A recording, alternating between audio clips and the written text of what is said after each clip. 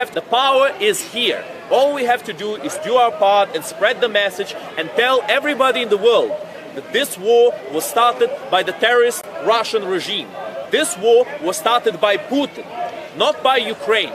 The Ukrainians did not want war. The Ukrainians have given up the third biggest nuclear arsenal in human history. And in exchange of what? In exchange of lies and aggression by the Russian regime. That is reality, my friends. And the problem is that this brings a terrible precedent.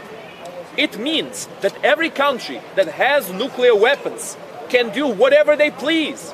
And they can do whatever war crimes they want to do because they have nuclear weapons. We must not allow this precedent to happen. We must not allow this situation to continue going the way it is.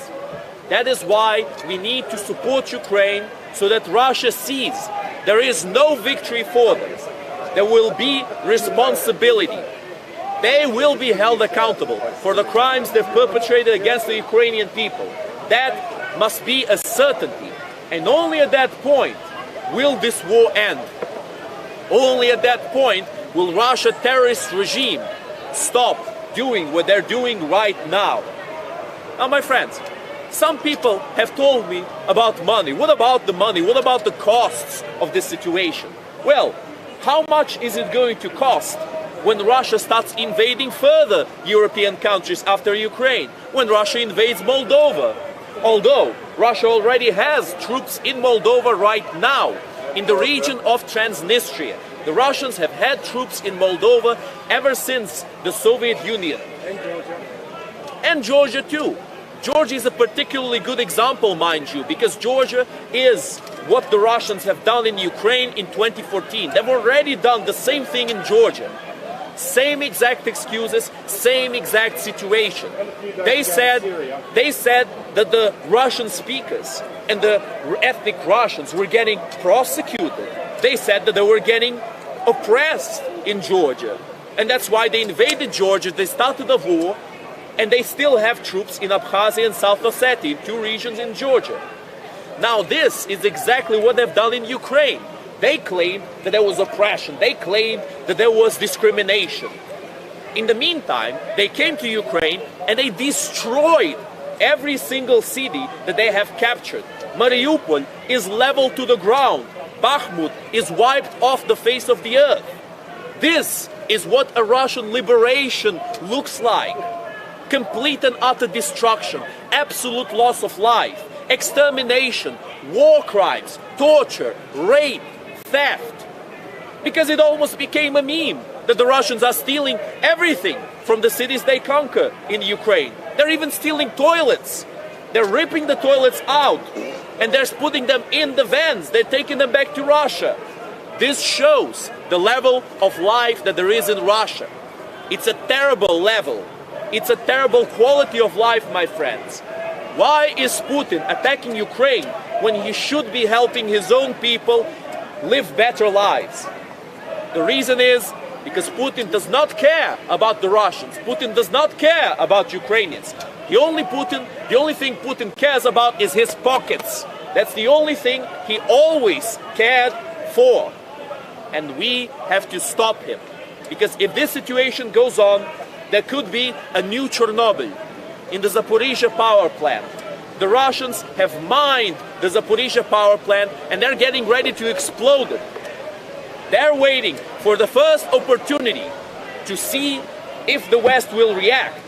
And if they feel like the West will not react, they will do it for sure. 100% they will do it. They would have done it in the past if they felt like they would get away with it. They would have started throwing nukes left, right and center. The only reason why they did not do it is because they know that there's going to be a consequence to this. And we have to make sure that everybody in the world knows that the crimes that Russia has perpetrated will have a consequence, no matter what. No matter what happens, no matter how many people die or live or suffer, Russia will be held accountable. That must be a certainty. And that will be a certainty if the whole world unites. Sorry, Tommy, go on. But don't they just want Donbass? Oh, they just want Donbass. We've heard this fallacy before, this idiocy, that the Russians only want Donbass. From the very get-go, this is a flawed argument because the Russians have invaded Crimea first, and then they destabilized the region in Donbass. You think Russia is doing good? If I think Russia is doing good, no, my friend, Russia is not doing good. Russia has done so poorly, in fact, that we can call Russia a Potemkin country. You think Russia is doing good? Why do you think Russia is doing good? Because it is. Okay, crickets. I hear crickets. It's prophecy. You know, I told you prophecy. Prophecy. Yeah, prophecy. Yeah. Russia is doing good because of prophecy. I have no words to say against that. I mean, how can I face a prophecy? It's impossible. Gog and Magog. How can reason? Gog and Magog. Look into it. Gog and Magog. Magog. Magog. No. God and Maker. Said God and Gog and Magog. God It's and not Magog, it's Magog, yeah. Thank you. Thank you. No problem. Always here to help. Always here to help. Gog and Magog. Yeah, Gog and Magog is a different conversation. It's a part in the Quran that speaks about the... It also speaks about them in the Quran, about Dulal Karnain, who was a leader who stopped the people of Gog and Magog or something like that. I'm not particularly savvy in the Quran. I'm not going to start speaking about the Quran. But anyway, my friends, we should believe in actual evidence. We should look at reality as what it is, and not at prophecies, at promises, and all of these make-believe ideas. We should look at the facts on the field. And the facts say that Russia is doing very poorly. Russia was expecting to win this war in 3 days. Then they changed it to a week. Then they changed it to a month. And now the 3-day special military operation is becoming more and more special every day. Now we're a year and a half in this 3-day special military operation. So any person who says Russia is doing good, I mean, sure, I guess you have the right to have your opinion. But my friends, we have to keep our opinions funded on reality, not on fiction. That's how it needs to be. Because if we can't justify our opinions, if you can't justify our worldview, then it's a bit of a hollow belief, isn't it?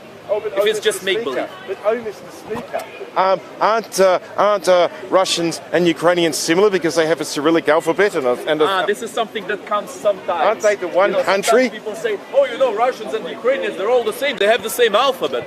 Well, I mean, the Spanish and Portuguese have the same alphabet. So did the Italians and the British. It's basically the same alphabet. Plus, the alphabet of Ukraine and Russia is slightly different. There's a few letters that are different from each other. But the point is, there could be similarities. Sure, there's a lot of similarities. But the point is, they're different countries with different mentalities and a different worldview. They want to live while abiding to different rules. And Russia has no right to say, oh no, Ukraine is our sphere of influence, we invade Ukraine. Russia has made international treaties that prevent them from invading Ukraine, and yet Russia has broken those agreements. Ukraine has given up the 3rd biggest nuclear arsenal in the world, and Russia still invaded them, although they made the agreement of the Budapest Memorandum, which claims that the borders of Ukraine need to be respected by Russia, as long as Ukraine gives up its nuclear arsenal. And Ukraine did. Ukraine done their part. Ukraine is the country that has sacrificed the most to achieve world peace out of any country in the world. Oh, but what about the Minsk agreement, Mr. Speaker? What about the Minsk agreement? Let's talk about the Minsk agreement. Well, this is a situation where both sides kind of blame each other. But I'm pretty sure that we can see the writing on the wall on which side is more trustworthy. The side who says that there's still no war after 9 years of continuous war. Now, mind you, this war started in 2014, not a year and a half ago. This war has started when Russia invaded and annexed Crimea and destabilized the region of Donbass. That is when this war has started. This what that happened a year and a half ago, this is a mere escalation, my friends. And this escalation will come to an end for sure as long as people know what's going on, as long as people stay informed, as long as people know what's going on and know the truth. That is what is going to happen. Oh, but Mr. Speaker, isn't it all NATO's fault for escalating it? Ah, yes, my favorite. This is my personal favorite claim. Isn't it NATO's fault that this whole thing happened? Well, I mean, what has NATO really done? NATO is a voluntary organization. NATO has never forced anyone to join its ranks. NATO has never invaded a country and then forced it to join NATO. That's never happened. But with Russia, the only way anybody joins forces with Russia is if Russia bullies them and threatens them and forces them to join with them. That's the only way Russia can do business. That's the only way Russia can do diplomacy. But Mr. Speaker, wasn't Russia provoked? Wasn't Russia provoked? Here we go. This is another very interesting one. Imagine, I'll explain this one via metaphor. Imagine two students going to school together. And these students have been childhood friends, right? Huh? How many students? Two students. Anyway, these students are childhood friends, right? One of them eventually starts bullying his friend. He starts abusing him. He starts stealing his lunch money. He starts calling him inferior, calling him names and trying to demean him at every turn. Yeah, he should negotiate. Not yet. Let me finish. This is an important example. So the student who's getting bullied by his old friend is starting to make some distance from him. He's starting to join other groups of friends because he doesn't want to get bullied. He wants to be respected. Now imagine this. The student who used to bully him brings a gun to school, points that gun at the head of the student who doesn't want to hang out with him anymore and says, okay, look at me, man. You're going to hang out with me or you're going to be full of lead. That's how it is.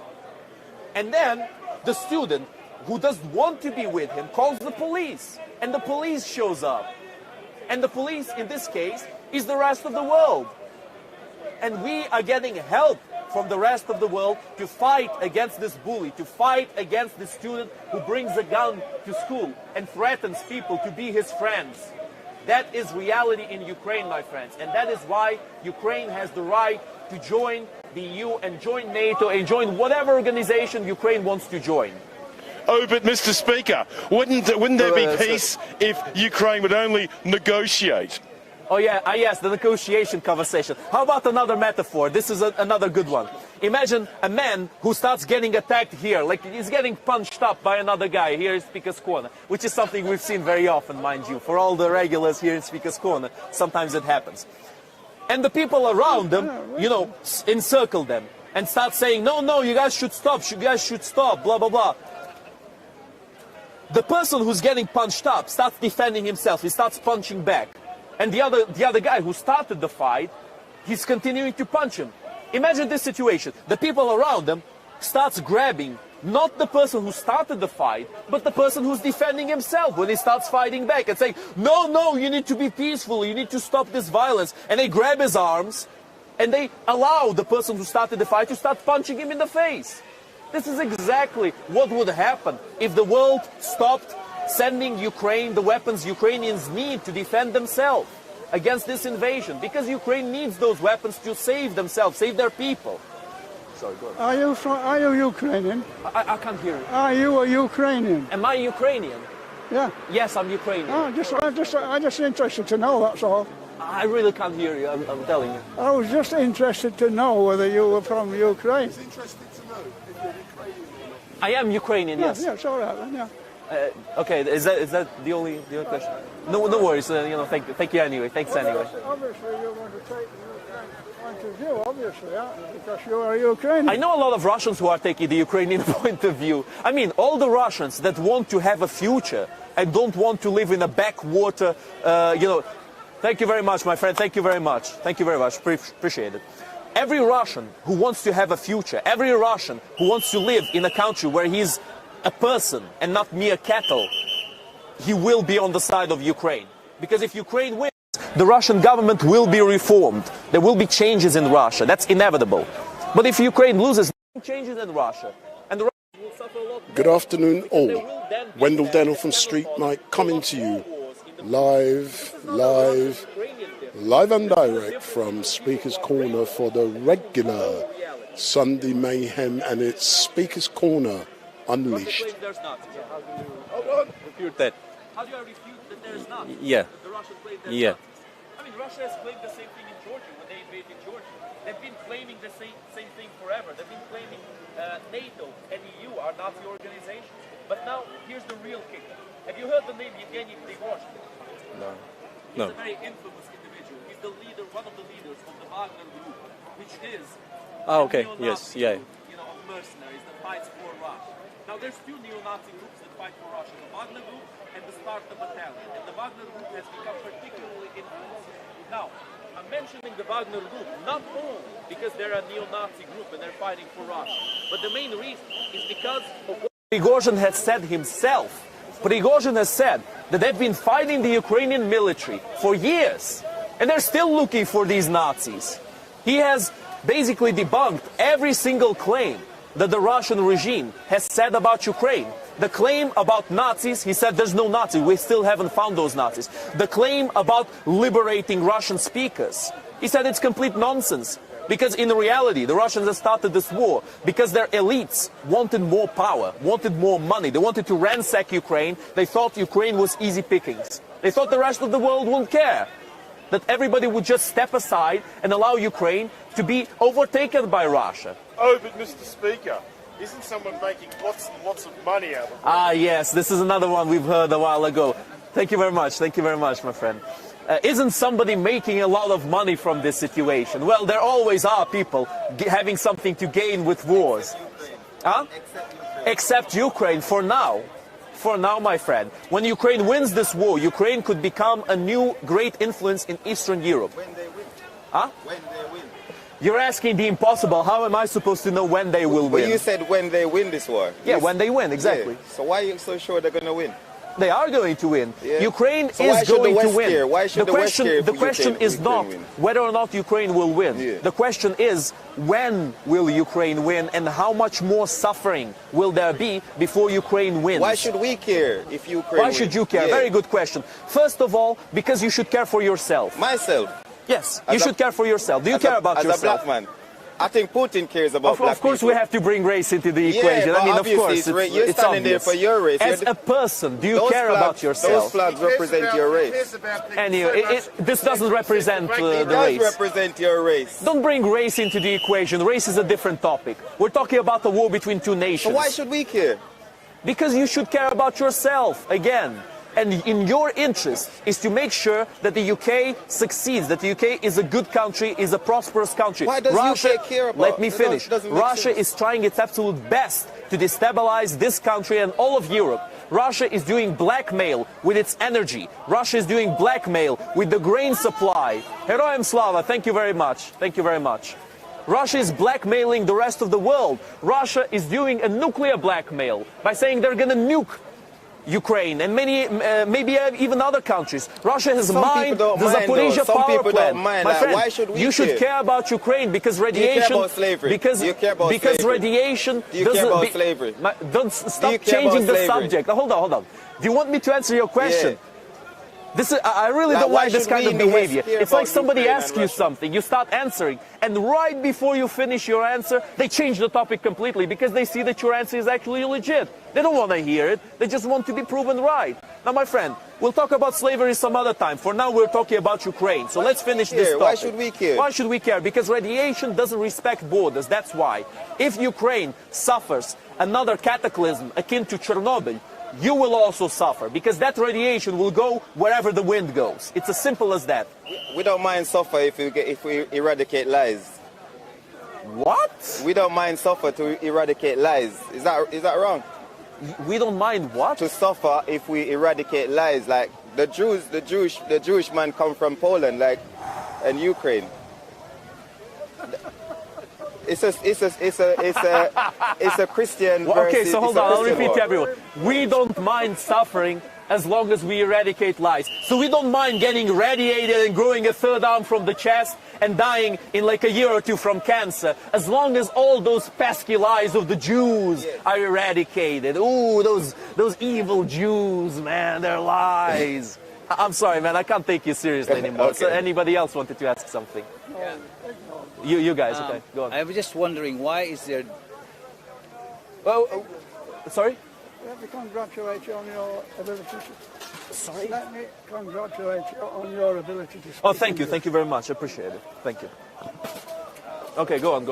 I'm just wondering, where is the rest of the world to intervene to stop this killing?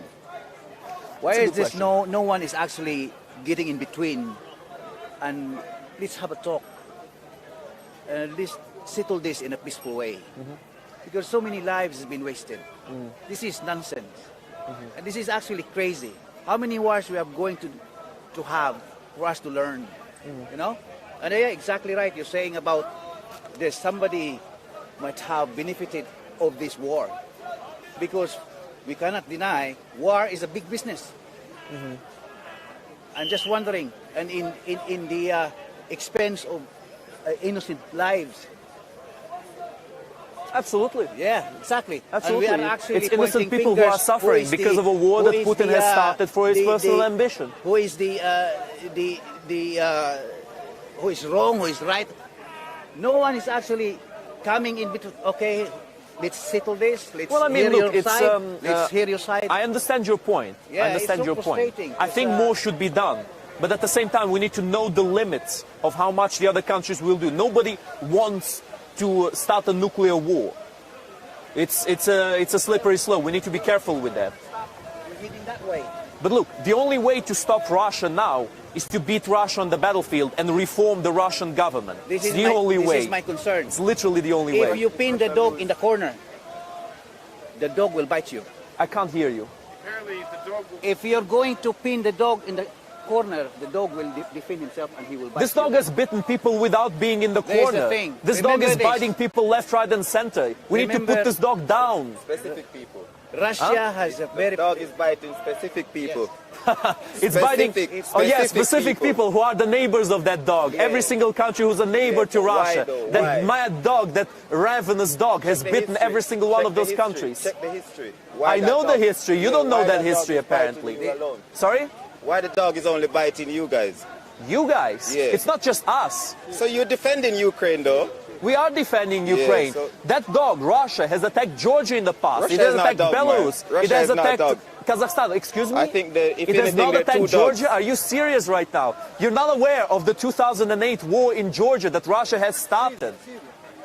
Syria, absolutely Syria. Thank you very much. They use chemical weapons in Syria. Anyway, I don't know what else to tell you, man. You're very misinformed. You're very, very unbelievably misinformed. Now, about what this individual was saying, I will face a bit more of that. Yeah, Look, as this gentleman pointed out, and in Chechnya. and in Chechnya, of course. In Chechnya, So they full leveled credit to this Grozny to gentleman the who ground. mentioned Chechnya. You know, the Chechens wanted independence, and the Russians simply shelled Grozny to the, to the ground. Yeah, Now and they're you- using the few Chechens who decided to side with the regime as janissary forces, almost. When the son of the policeman smashed you. Huh? The son of some policeman smashed you up. Someone said to ask Yeah, there you. was a fight in the past. Yeah. I'm not sure what this has to do with the No, conversation. Someone though. said to ask you. I'm just asking. Someone commented. Anyway, let's stick to the point. I think it's better to stick to the point, not to racism, not to police or whatnot. We're going to the point here because this is actually pertaining. It's not about Ukraine and Russia. This is actually humanity at stake. Russia has so many nuclear powers. If they provoke Putin and he has no last option, what's he gonna do? If they do what? If the whole world will actually not going to intervene to stop this. The whole world what? If the whole If the world whole doesn't world intervene, does what will not happen? intervene to stop this Doesn't war, intervene, but the whole world is intervening now. where? Where? They're actually They're putting sending fuel weapons on to it. Ukraine. They're putting fuel on it and it's to They're not escalate. putting fuel. You They're should- putting the rabid dog down. You know what? The only way to put this dog down for good. This is it. My friend, you're only Russia will looking not at this stop. small thing. You don't Do not stop. look the whole picture. Hold on. I've You heard see? enough. I've heard enough of this. I've heard enough of this nonsense. I'm sorry, but how can you make treaties? How can you make diplomacy with someone who breaks their treaties as soon as they're made? That's Russia. Russia has made many treaties in the past and it's broken them. The only countries that actually try to intervene are the people of Africa. the leaders of African people went to The delegation, the the delegation African to delegation actually in Kiev, ask them right? to The delegation stop that it. has been getting attacked Yes. by the Russian rockets as they were in Kiev. Well, exactly. That's a great diplomatic move, Well, isn't it, from Russia? that's It means it. Russia wants diplomacy. That's why it was attacking the African delegation with rockets as they were in Kiev. I mean, obviously, all we have to do is just talk to Russia because But they want diplomacy so much, don't they? They should come, the whole world should condemn My friend, this. have you been listening to what I just told Yes. you? The But- Russians have shelled Kiev. The whole world They've doesn't attacked involve Kiev you. with rockets Involve as there only was white this people. delegation in If you Kiev. have nothing to say, How are you supposed only to do white diplomacy people with a country can that have attacks justification the for what's going diplomats? on. I'm telling you. How can we do that? How can we their war. do treaties with a country who breaks their agreements as Yeah, soon it's as they're their, it's made? their war. I mean, I am a bit flabbergasted. I don't know what to say about that. I mean, we can't be so naive. We can't be naive to the point of believing that a country that has fooled us many times in the past is suddenly going to start telling the truth. Go on, sorry. So if the entire because country we is love destroyed, so much, but you eventually we love win, our enemies, even you when they eventually destroy win, us, but the we still country love is them. destroyed, What you want is not what I infrastructure, want. everything is I want destroyed. them to Is go it worth down it? individually by the Is it hand of worth each what? Yeah, the brother. damage that you'll suffer Just what? to get That's a victory. very, hold on, that's a very peculiar point to make, you know. I have Because to, I you have to said- say. because you hold said- on, hold on. When the Soviet Union was attacked by Nazi Germany, was it actually worth winning against the Nazis? Because everything was getting destroyed. Well, the Nazis were planning to exterminate the people who were living in the Soviet Union. So was it actually worth winning? Well, yeah. A lot of people died, a lot of property was destroyed. But it's definitely worth defending yourself and wherever life remains. Because the Russians, they're merciless, they're ruthless. They've attempted a mass extermination of the Ukrainians in the past, in the Holodomor, where they attempted to eradicate the Ukrainian people via mass starvation. So I'm a bit surprised by from hearing this. It's like, oh, you know, you're getting attacked. Is it worth defending yourself? Just let the other guy beat you up. It's kind of a nonsense point, if you ask me. Yeah, destruction is tragic. Then Japan. What's the other solution?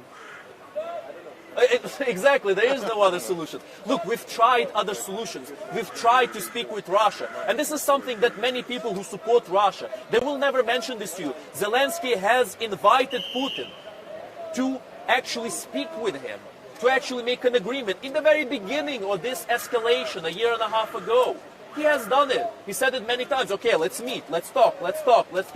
Putin, he didn't want any of that. Because Putin felt like he was winning.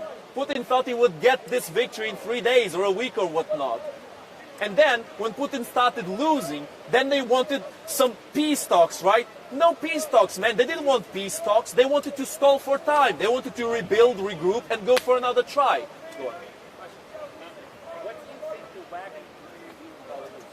With Belarus? Ah, that's a very interesting question. Very interesting question. To be completely frank with you, I don't know. Wagner Group is very unpredictable. What they've been doing in the past, nobody was expecting it. And all the people who say, oh, you know, this was all planned by Putin, complete nonsense. This is obviously not planned by Putin. Putin very narrowly escaped getting deposed not long ago. And it shows how weak his power is right now. But there's a few options. I think it would be wise to cover those options. One of the options is that Wagner will rejoin forces with Russia and will attack Ukraine from the north. I've heard this one a few times. I think it's unlikely because Wagner has shown himself to be unlikely. Good afternoon to all of you who are in the YouTube chat. My name is Wendell Daniel and welcome to StreetMic. If you would like to pose questions to Pavlo, please go into the YouTube chat and pose your questions. So if you would like to ask Pavlo some questions, go into the chat and put your questions. If one of you would like to speak to Pavlo personally, I will put up my special telephone number and you can ring me and talk to Pavlo live on air. So this is the number you have to call, 07442 780 038. 07442 780 038. 07442 780 038. So if you want to talk to Pavlo directly, ring that number. If you want to ask him questions, go into the YouTube chat and pose your questions. Perpetrating an invasion of Ukraine, a country that have supported throughout this endeavor. It's very laughable. It's just laughable. It's the same kind of argument that sometimes the Russians would say, oh, you know, Poland and Romania, they'll cut pieces from Ukraine, right? No, Poland has said in the past that they would not try to take back the regions of Ukraine that were part of Poland in the past, ever. Because Poland has been burned very badly by similar situations in the past. You know, as you might know, Poland was divided in half between Nazi Germany and the Soviet Union at the Molotov-Ribbentrop Treaty. And by the way, this is an interesting bit of fun fact, a little bit of trivia for you guys. The Soviet Union has started World War II on the same side as the Nazis. You will not hear of this nowadays. People will not say it. It's true.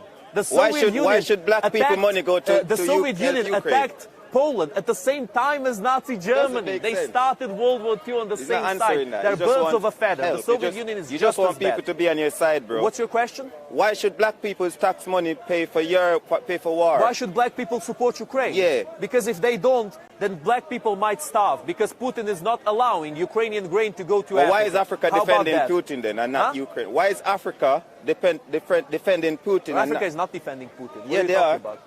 They're standing for peace, and Putin is Africa is not defending Putin. There are some countries in Africa that are more pro-Russian because there's Russian troops in there, like Wagner groups, troops. You know, for example, I believe Mali. What do you want the West to do then? Give you more weapons? Want the West yeah, to give you do more the weapons. same thing they've been doing and more, to send to Ukraine the long-range missiles, so that Ukraine can hit Russian targets back in Russia. Why should we agree to that? Why should we agree to mutiny? Because you want Ukraine to win, because you want you to have a good life. That's how it is. Ukraine would give us a good life over here? Ukraine will give a good life. I don't believe that, bro. Because the destabilization in Ukraine destabilizes Europe. It destabilizes the whole situation in Europe. Food prices are going up. Gas prices are going up. So black people are consumers then? Huh? Black people are consumers. Why do we care about if Ukraine eat food or not? What are you talking about? Because you're eating Ukrainian food. So why should Russia lose and Ukraine win? I don't get it. My friend, do you have wax in your ears? Wax? No. It seems like Come you and do. clean it out. I've already told you. Why in this country preaching about Ukraine, need Ukraine. Why should we Because they care? will starve if Ukrainian grain does not get to Africa. Why should we care? Because you're gonna starve. I mean, not you in particular, but many black people will starve. But we don't mind starving if something gets erased. Okay, he doesn't if mind something starving. gets erased, we don't mind starving. Why should we care? You do not speak for the black people, my friend. Do. You do not speak for black people.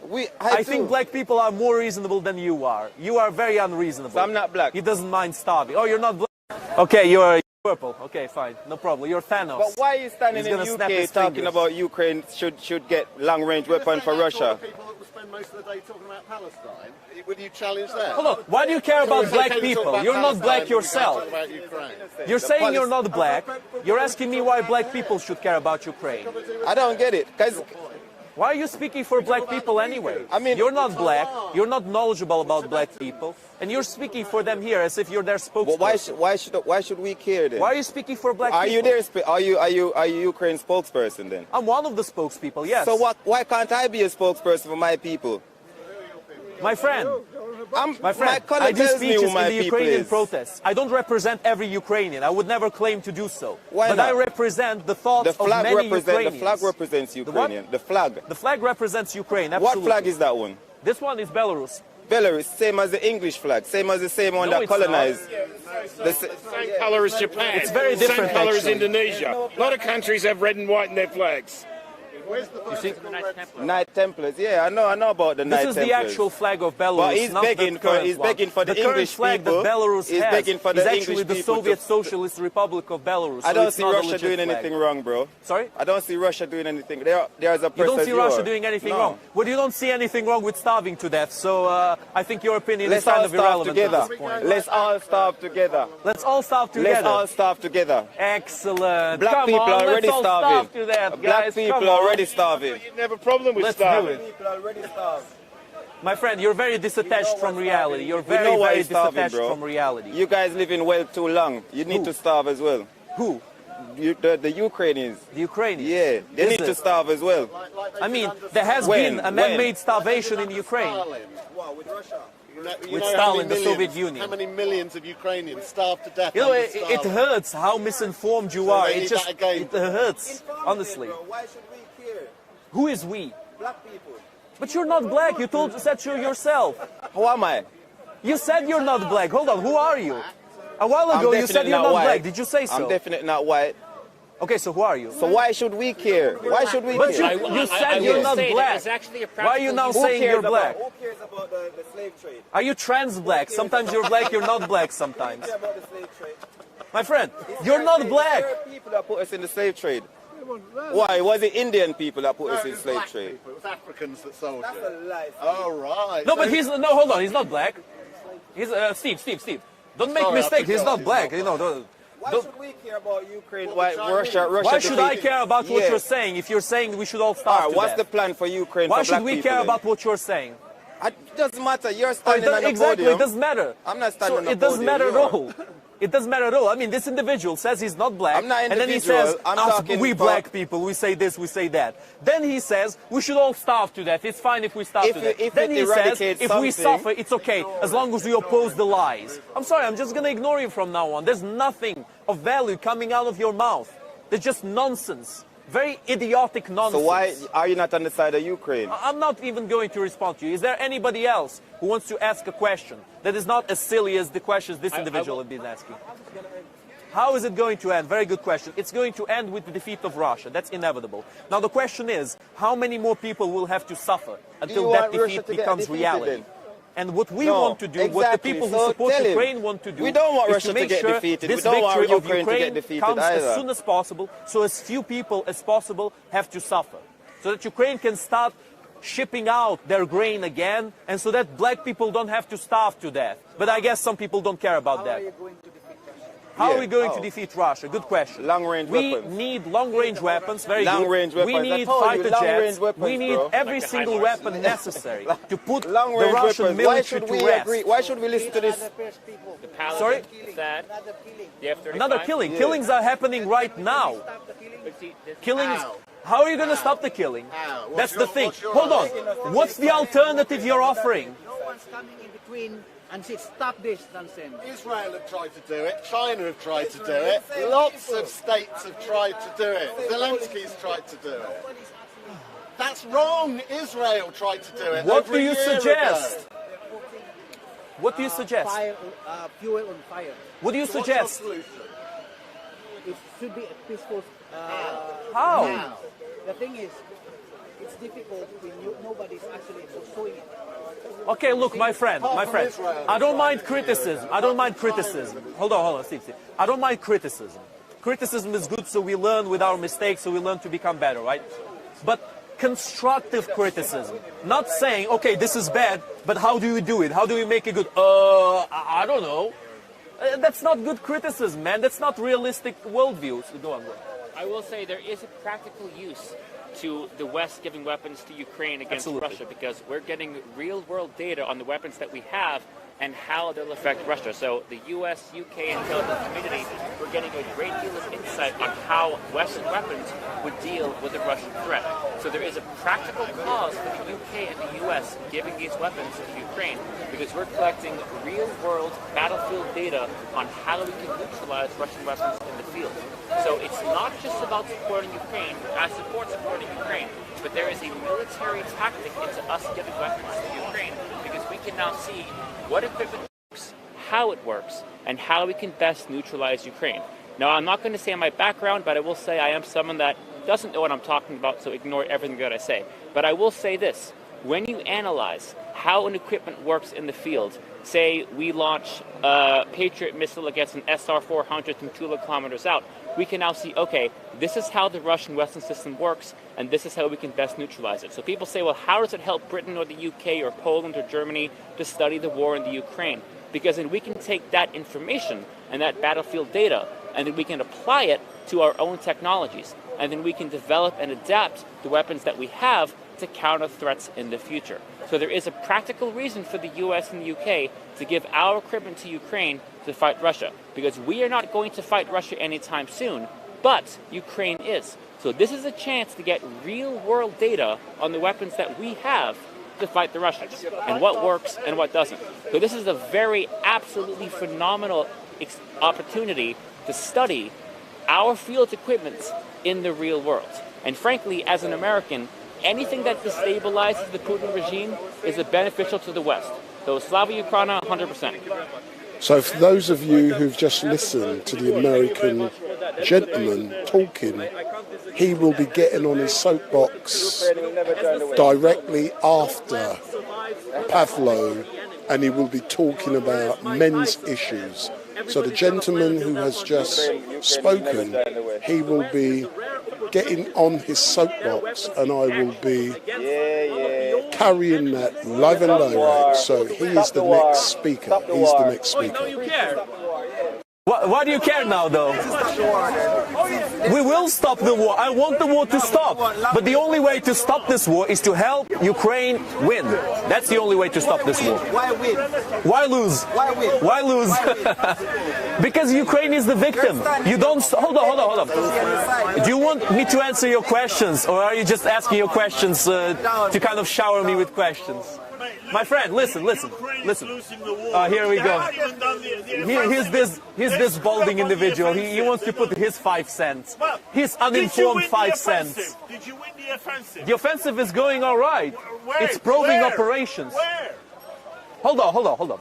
I hear this point very often from Russophiles like this individual here. You know, people who jerk off when watching Putin at home. I hear this very, because I know this guy. I know this is a rude individual. Are you winning? If you're winning, Ukraine is winning, yes. The counteroffensive is going slowly. It's not going badly, it's going slowly and methodically. Slowly and methodically, Ukrainians are doing probing operations and checking where the weaknesses are in the Russian defenses. We can't hurry the Ukrainians up because the Russians have prepared a lot of defenses. Why are you not in Ukraine to spare fighting? the Ukrainian troops from having a lot of losses. We need to do this slowly. We need to do this cleverly. We need to do this methodically. That is what Ukraine is doing, and Ukraine is doing the right thing. And it is our duty to give the Ukrainian military the time they need to win this war. Because they can't do this without the weapons necessary. If we had the fighter jets, if we had the long-range missiles, we would have had this war won long ago. But we don't have that. We need time then. We need some resources to win against the Russian military. And as this lovely gentleman here, you know, as he said, those weapons that the West is sending to Ukraine also function in benefit of the West. Because now they know how they function against a military like the Russian military. You're a lover, not a fighter. Why are you not in Ukraine? I'm a lover, not a fighter. Yeah. Hold on, could you repeat that? You are a lover, yes, not a fighter. Yeah. Why are you not in Ukraine? Excellent. I've been waiting for this question. This is the question that when everything else fails, the Russophiles always go for this one. Oh, if you care about Ukraine, why don't you go to Ukraine? Huh? Let me start with this. A minority. Are you in exile? Hold on. Do you want me to answer or not? Yeah. Only a small minority of the Ukrainian male population has actually been enlisted. And that's the men who are in Ukraine. First point. Second point, Ukraine needs the weapons to win this war. Without those weapons, it will not matter how many Ukrainians go to Ukraine to fight. Ukraine will still lose because Russia has weapons and Ukraine does not. No, that's not what I said. Ukraine will lose if Ukraine does not get the weapons necessary to win. That is what we are doing here. That is what everybody should be doing here. Everybody should. I'll answer your question in a second. That is what everybody should be doing here. We're not sending any Ukrainians back to Ukraine to fight because without those weapons, it will be a meaningless sacrifice. Our duty is to make sure that those weapons get to Ukraine, to make sure Ukraine gets the armaments Ukraine needs to win this war. Now, what's your question again? All these ammunition that are going into Ukraine that you guys request of, who is paying for them? Are these military advances? Is it for free? Who is going to pay for these things in the end? Nothing is for free, my friend. Okay, so what is the probable cause that we can sit down as a people and discuss where we go wrong to move forward as a nation, because Ukraine is not one person. It is a body and nation of people. Yes. The fight is not about one person. It's about the embodiment of the entire country. What kind of discussion would you like? We seem to talk about Putin. Yes. Oh, Putin. Because he started a war. Do you agree with that? It's not Russia. Did he start a war? No. Okay. Did he start the war in Ukraine? Can I answer you? No, but why did America, NATO wanted a military you're base not in answering. Ukraine? You're not answering. No, but I'm asking you. NATO Why did not have any military. They did not have any military bases in Ukraine. Why did NATO wanted a military base at the border in Ukraine wanted to be part of NATO because Ukraine wanted protection. And you guys have moved drugs through the Panama Canal. George Bush father sees American dollars. My friend, you're very good at interrupting, but you're not very good at answering your own questions. Don't get me started. Don't get you started on what? On what? On what? John McCain, the running candidate for the American presidency, he was caught in Iraq selling guns. Oh, Jesus of mercy, my friend. Don't go. Oh, guys, my friend. Oh, you guys think it's all joke. Man, this guy's getting angry for no reason. Because I'm telling You're you the getting truth very as angry, it is. getting very triggered. The truth is the war in Ukraine will never stop. It will never stop. No, it will never stop. Until you, Excellent. everybody come, sit at the table Very interesting with opinion. the United Nations. Okay. Sit at the table. How many times have we been sitting at the table? No, you can't. You've been talking for a while. Now it's my turn to answer your points. Your nonsense points. Here we go. My nonsense point. How many times has Ukraine been sitting in front of a table where on the other side they had a wall? Yes. They had a wall Yes. that had a face of a Russian delegation painted on it. Yes. Because the Russians never intended to negotiate. They never But there intended was to a back negotiation. down even There the was a minutest negotiation. bit. There was an earthquake in Turkey. I was in Egypt. What does this have to do with the conversation? I was at a hotel. For 1 day or 2 days, 1 week, all the war in Ukraine between Russia paused. And you guys send aid What are you to talking Turkey. about? You send aid to Turkey. I'm saying the guns you're getting into Ukraine, who is paying for them? Who is paying for them? Who is paying for them? For what? No. Who is paying for them? For what? Who is paying for the guns? For what? For the Who guns? is paying for the guns? For the guns. Yes, bro. There's no war without the guns cost. are being... Who is paying for these ammunition? They can't come for free. The reparations from Russia will pay from those guns. I beg your pardon, from Russia. The reparations I from think Russia. you're more fooled than what you think. Ah, you think so? So You're wait more here fooled for a than what bit. you think. Wait here for a bit. Let's see who the fool is. Yeah, go ahead. Are you aware that a lot of the assets of the Russian oligarchs have been appropriated already by the West? Says who? Says who? Oh, my friend, you're more misinformed than I actually thought. Can I make a rebuttal? We were told there were weapons of mass destruction in Iraq. Okay, we're switching conversation again. My friend, let's start with the money. No. Let's start talking about. Is more important. You see, this is how the Russophiles act. Not word of they mouth. always jump from argument to argument. They refuse to face one argument because they're wrong at every single one. Yes. Did I hear from Every America? single argument the Russophiles make, they're wrong. 100%. Dick They Cheney was a know liar this. and a war So criminal. that's why they will 100%. jump to another argument as soon as they're Cheney- tackled in one Dick argument. Cheney was a war criminal. Now, my and friend, a liar. are we talking about the money? 100% What are we I agree. talking about? 100% I agree. Well, are we talking about the money? You wanted to talk about the money. No, we're not talking about money. Because What are we you talking guys don't about? have any money. Oh, what are we talking You about guys then? don't talk. I'm speaking. What's your question? This is what I'm saying. There's a peaceful solution. What is it? Find where the problem is, eliminate the problem with a solution, and move forward. Why? The more the war continues, an entire country will be destroyed. The question is where is the economic drive and money come from to build back a country? Where is it coming from? 4 billion pounds of our tax. Where is it going to come? 4 billion. Our tax-based money seems to be Who funding all started this this war? Hold on. Who started this war? For what purpose? For what Who purpose? started this war? I beg pardon? Who started this war? I'm asking you. America started it. America started it. America invaded Ukraine. America started it. Why did NATO want America invaded a military Ukraine. base in Ukraine? Ukraine wanted to Why be did they want part it there in of the first NATO. place? The Ukrainian people wanted to be part of NATO, just like Estonia, Latvia, Lithuania, Poland, and many others.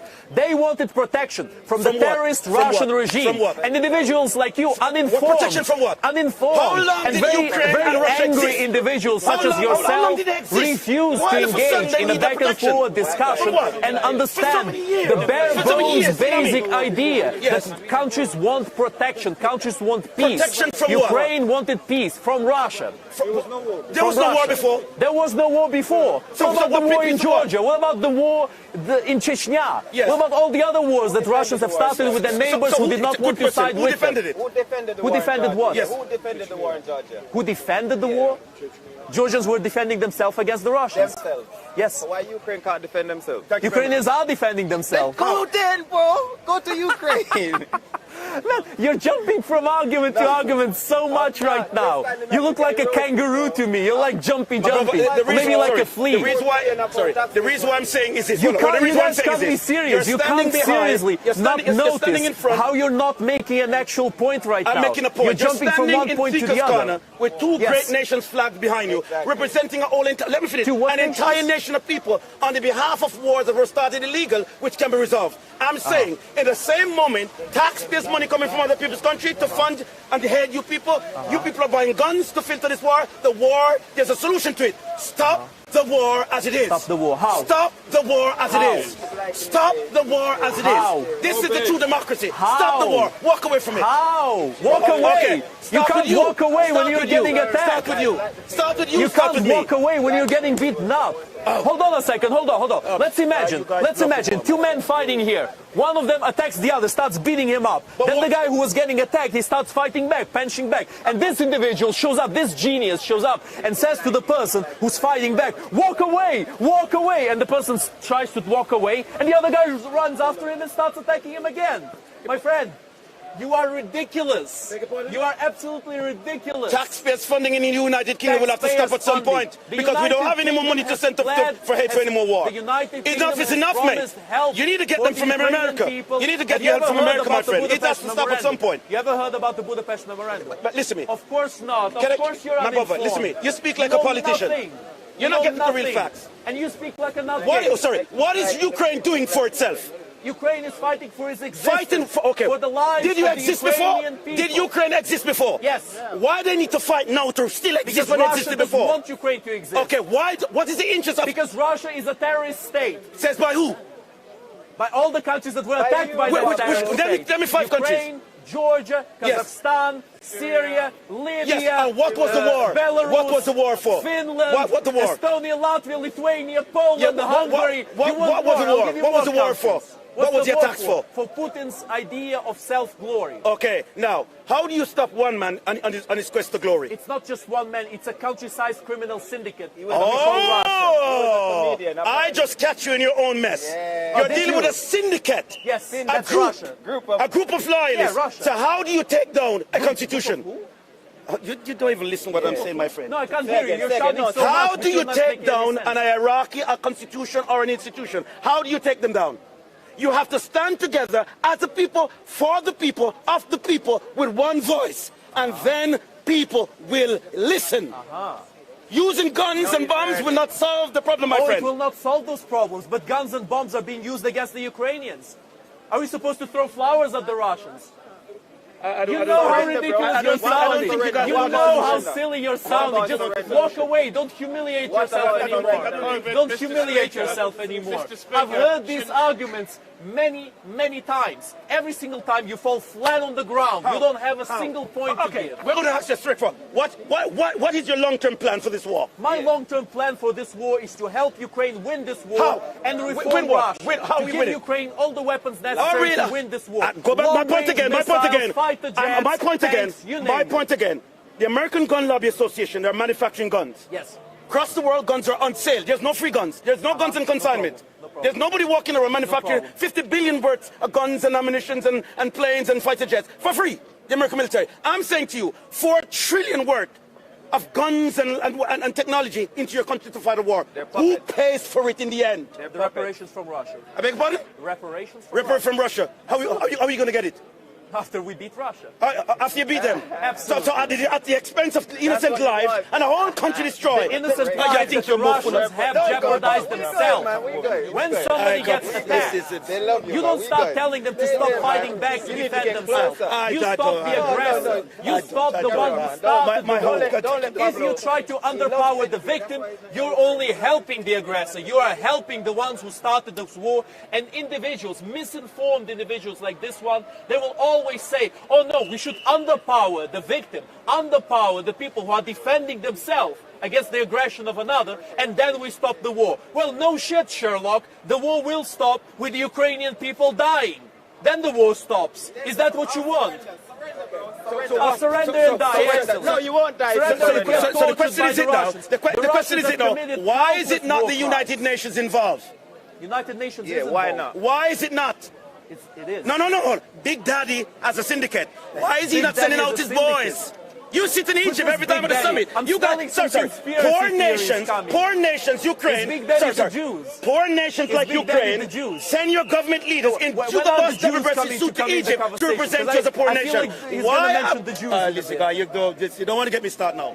You don't want to get me What started. about the Jews? What? You want to Who? say something? Jews. Yes.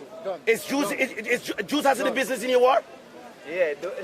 What does Israel have to do with Jews, your war? Because I'm smelling some conspiracies. No. coming from What your does right. Jews has to do with Who's your war? the big brother you're talking about? No. We all assembled at Egypt at a summit to discuss the world affair, and we're a part of the syndicate, and we're part of the clique and the Yeah, but who's the hierarchy. big brother So you're why can't talking there be a about? peaceful solution? Who's the big We went to brother you're Iraq talking about? for massive Third war. time, who's the big brother you're talking about? Nobody gets sanctioned. Nobody gets Fourth prisoned. time, who's the big brother you're talking about? You should know. Fifth time, who's the big brother you're talking about? You know, put it this way. Sixth time, who's the big Can I brother tell you you're who they talking are? about? The same people who create the very scenario you're sitting into right now. That doesn't answer the question. The same Seventh people time, who who's create the that. big brother you're Because talking while about? the war continues, people's pockets are filtering with money. Eighth time, who's the banks are- big the banks brother are you're filling up. talking about? The banks are filling up. The banks Ninth are filling up, time, my friend. who's the big The war- brother you're the more talking you have the about? war- Race it back. Who? 10th, last time. I give you the answer. Who is the big brother you're The same talking people about? who brought the war you have together. Who is that? No, the same people. Who is that? Same people. England, America, all your counterparts. We're telling you. We're telling you who they are. Okay, go on. We're telling you that. No, wait. He's We're telling talking. you We got him to talk. Let's We're let him telling you talk. that. Never interrupt your enemy with How his long making did the war in mistake. Afghanistan stretch for? That's a different No. conversation. How long was that war You're saying, for? hold on. No. You were How on the long good was that war path. You were for? answering the question. You Why still did you against what I'm stop? saying. You were saying England, How much money the did America US. spend Who in else? Afghanistan? And Who still else is hasn't the leave? big brother? You still haven't learned. Who else? You still haven't learned. UK, US, who else? The war in Ukraine will never Who else is ever the big stop brother? until you guys come to a conclusion, a solution, Who and the else benefit is of the the big behalf brother? of people. Who's It's the not big an brother? individual war. It's a war crime. Who, boy? It's a war crime. And all you people need to understand, you can't represent Ukraine here on your own. No, you can't. You're hoping to I'm not avoid. on my own. I'm with a whole organization here. Organization. How far have they course. gone? What have they accomplished so far? Support Ukraine London. All of you guys should support them too. Yes. I beg your pardon? Support Ukraine London. We have a page on Instagram. We do Support protests Ukraine. every Wednesday, every Saturday, Let me every go Sunday. further. I'm going to do a speech at 10 Downing how many Street in a bit Afrocentric myself. black people, 400 years of slave were supported by Ukraine? What does this have to do with the conversation? Everything has to do with it. Everything has to do with it. Everything has to do with it. If that's where you're going to go, So, how many years did we suffer? What does without the Ukraine Republic? have to do with slavery of the African people again? What does Ukraine have to do with slavery? Yeah. You need to do your homework. Oh, do I? Oh, do you? Haven't you guys heard you the need to do your Ukrainian homework. colonial You need to empire? do It your owned homework. all of Africa. It was trading black people to the whole Your world. colonial Of enterprise course. was a big boys club. And they all benefit through the slave trade. The Dnipro River. You know, we have black to be paid people out now. picking up the cotton in Ukraine forever. Your Dutch You know, government came and made a you're public apology ridiculous. as the first head of the Dude. monarch to say, listen to me, people, I'm very sorry. Save what little Save what dignity we you have. have left. Beg your pardon? Save what little dignity you have left and walk away. Me? Yes, you. I think you're in a fool's paradise. You know, actually, I'm wrong. And he wants He help. has And he no wants dignity help. left. And he So wants there's help. nothing to He say. wants Might help. as well just stay And here if and make a there was complete, no even a war bigger in fool Ukraine, out of he wouldn't be in the himself. UK. We are consumers. All he wants is I don't even know why he's so angry. I don't know why he hates Ukraine so much. He keeps trying to look for reasons why actually Russia is in the right. I never said anything about Africans, never said anything against... If this is the first time you've watched Street Night, hit the subscribe button. So if this is the first time you've watched Street Night, hit that subscribe button. So hit that button if this is the first time you have seen Street Night. for long-range weapons to destroy another country. During the war in Ukraine, when the war started, just look at how It's just so stupid, man. Coming out of Ukraine. Oh yeah, How they treat black people out in Ukraine. He's a strong man. Look how strong he is. Look how strong he is. Go to Ukraine. Why? He can be that difference. Be the next Hitler then. Be the next Hitler. Go on, man. Because I want to see him on the news.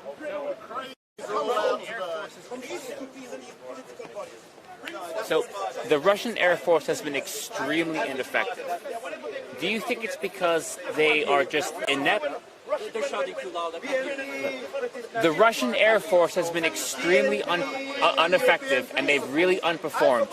Do you think it's possible that there is a degree of mutiny within the Russian Air Force, that they don't want to bomb Ukrainians because they don't want to bomb their own people and relatives? You think so? And I even have some proof of that. Okay. And the question this gentleman is asking is, it's an important question, so I'll tell all of you guys. The question is, considering how much the Russian Air Force has underperformed, is it possible that there is some degree of mutiny among the Russian military, especially of the Russian Air Force? I think there is a point there. I think it's not a big mutiny. It's nothing too major, but to an extent there is something like that. Now, I will tell you why I think so. Because during, around the beginning of this escalation, the Ukrainians have established some treaties with some of the Russian pilots, and the Russian FSB found out. And those pilots, many of the pilots, sent to jail because they were kind of siding with Ukraine.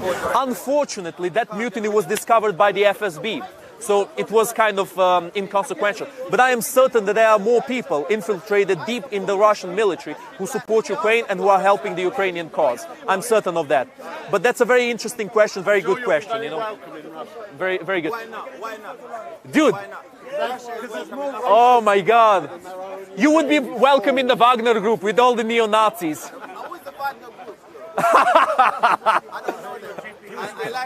Where's your swastika? Where's your swastika, man?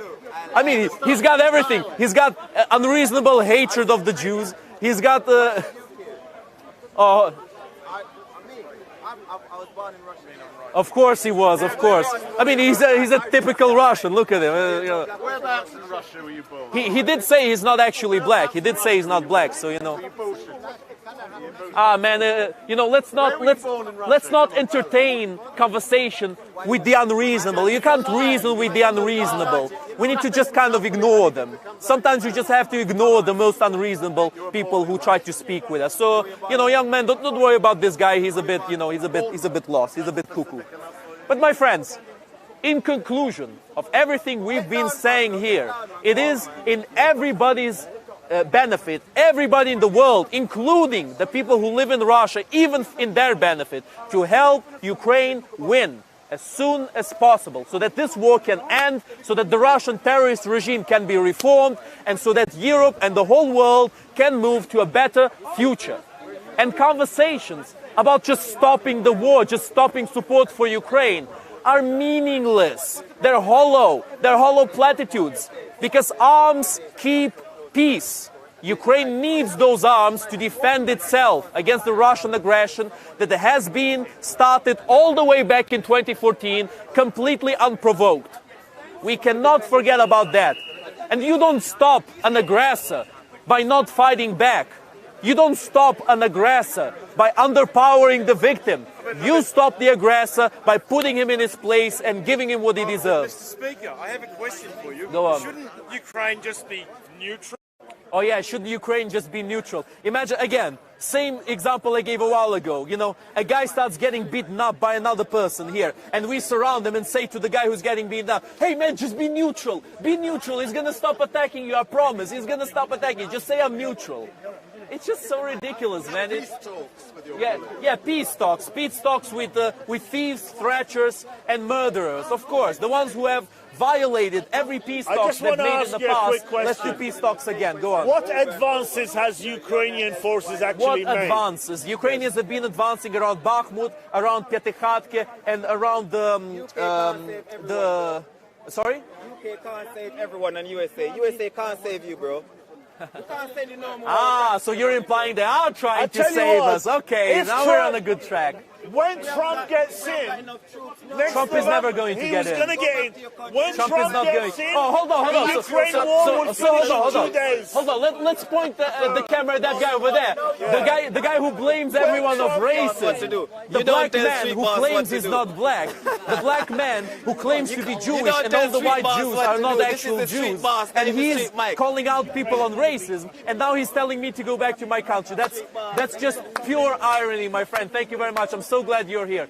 You are very helpful to give an idea of a proper Russophile, of a proper idiotic and brainwashed Russophile. As a black man, I believe that... Oh, you're black now. You changed colors. My color, You've changed colors. Okay, fine. I believe that Putin is trying to defend your fellow his black country. man Putin, right? I believe that Putin was Rasputin.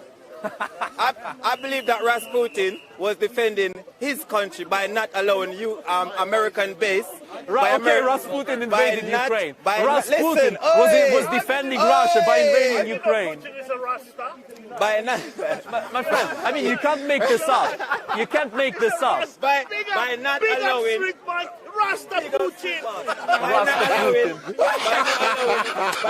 Big up Street.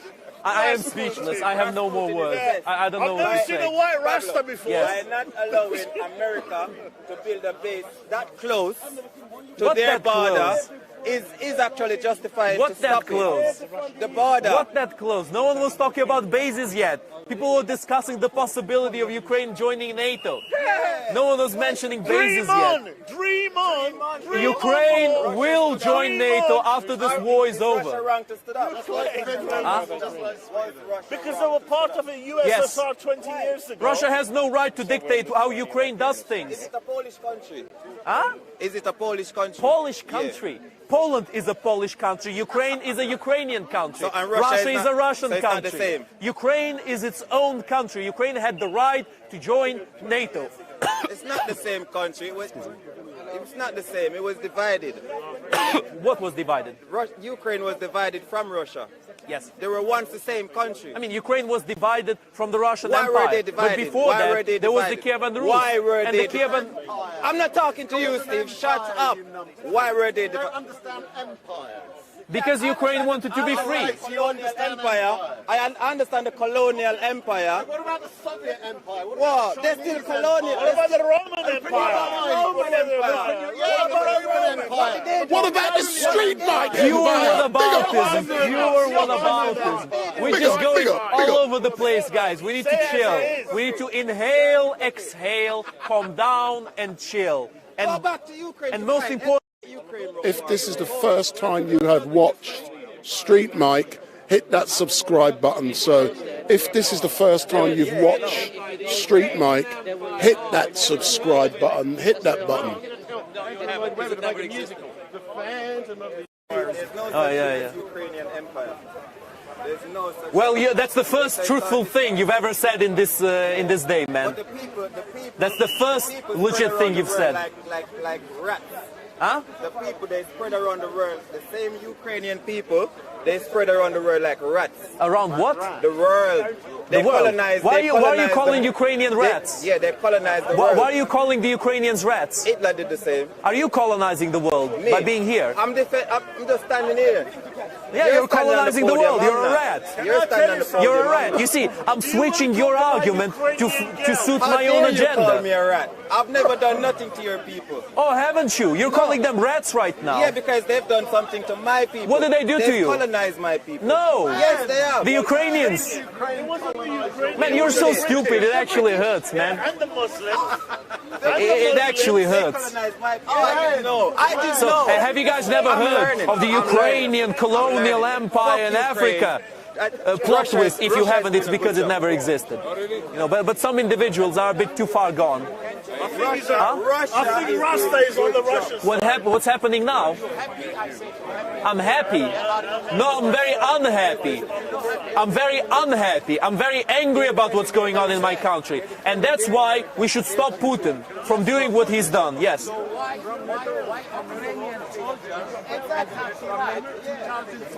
Oh, here we go again. Here we go again. Here we go again. Come closer. Come closer. Come closer. I love this argument. Come closer. Let's talk about that. What a strange thing to be happy. What a strange thing to be happy. Well, are you happy about what's going on in Ukraine? No. Are you happy? No, are you happy? Are you happy? You're happy? Oh, you're happy. Excellent. Excellent. You killed children in my Hold on a second. Hold on. First point. How many countries did Iraq attack before Iraq was invaded by the US? How many countries did Iraq attack? Iraq attacked Saudi Arabia. Iraq attacked Iran. Iraq attacked Kuwait. And then Iraq was attacked. You come to Iraq for money. My friend, but Russia, by your logic, your words, not mine, you got what you deserved. By your logic, you got what you deserved. By your logic, you got what you deserved. And now you come here crying to me about Iraq. You come here crying to me about Iraq. Thousands of Iraqis. Just for money. But hold on. It gets even worse for this nutcase. It gets even worse for him because the Ukrainians were doing humanitarian help in Iraq, and this is not something that a brainwashed idiot like you will know. The Ukrainians were doing humanitarian help in Iraq. How do I know this? How do I know that the Ukrainians never participated in a single active operation in Iraq? Because the Ukrainians, through all the years of the Iraq war, have had 3 casualties. 3 men have died on the Ukrainian side. 3. That shows the Ukrainians were not participating in any active operation in Iraq. You are absolutely uninformed, my friend. Rent a killer, hire a Ukrainian. What? He'll do your fighting for you. Who? Just like your girls, you're all hookers. Who? You're all prostitutes. Who's prostitutes? Your girls. Who? They're all on the escort Who are website. prostitutes? They're all, no. Ukrainian girls are whores. Ukrainian girls are whores. Yeah, Okay. they are. Okay. Let me face this argument. Just like their boys. This individual is from Pakistan. This individual is from Pakistan. Hold on. This individual here is from Pakistan. Right. I will tell you this. To say that all Ukrainian women are whores is the same as to say all Pakistanis are groomers and pedophiles. It's the same exact thing. And you, my friend, are a disgusting racist. That's exactly what you are. You're a disgusting racist. Are you sure it wasn't your daughter in the dancing club? Are you sure it wasn't your daughter? I think it was your daughter. Come here. Chill.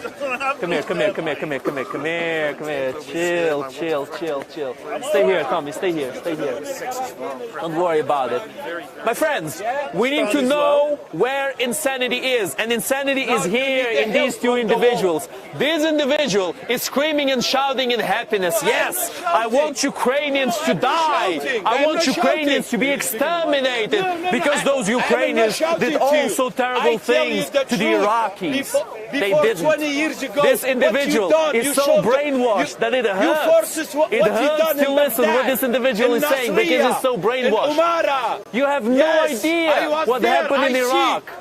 And you have no idea what atrocities the Iraqis have done against the Iranians, against the Saudis, against the Kuwaiti people. Okay. Oh, it's bullshit, huh? It's bullshit. He says it's bullshit. I agree. It was a bullshit decision to invade Kuwait, to invade Saudi, to invade Iran. And it's, you reap what you sow. You reap what you sow, my friend. You reap what you sow. You reap what you sow. You got what you deserve for money. You got what you deserve. So, good afternoon all.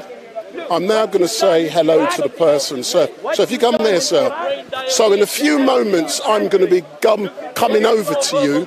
What's your name and what are you going to be talking about? Look in the camera. So what's your name and what are you going to be talking about? My name is Thomas Carney. Online, I'm known as Blue Orange 22. I'm a men's rights activist, and I want to talk about male privilege and feminism and discrimination against men and boys in the UK and around the world. So as soon as Pavlo's ended, we will be moving over to you. Excellent. Look forward to it. Excellent. Thanks a lot, sir. Ukrainian toilets because they don't have any toilets in Russia. Yes, they do. What they have you the do television here? networks. They have holes in the ground. They have holes in the ground. You are nothing. You are mouse. Should I go? Maybe I should go to Iraq again. Maybe I should go to Iraq. Would you invite me to go to Iraq now? Would you invite me to go to Iraq? No. Oh no, is it? Why is that? Why you go to Iraq now? Why is that? Ukrainians were doing humanitarian help in Iraq. Ukrainians were doing humanitarian help in Iraq. How do I know this? This is not something you're going to hear from this brainwashed individual right here. I know this because through all of the war in Iraq, the Ukrainians have had 3 men lost. Three men. Minute casualties. Why is that? Because the Ukrainians never participated in a single active operation in Iraq. But of course, this individual, he doesn't care about the truth. He doesn't care about what actually happened. All he cares about is his own personal hatred of the Ukrainians. This is all that he wants to talk about. Rambo, Putin. I'm what? Rambo. Putin Rambo. is a Rambo from my eyes. Thank you. Thank you very much, young man. Thank you. The future generation, you know, very promising. This is the generation that's lost. This individual is lost. Now this is the future. Attack your country. You don't have men. We don't have what? We don't have what? Man, soldier. Men. You don't have enough men. You need the help from the world. Are you aware that only a small minority of the men in Ukraine have been enlisted? We kick U.S. soldier in Iraq. We kick them out. Oh, you kicked them out. We are. You kicked them out, huh? Yes. You come here. You need the help from the world. Come to help my country. What you do here? We did. We already helped your country. We already helped your country. But you're an ungrateful scumbag. You are an ungrateful scumbag. My friend, you are an ungrateful scumbag. When people help you, you spit in their face and you say that they've done something wrong to you, that they've wronged you. You need to inform yourself. You're very uninformed and you're misinformed by Russian propaganda. Oh yes, Putin, he says. You just make a bigger fool out of yourself every moment that passes. You just make a bigger and bigger fool out of yourself. Yes, but Mr. Speaker, when Russia made advances on Kiev, didn't they only want Donbass? Oh yeah, when Russians were advancing at Kiev, they actually only wanted Donbass. This is what we hear sometimes from these individuals who I would call something similar to Donbass, and I'm sure you can figure out the word that I was about to use. But some people, unfortunately, will say, oh, you know, the Russians only wanted Donbass. Well, why were they advancing at Kyiv? Why were they advancing at Kherson, at Kharkiv, at all of these cities? Obviously, the proof of attacking Lviv. Heroyam Slava. Thank you very much. They only want Donbass. That must be why they launched missiles at Lviv and Odessa. Oh, yeah, they were launching missiles at Lviv because they wanted Donbass. So, Pavlo, Wendell Daniel from StreetMic, we are coming to an end, and then I'll be moving to this gentleman. So, how can people find you Monday to Saturday? People can find me on the Ukrainian rallies. They happen every Wednesday at 6 o'clock, every Saturday at 4 o'clock, every Sunday at 3 o'clock at 10 Downing Street. Come and show your support. These rallies last around 2 hours. We're there. I do some speeches there. You know, there's a lot of people who come there. Come and show your support, my friends.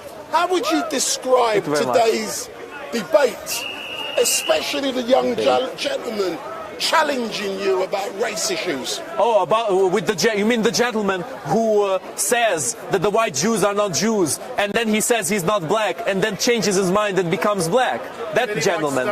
I mean, I don't want to be too mean to anyone, but I'm sorry, there are some people with whom debate is simply impossible. It's like you're trying to say 1 + 1 = 2, and he says, no, 1 + 1 = 10. And you ask him why, and he answers, because Jews. How can you debate with a person like that? It's kind of pointless. And then thank you very much. Starvation, and then says he likes starvation. Oh, and then he says he likes starvation. Then he says, yeah, people should die. I mean, it's just insanity, mental insanity. But that's normal. Thank you very much. We can engage again next week. Slava. Slava Ukraini. Hello, Slava. My friend, thank you very much. Thank you very much. Thank you for the good information. It was very useful. It was very useful. Yes. I take no notice of anything. 1 and 1 can equal 10 if you're adding in binary. Oh yeah, I heard something like that, you know. 0101 is equal to 10. Hey Tommy, you want to say something? If you put that on underneath. Maybe our man Tommy wants to say something. You want to say something? Pep, yes. Can I get him to sit over there and move that out? Are you okay with that? And then we can leave that for later on. I will have to take the flakes with me. Is it okay if it's inside or? No. It rubs. Right there. Of course. Thanks. I got the premium. So if you move over. All right. Can it stand a little? Tommy. Oh, you understand? Yeah, yes. But if you move over. Where? Here? That's it. Hello there. How are you doing? All right, my friend. All yours. Thank you, man. What's your name, by the way? Thomas. Thomas Pavlo. Yes, No, nice definitely. to meet you, man. Nice to meet you. But yeah, you're quite knowledgeable about the. Thank you. About the necessity of this, about the benefits, even for American food. I played a lot of Call of Duty as a kid. I got it. Anyway, I'll Oh, sorry.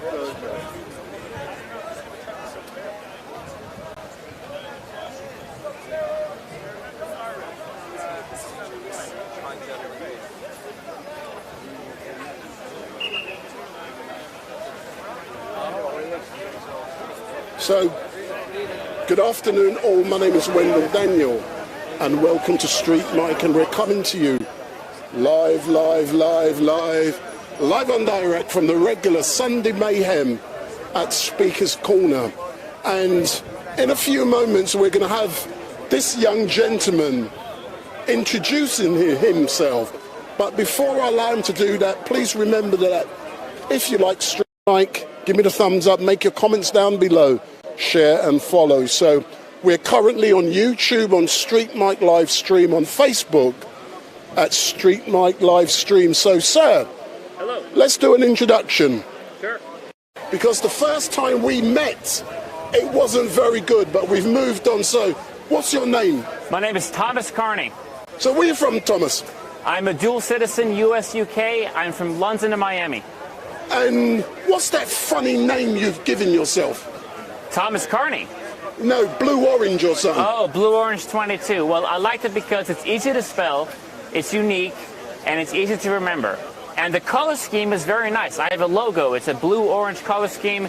The colors match very well, so that's kind of the colors I used to. So how does blue-orange match with what you're talking about? Absolutely. In regards to an identity? Absolutely nothing. It's a completely random username. It's a completely random logo, and it means nothing at all. It's just a logo. Can we argue you're also random as well? I wouldn't say I'm random, no. I'd say I'm pretty specific in the things that I say and believe. I say things because I believe them, and I believe things because I say them.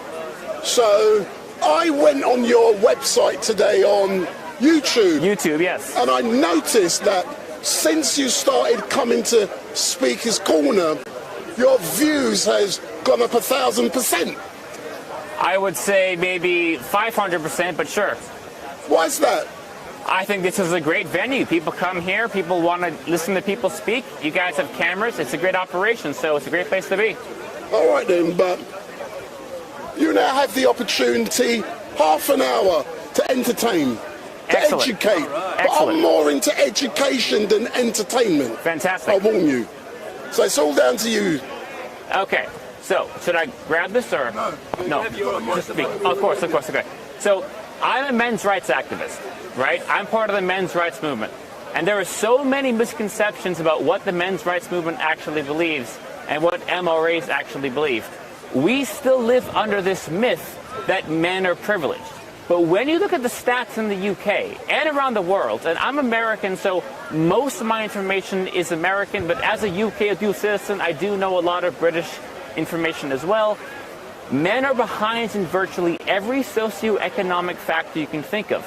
Men are more likely to be homeless, more likely to be unemployed. Boys are less likely to finish graduate school, less likely to go to college, less likely to finish secondary school. Men die younger and yet get less healthcare funding per capita per death. Male victims of domestic violence get much less support. And in the UK, you hear that there is racial discrimination in the court system when it comes to being sentenced. And that is true. Unquestionably, a black man and a white man do not get the same treatment in courts. But the difference between a man and a woman in courts is even greater than the difference between a black man or a white man. The gender difference is much greater, to the point where the Justice Secretary a few years ago declared that there would be some laws and some crimes where a female offender would be automatically exempt from prison. And it is not uncommon to read about a woman stabbing her boyfriends or assaulting a man violently and only getting a custodial sentence. You read stories about women murdering their husbands or murdering their boyfriends and getting 2 years in prison, often suspended, meaning no crime at all. So there is a two-tiered gendered system in the UK courts. Up until very recently, men and women had different pension ages. And when the issue was raised in Parliament, feminist groups protested the equalization of pension ages. And I do not mean to make the men's rights movement an anti-feminist movement, because inherently we are not anti-feminist. We are not against women's rights, and we are not against the feminist movement in principle. But when you look at what some feminist organizations actually advocate for, they do not advocate for equality. Now, here's an issue you probably never heard of: the education gap. Male students get lower grades for the same work. And this has been verified in multiple studies around the world. Camille Terrier did a study in the MIT School of Economics, which she found when you control for all factors, male students are getting lower grades for the same work. So as a result, let's look at the socioeconomic status of men today. They are more likely to be homeless. They are more likely to be unemployed. They are less likely to go to university. They are less likely to finish secondary school. And so, in what country, in what society are those more statistics? likely to end up in the Oval Office? But that's 1% of 1% of the population. That's an extremely small percent of the Every president. But if you look at the 99% of the general population, men are behind women. I mean, when you walk down the street, do you see more male or female rough sleepers? I mean, if men were privileged, why are they more likely to be homeless? If men were privileged, why are they more likely to be unemployed? If men are privileged, why are they given more harsh sentences for the same crime? And people think the men's rights... Do our gender not commit more statistically violent crime? This is when you control for mitigating and aggravating factors. And the UK, 4 years ago, the Justice Secretary announced that there would be a new policy to avoid prison for crimes for women. And there was a case 4 years ago where a judge told a female convict of drink driving that if you were a man, I would sentence you to prison.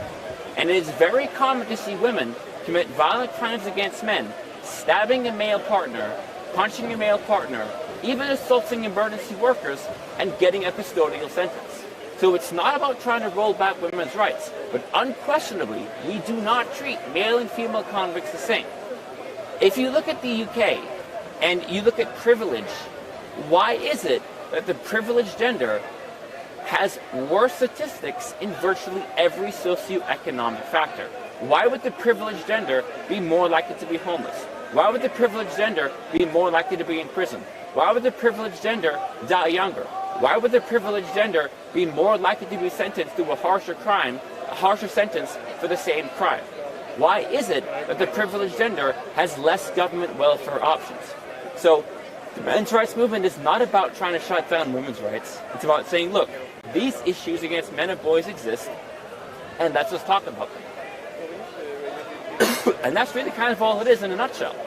So when you look at feminism today, and feminist organizations today, like the Fawcett Society, do they support laws that support equality, or do they support laws that give women privilege over men, especially in a country where men are already behind? And that's what men are behind. There's a lot of reasons why. There are studies and data that suggest that boys get lower grades for the same work. And there are studies that show that when a man and a woman take the same exam at the GSC levels or the A levels, being a male will lower your grades by 7%. So they're not really competing on an equal field.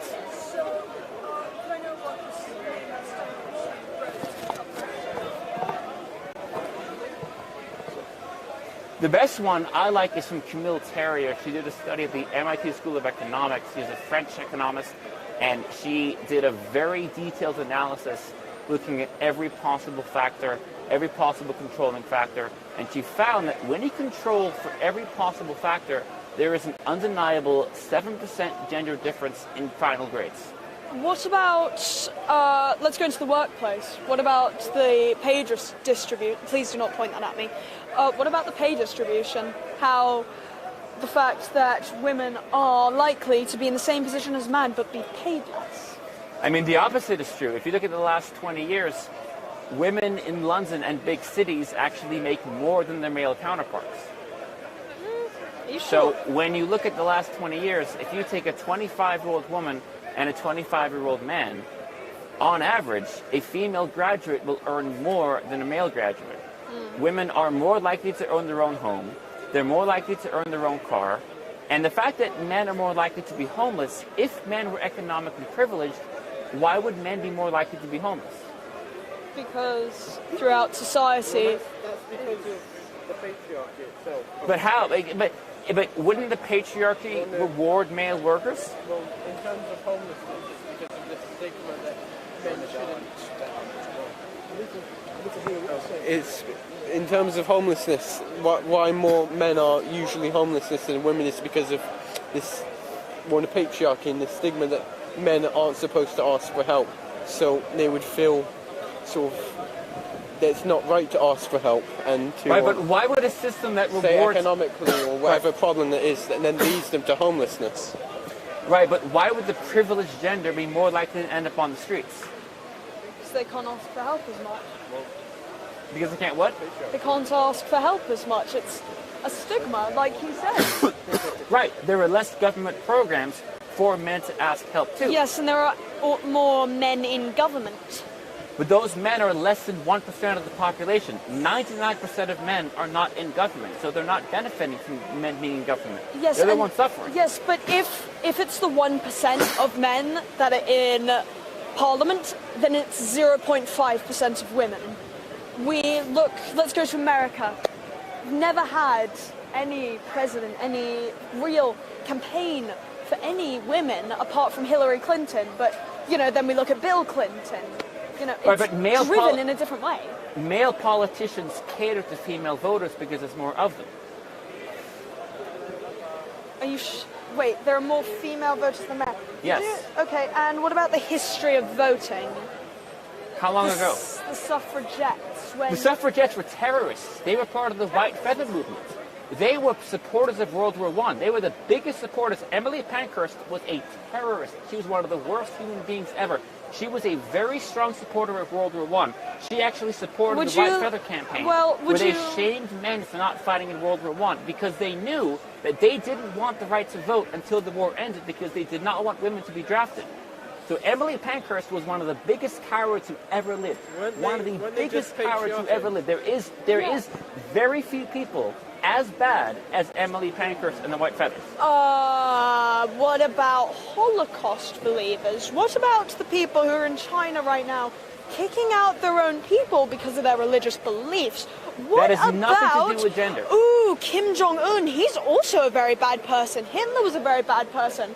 What if we go to Xi Jinping? What if we go further afield? What if we go to Donald Trump? This has nothing to do... I would say that a mass genesis is a bit worse. But this has nothing to do with gender in the UK. You're talking about Kim Jong-un, you're talking about Xi Jinping, you're talking about dictators in Asia. That has nothing to do with gender politics in the UK today. Yes, but also you're saying that she was one of the worst people in the world. I'm giving examples of many people who are 1,000 times worse. But she supported a war, and she supported drafting 16-year-olds into going to awful conditions in war when she knew how bad those conditions were.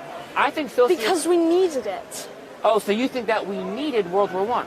Yes. So you support World War I? I think that, yes, it was a terrible thing, but in hindsight, it has helped our world grow into what we have today. Why do you think... So you supported drafting the 16-year-old boys into World War I? Could you please let me speak?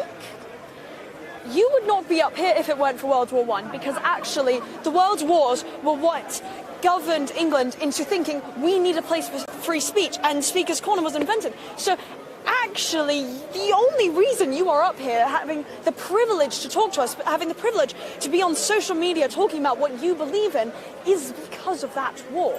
World War I there are is- terrible things that have come out of it, World but there are War I. also good. You know, I'll leave this thing for you for now. I've course. got some of my friends. Of course. I'll see you guys later. World War I is widely considered to be one of the most useless wars we ever had. Let me ask you, if you were an 18-year-old girl in World War I, would you sign up to fight? If I was a what? If you were 18 in World War I, would you have signed up to fight? I am part of, actually, of course, I am part of the Command Cadet Forces of England. I have actually just come back a few days ago from a month of an army facility camp. And you think that World War I was a necessary war? Where I marched with soldiers. And you think that World War I was a necessary war? And you see that pride, that absolute No, I'm not asking that. Do you think that World War I was a necessary war? I think everything has been necessary. Yes, when we look back, Was World we War have hindsight on things. So who started World War I?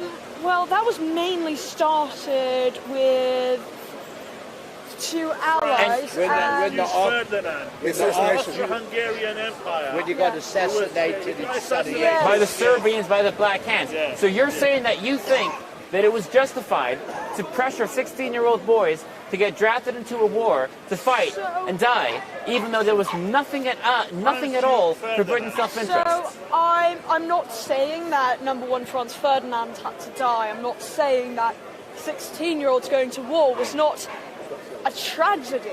So how did you support the war? But in hindsight, looking back, we can see that every single part of society has shaped where we are today. And you could say the same thing about World War II and the Holocaust. Everything that happened shaped everything else. The Black Plague shaped everything else. The Crusades shaped everything else. Well, actually, yes, the Black Plague, the Black Plague and COVID were actually very similar.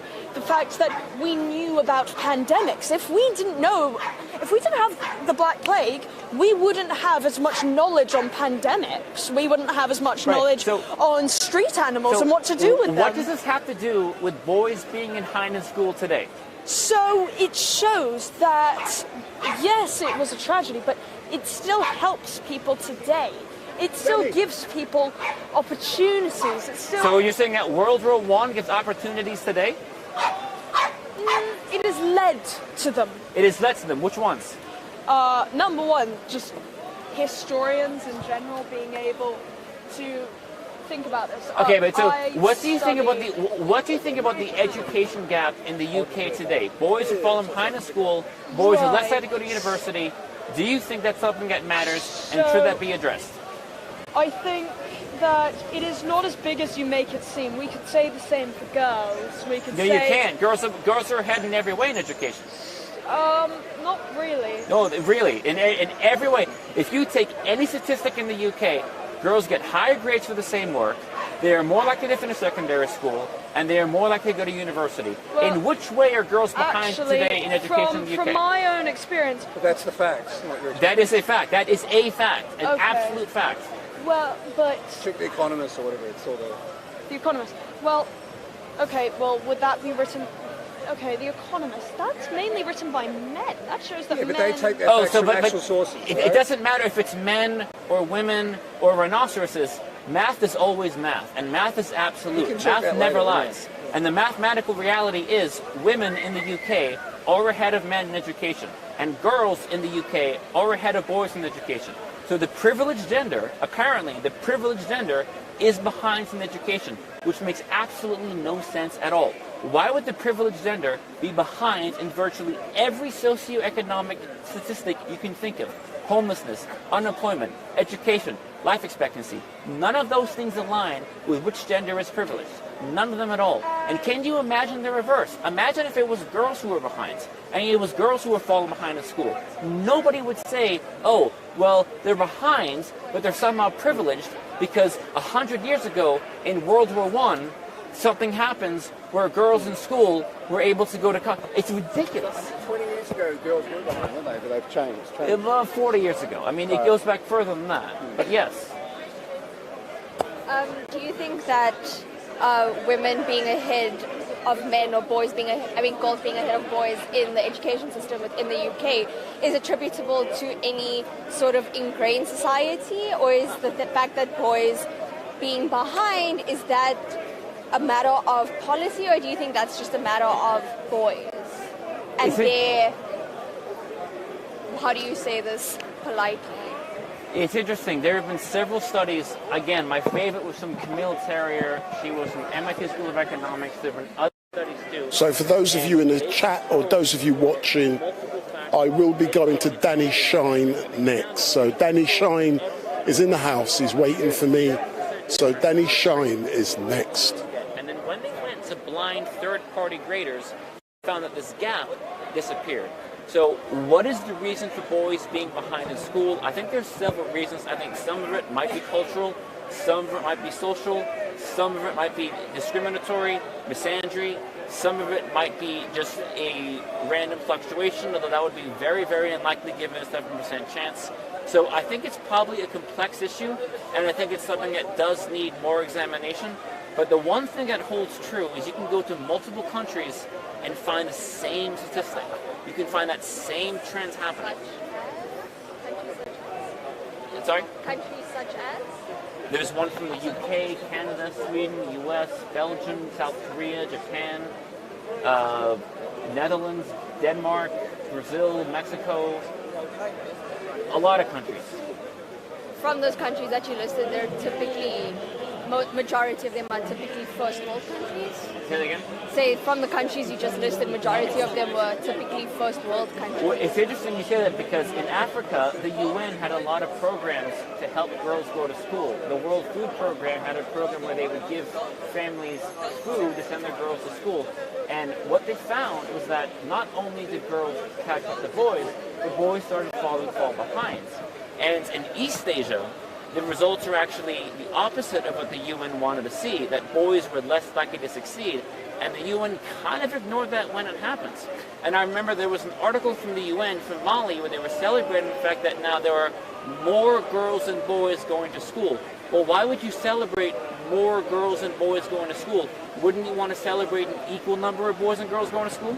I think the basis of celebrating women going to school or girls going to school, coming from an African country myself, is the fact that there are so many barriers to girls going to school that exist today, even within my home country of South Africa, such as no access to sanitary towels. So girls miss a week of school every month because they don't have access to sanitary towels. Cultural issues of girls going to school where they would rather be at home assisting their parents on their subsistence farm. Female genital mutilation, child brides, all of those things still come into play. So that's why I think, especially within third world countries and African countries, there's a large celebration of girls going to school because there's been historically and socially barriers to girls going to school. Right, but now in those countries, girls are going to school more than boys. So where are those barriers? No. Those barriers still very much do exist. Well, then why are girls going to school more than boys? Because they are more girls. Say that again? There are more girls. So we're now going to go over to No. Danny Shine in 2 minutes. So we are live on Facebook and YouTube, and we're going over to Danny Shine in a few moments. So if you look at the ratio of boys going to school and the ratio of girls going to school, in those countries you saw that the ratio of boys going to school was lower than the ratio of girls going to school. Now I would say that the ideal situation would be a 50-50 ratio, roughly, per population, per capita. Granted, but I think your message sort of takes away from the fact that we don't need to not celebrate girls going to school, but when we do encourage women to go to school, or when we do encourage girls to go to school, we don't need to... I'm going to go over there now, yeah? So, 2 minutes, yeah? So, sorry. I'm sorry, this isn't England a bad thing, isn't it? No, before you go over, if you're going to go over, then because at 2 minutes I want to... Take yourself. Yeah. So we can catch up when I finish with Danny Shine, yeah? Okay. So we're taking a break? No, I'm carrying on. Okay. When others talk, I need to be able to see them, and they don't want me to show them. And people online don't like that. They want to be able to see who's talking. Right, of course. So I'm Yeah, of going course. to go up and see where people are talking, yeah? Yeah, yeah. But carry on, yeah? Yeah. All right then, see you later. So, could I just No. Are you a sex No. vegan? This is I didn't know this before I went vegan, right? Which do you I think went more vegan strongly and then about? That everybody should eat vegan, or do you think everybody should give up sex? no, it's not giving up sex. It's to understand what sex is. You see? Hiya. Ooh, you like sex or rubbing you? Not with you, mate. Right. No, it's not that I'm not telling. I mean, it doesn't make any difference if I was to tell people what to do. If I was to advocate that they shouldn't have sex, obviously they're going to have sex, right? Yeah. Because it's built in like that, right? What I'm saying is, I want people to understand what I didn't understand many years ago, which is that sex is a scam and it's basic science, right? It's undisputed science, right? So if you ask most people, like for example, do you know why it is that the act that leads to the creation of humans feels one of the most enjoyable acts there is for humans? Why is that? Correct. Yes, it's a scam. It's a scam. A reward. It's a scam. It's a trick, and it's a very clever trick. And what happens during sex is that many drugs are released into. Basically, when you're having sex, you're having a drug experience, right? And your drugs are released into your body, and it makes it impossible for you to actually think about what you're really doing, that you might be creating a human being. And it's a deliberate trick, yeah, that we're all victims of the scam of sex. This lady here, you are a victim of the scam of sex. Did you know that? Yes, that's right. You're here because your parents liked a bit of hanky-panky. That's why you're here. All of your problems, yeah? Basically, 9 months before all of us were born, 9 months before you were born, your parents had some fun at your expense. Your life is the price you pay for somebody else's orgasm. You keep laughing. I think you're not real. Well, you see, it's not about real or not real. I find it funny. But, it is funny. Yeah, but it's true. It's true, yes. What about IVF? No fun. Listen.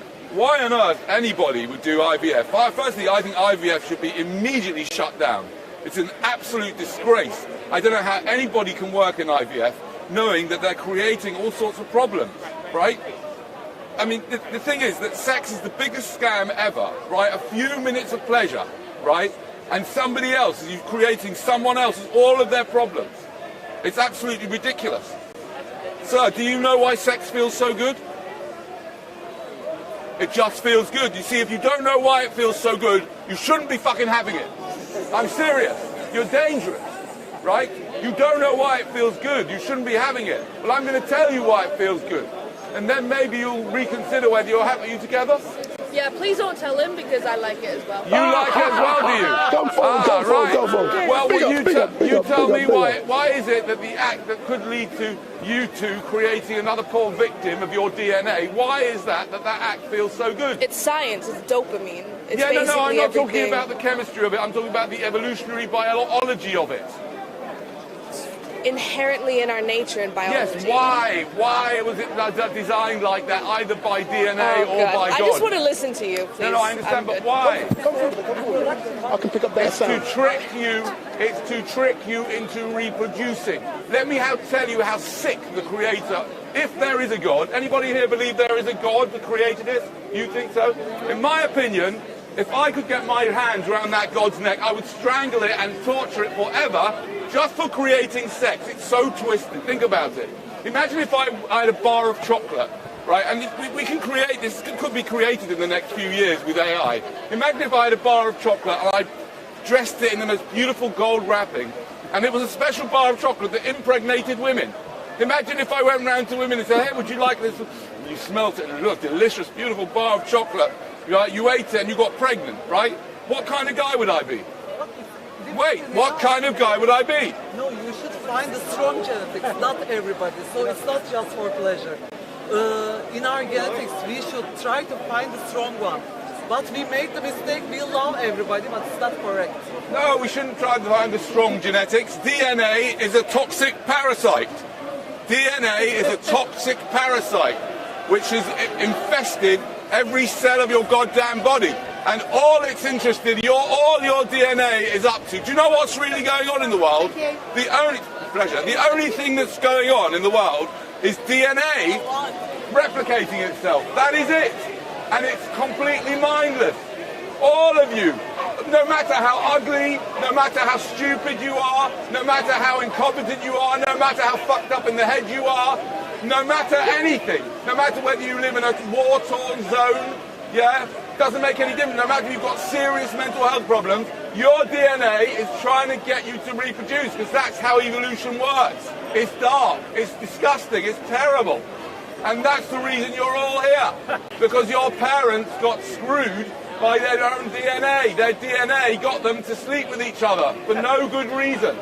I mean, if you think your parents had you for a good reason, I'll give you £100 if you call them right now and ask them why they had you. If they come up with a half-decent reason that makes logical sense and that is compassionate and caring about you, I'll give you £100.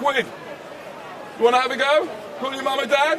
My mother only speaks German. So what? We call her up in German and ask her and translate for us. I can't call her. I have no credit?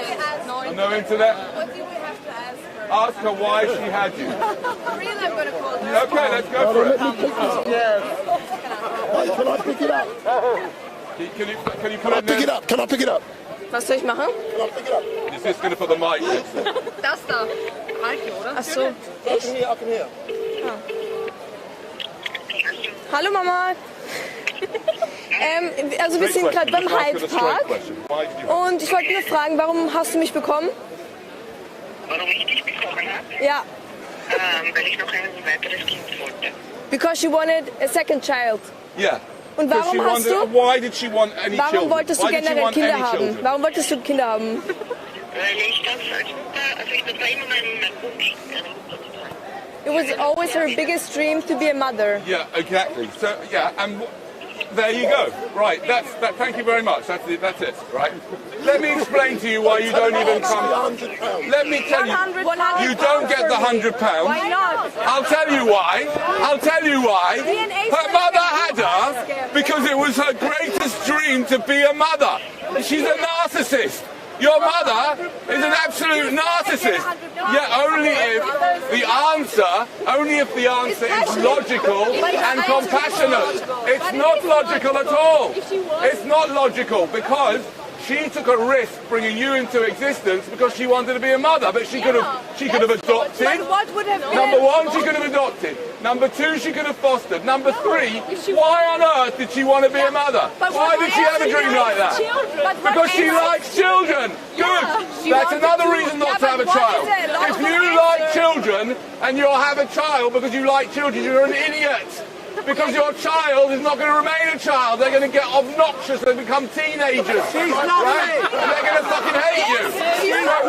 I'll tell you what, right? I'll tell you what, does your mother like 85-year-old women with dementia? Because one day, really, she likes hanging around them for a laugh? Or how about people with ALS? Does she like that as well? Does she like teenagers that are drug addicts and alcoholics? Because I know people are people. People are people, thank you. And red is red and black is black. So what?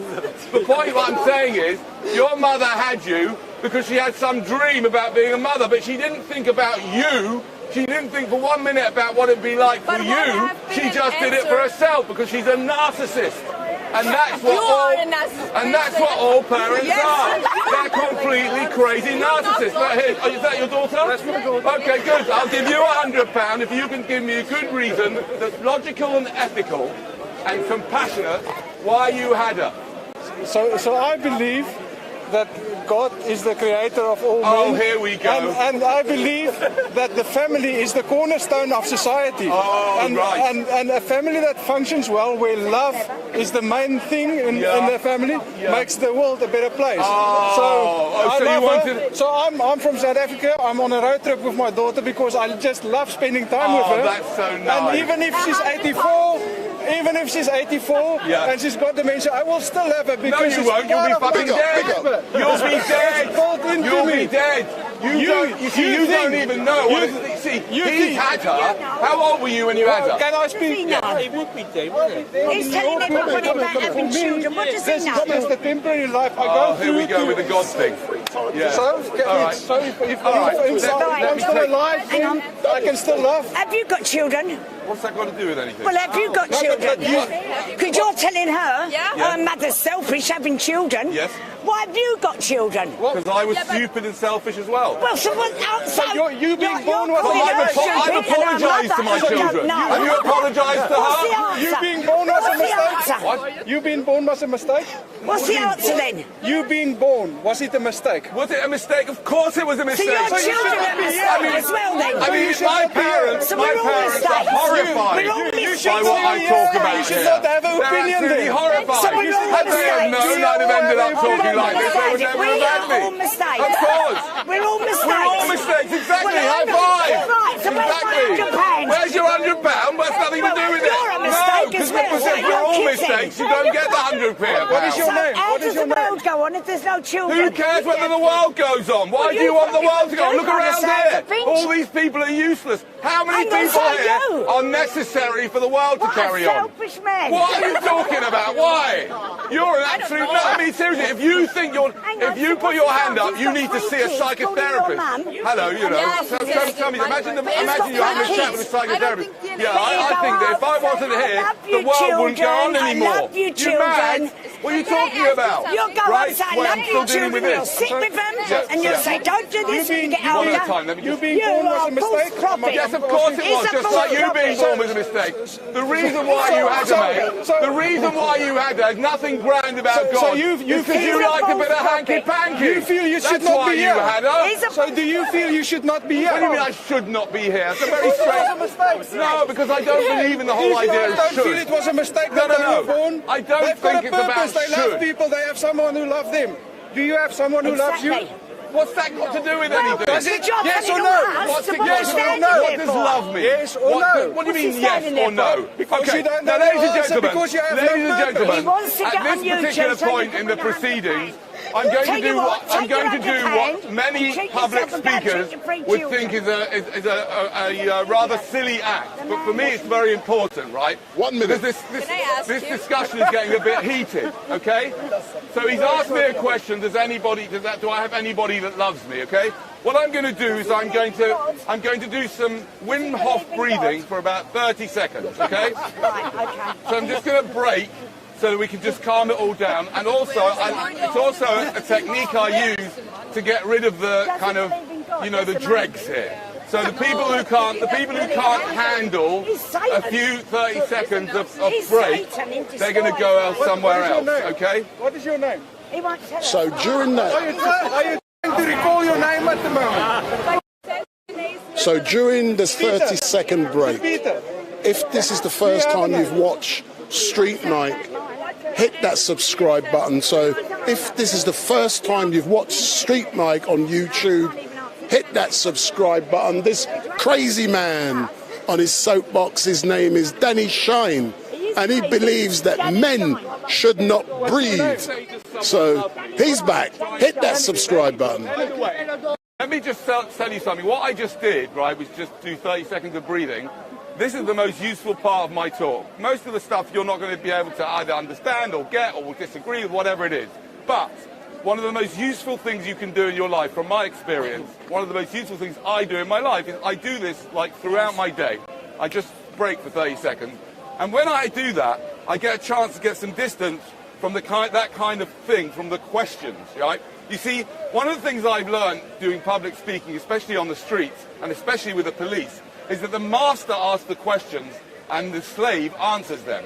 Because when he asks those questions, he's trying to put you into his world of assumptions, right? So his question was, do you have anybody that loves you? But I don't. Number one, I don't really understand why he asked that question. But more importantly, one second. More importantly, he said to me, yes or no. What does that even mean? Does someone love you? Can you please explain what that means? Of course. If somebody loves you, it means through thick and thin. Doesn't matter how bad or good the situation is, they will stick with you because they decide to love you. So that's why I'm asking the question. They'll stick with you no matter what. That's what you think love is. I'm trying to understand, are you standing for something or are you standing against something? Because I can't, because for me you have to have purpose. I'm standing for the protection of the unborn. Oh, yes, I'm standing for the protection of your unborn children to prevent you from harming them by bringing them into existence. You think that you did some great act because you think families are what makes the world better. Firstly, families are families, right? It's a load of lying rubbish. Most families, overwhelming majority of families, the whole idea of a family is fucking retarded. I mean, you have to, you know, 40-year-olds are living with 20-year-olds or 3-year-olds and 12-year-olds. They're all living together. They all fucking hate each other and they shout and scream at each other and they fight each other. Come on. Listen, I want to tell you, I'm from quite a big family. I've got 4 siblings, but when we get on very, very well now, which I'm very pleased of. But when I was growing up, it was terrible. It was absolutely terrible. Fighting and being really cruel and mean. What a load of rubbish about family. That's number one. Number two, you didn't have to create her. You could have adopted one of millions of children who desperately need to create. What's the difference? You could have adopted them as well. I agree I could have. But I didn't realise this until after I had my children. I was an ignoramus like you. If you can convince everybody in the world of your viewpoint, in 30, 40 years from there will be no people? Is that what you want to do? And if my grandmother had bollocks, she'd be my grandfather. Thank you for that stupid idea. I can't even convince most of the people here. I'm not going to be able to convince everyone because, unfortunately, sir, you're run by your dick. Your dick runs your life. And you dress it up. You dress it up with God this and all bullshit. Danny, yes. Sunny Sparkles on the YouTube chat has said, yes. Did you slip 3 times when you had children? No, I didn't slip. At the time, it seemed like a good idea. In fact, coming back to your mum, right? Or what someone said about your mum, right? Coming back to that, your money, you don't get any money because your mother didn't have you for a logical reason. She just had you. Her mother had her because she always dreamed about being a mother. So what? Ladies and gentlemen, just because you always dream about something doesn't mean you should do it, especially if it involves someone else. Do you know what I mean? Like my mother, for example, if I'd have told my mother, so asked her, why did you have me? She said, oh, I always wanted to dream of being a mother. So fucking what? I don't have to go through this. I mean, look at what's happened to me.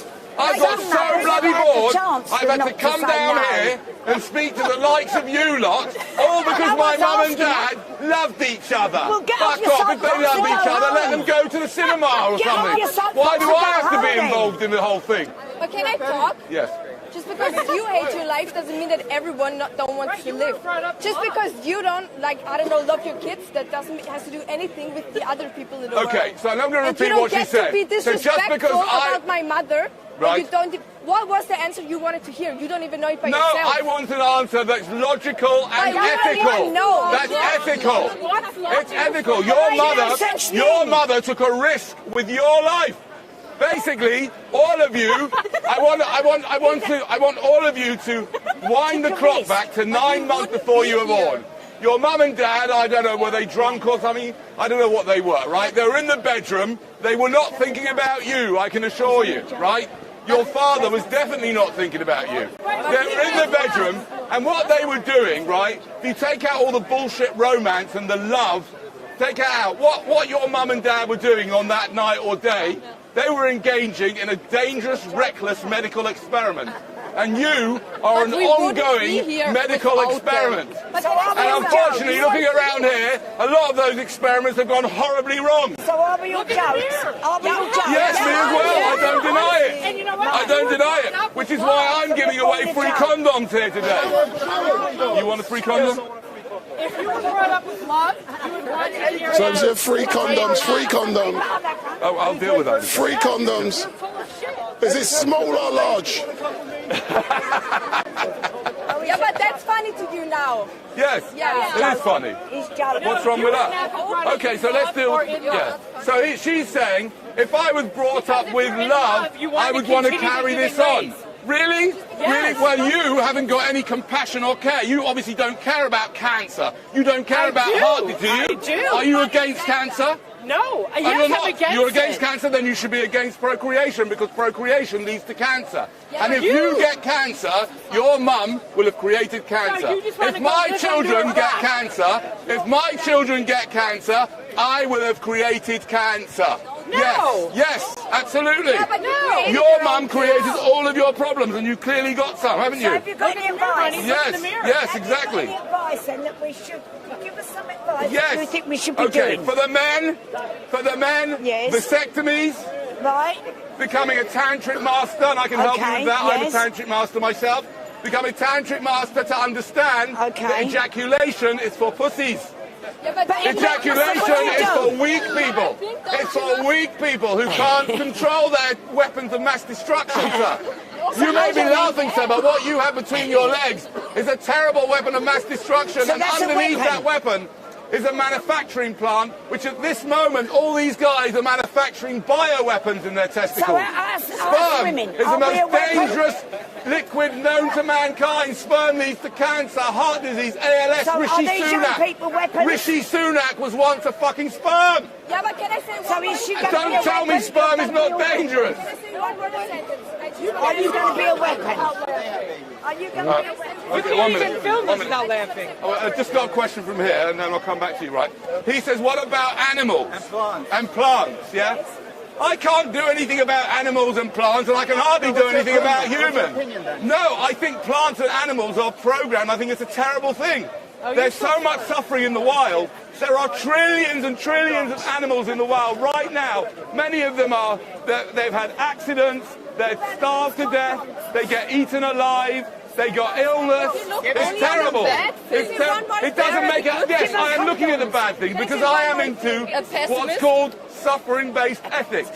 Because I think that the only thing that's really of value is the prevention of suffering, because I know from my own life that that's the most important thing. And therefore, I don't think that anything can justify the suffering that goes on in the world. And if you have a child, you're taking a risk that you are guaranteeing that child's going to suffer, you're guaranteeing that child's going to die, and you're taking a risk that that child is going to suffer terribly. I mean, imagine if your child ended up like that guy over there. What guy? We're over-sexualized. We think about it too much. And sex is only for procreation, but we do it too much and we're a bit obsessed. You know, and then it's population explosion. One more sentence. If you don't have kids, who is going to help you with cancer? Because we're growing up and getting doctors, and we want to try. Okay. So that's a good question, right? What? This was no question. She's This saying, was an answer. if we don't have children, who's going to take care of the people who've got cancer? But that's basically like a Ponzi scheme. You keep having children so they can take care of people who've got cancer. They themselves are going to have cancer. My friend of mine's a doctor. Well, he was a friend of mine till he died a few weeks ago, right? He was a doctor and he died of cancer himself. It's a whole Ponzi scheme that you keep on bringing kids in to look after the older generation. That's number one. Yeah, Number but two, you one live second. from- 1 second. Number Does that mean we've two, got to stay as well? But I'm only speaking to you. Exactly. Don't let your mind go away and think about what happens if everybody stops. I'm only speaking to you. I'm offering you £100 if you can come up with a good reason why you should procreate, or your parents. Yeah? And if you cannot come up with a good reason why you should procreate, then you fucking shouldn't do it. There's going to be a generation. There's not going to be a generation. What? Why should we breathe? Why should you breathe? Breathing causes cancer, because if you don't breathe, you'll never die of cancer. Yeah, that's a good question. It's a good question. It's a good question. I think there's a difference between continuing life and starting it in the first place. Yeah? Once you're here, you have a desire and a need and a drive to survive, right? That's very difficult. I agree with you, but it's very, very difficult to overcome that. And I think and also you have connections here, right? If you had no connections and it wouldn't cause any problems, then by all means end it. But there's a big difference. There's a big difference between beginning life and continuing it. Yes. Okay, I think you're just angry because maybe your children left you or something. Maybe that's why you're angry. Because your children You think I'm angry because my children don't like me? Yeah. But, I think so. Yes. Now the thing is that what that is, right? They don't teach you in school how to actually decipher truth from falsehood, right? Yeah. Well, no, hold on. What you just did was a classic mistake. It's called a logical fallacy. Do you know about logical fallacies? You should learn about them. No, you don't think so. You either know about them or not. You'd be able to name them all if you knew what they were, right? What you just did, I'm trying to help you. What you just did was you made an ad hominem attack. Yes? So you're not dealing with what I'm saying. You're just dealing with me. It's irrelevant why I'm like this. I mean, I can speak, as it happens, I have pretty good relationship with my children. I speak to them on a regular basis. 2 of them live at home. So that's not true, but even if it was true, it's irrelevant. The question is the argument. Are you thinking of having children at any stage in your life? No. Fantastic. High five. No, but like why? That's wonderful. That's wonderful. I wish you had a great life. You can have a great life without bringing poor kids into existence. But you can also have a great life with children. No, but the children, you have no right to bring children into existence. How dare you? How absolutely dare your parents have you?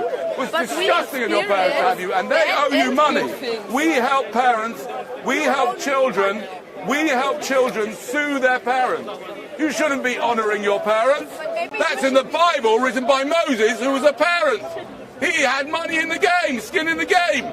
He didn't want his children to figure out that actually they should be suing him, not like these guys here, for example. So, can you tell me, why did you have those children? Why did you have those children? Why? You. Why did you have the children? Come on. Huh? No, you don't have to answer. That's what I used to say in school when I didn't know the bloody answer either. No, of course you don't have to answer because you don't know the answer. The answer is because he liked a bit of hanky-panky. Or he believed in some delusional idea that God wanted him to do it. For fuck's sake, if you think anybody here think God wants you to procreate? Yeah? You should go to a psychotherapist. You're fucking deluded. You're deluded. Can you imagine? Imagine sitting down in front of a psychotherapist. Tell me, what is it? Well, someone suggested I go to a therapist because I think that the creator of the universe wants me to fuck a woman and make her pregnant. Why? Why would God want this toe rag to reproduce? What for? But maybe he loves his children. What do you mean maybe he loves his children? I'm happy that I'm born and I would... Listen, I'm very pleased you're happy that you're born. You're also very young, my dear. Right? No, I'm not. You're not? How old are you? You don't know? All right, well, maybe ask at the desk when you come out of the, whatever it is where you're staying at the moment. But I don't get... How old are you? Come on, tell me how old are you? 18. 18. Yeah, 18, right. But I'm she's 18, right? So number one, she's happy that she's born. She's 18. Let's see what you're like when you're 73. Yeah? And your tits are down here, and you've got a nappy on, you're dribbling, and you're living in a fucking care home. Yeah, but my life before was good or not. Yeah, how do you know if your life before? How do you know if your life before is going to be good? And if you're so happy to be here, why are you smoking those? Because I'm happy that I smoke. You're happy that you smoke? Maybe I had 60 nice years just because I had one bad year, so I have to be happy. Yes, maybe and maybe not. The point is, you may be happy that you're born, but your parents took a huge risk. So, for those of you who are watching, I'm told Hatun is Jew. So I'm told that Hatun is Jew. I haven't seen her yet. That's what her cameraman has told me Hatun is Jew. So if this is the first time you've seen StreetMic, give me the thumbs up, make your comments down below, share and follow. So hit that subscribe button if this is the first time you've seen StreetMic, and the person standing on his soapbox is Danny Shine. So Danny Shine is on the soapbox. And says to them, you obviously don't care about autistic people. You don't care about people who are disabled. You don't care about children who get cancer. They're just collateral damage. You know, I'm going to have sex, I'll take the risk, and if the child's disabled or if the child has mental health problems, so that's life, tough luck. You don't care, do you? You don't care about mental health problems. You don't care about cancer. You don't care about heart disease. You just want it, Yeah, good, well if you do, then why would you have a child of your own? They might get that, then how you feel. Good things also in this world. There may be good things, but those good things, what good things are there? Tell me the good things in the world that makes up, 1 second, oh okay, let's deal with that. So you're telling me that making friends and finding love is that counterbalances someone with fibromyalgia. Do you know what fibromyalgia is? Fibromyalgia is someone who is a condition that means the person's in constant fucking pain. Right? Oh, I've got nice friends. Yeah, that's going to help a lot when you've got fibromyalgia. Yeah. Can I try to say one? Yes. But don't interrupt me, please. Okay. I am working with disabled kids Right. and grown-ups. Yes. And I see how thankful they are and how grateful they have a great time. Of course, it's not always great. No. Also, everybody has some situations that are not good. But I see every day in work how good they are and how happy they are to be here. So not everything is like you can also see firstly, you may see that, and that's, as you say, that's not all the time, number one. Number two, when you bring a disabled child into existence, or any child into existence, but particularly a disabled child, and by the way, I have a nephew who's got Down syndrome, right? I don't hate the kid. I think he's actually, of all the children that my brother's got, he's actually the cutest in many ways, right? But at the same time, that child was a huge burden on all the people around. Huge burden, right? And that's number one. Number two, I have a friend who's got two kids. One is autistic and one's Down syndrome. And his life is really, really, really awfully horrible, really difficult. He really struggles with it all, right? And what for? I never said that. Don't go off on the whole thing about just because you're disabled. And the point is, would you like to create a disabled child? Would you? Would you like to? What?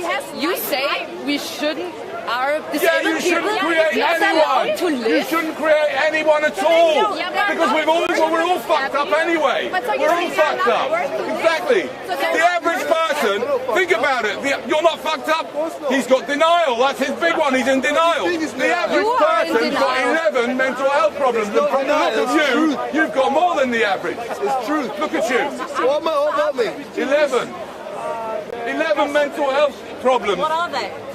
Well, it depends on who you are. Do you know what I mean? There's no, not set 11, but the DSM has got several hundred mental health conditions listed there, right? Who cares? I don't know who I am. Who are you? Yeah. Who are you? A human being as well. A human being as well? No, you're not. No human beings are well, my friend. You know. No human beings are well. You're infested with DNA. You're infested with a parasite. DNA is infested every single cell of your body, and it's working its way to get you to impregnate a woman. If you haven't done that already, have you impregnated a woman? Oh, it's going to be great. Who for? Everyone. No, not for the child. It's not going to be great. No, it's not. No, it's not to have you as a dad. What's so great about you? Firstly, you are an obnoxious. There's no humility in you at all. Okay. Who wants a dad like that? So I'm so great. It's going to be great. Really? You've no guarantee of what's going to happen at all. If you sleep with a woman without protection, you're playing Frankenstein. You're playing Frankenstein. It's like if they have sex, right? It's like going into when your parents, all of us, our parents had sex 9 months before they were born. It's the equivalent of them having white coats on, going into a little dark lab, mixing together the liquids, not knowing what's really in them, and saying like, oh, let's hope for the best. Let's see what happens in this little experiment. That's what you're going to do. And you think it's going to be great. And then 9 months, have you ever considered this? People think about how hard it is for the woman. I don't envy women, you know, having to go through the pain of birth and pregnancy is horrible, right? But think about this. When you were born, the day you were born, yeah, you were in your mother's womb, and then all of a sudden, you started hearing some noises. She was bending over, and then all of a sudden, your poor little head, which is, we know that a baby's head is very soft and sensitive, your poor little head started feeling terrible pressure, because the fucking hole's not big enough, right? Because the idiot that made up the whole thing is obviously some sick moron who wanted it to be painful, right? I had a cesarean, yeah, thanks.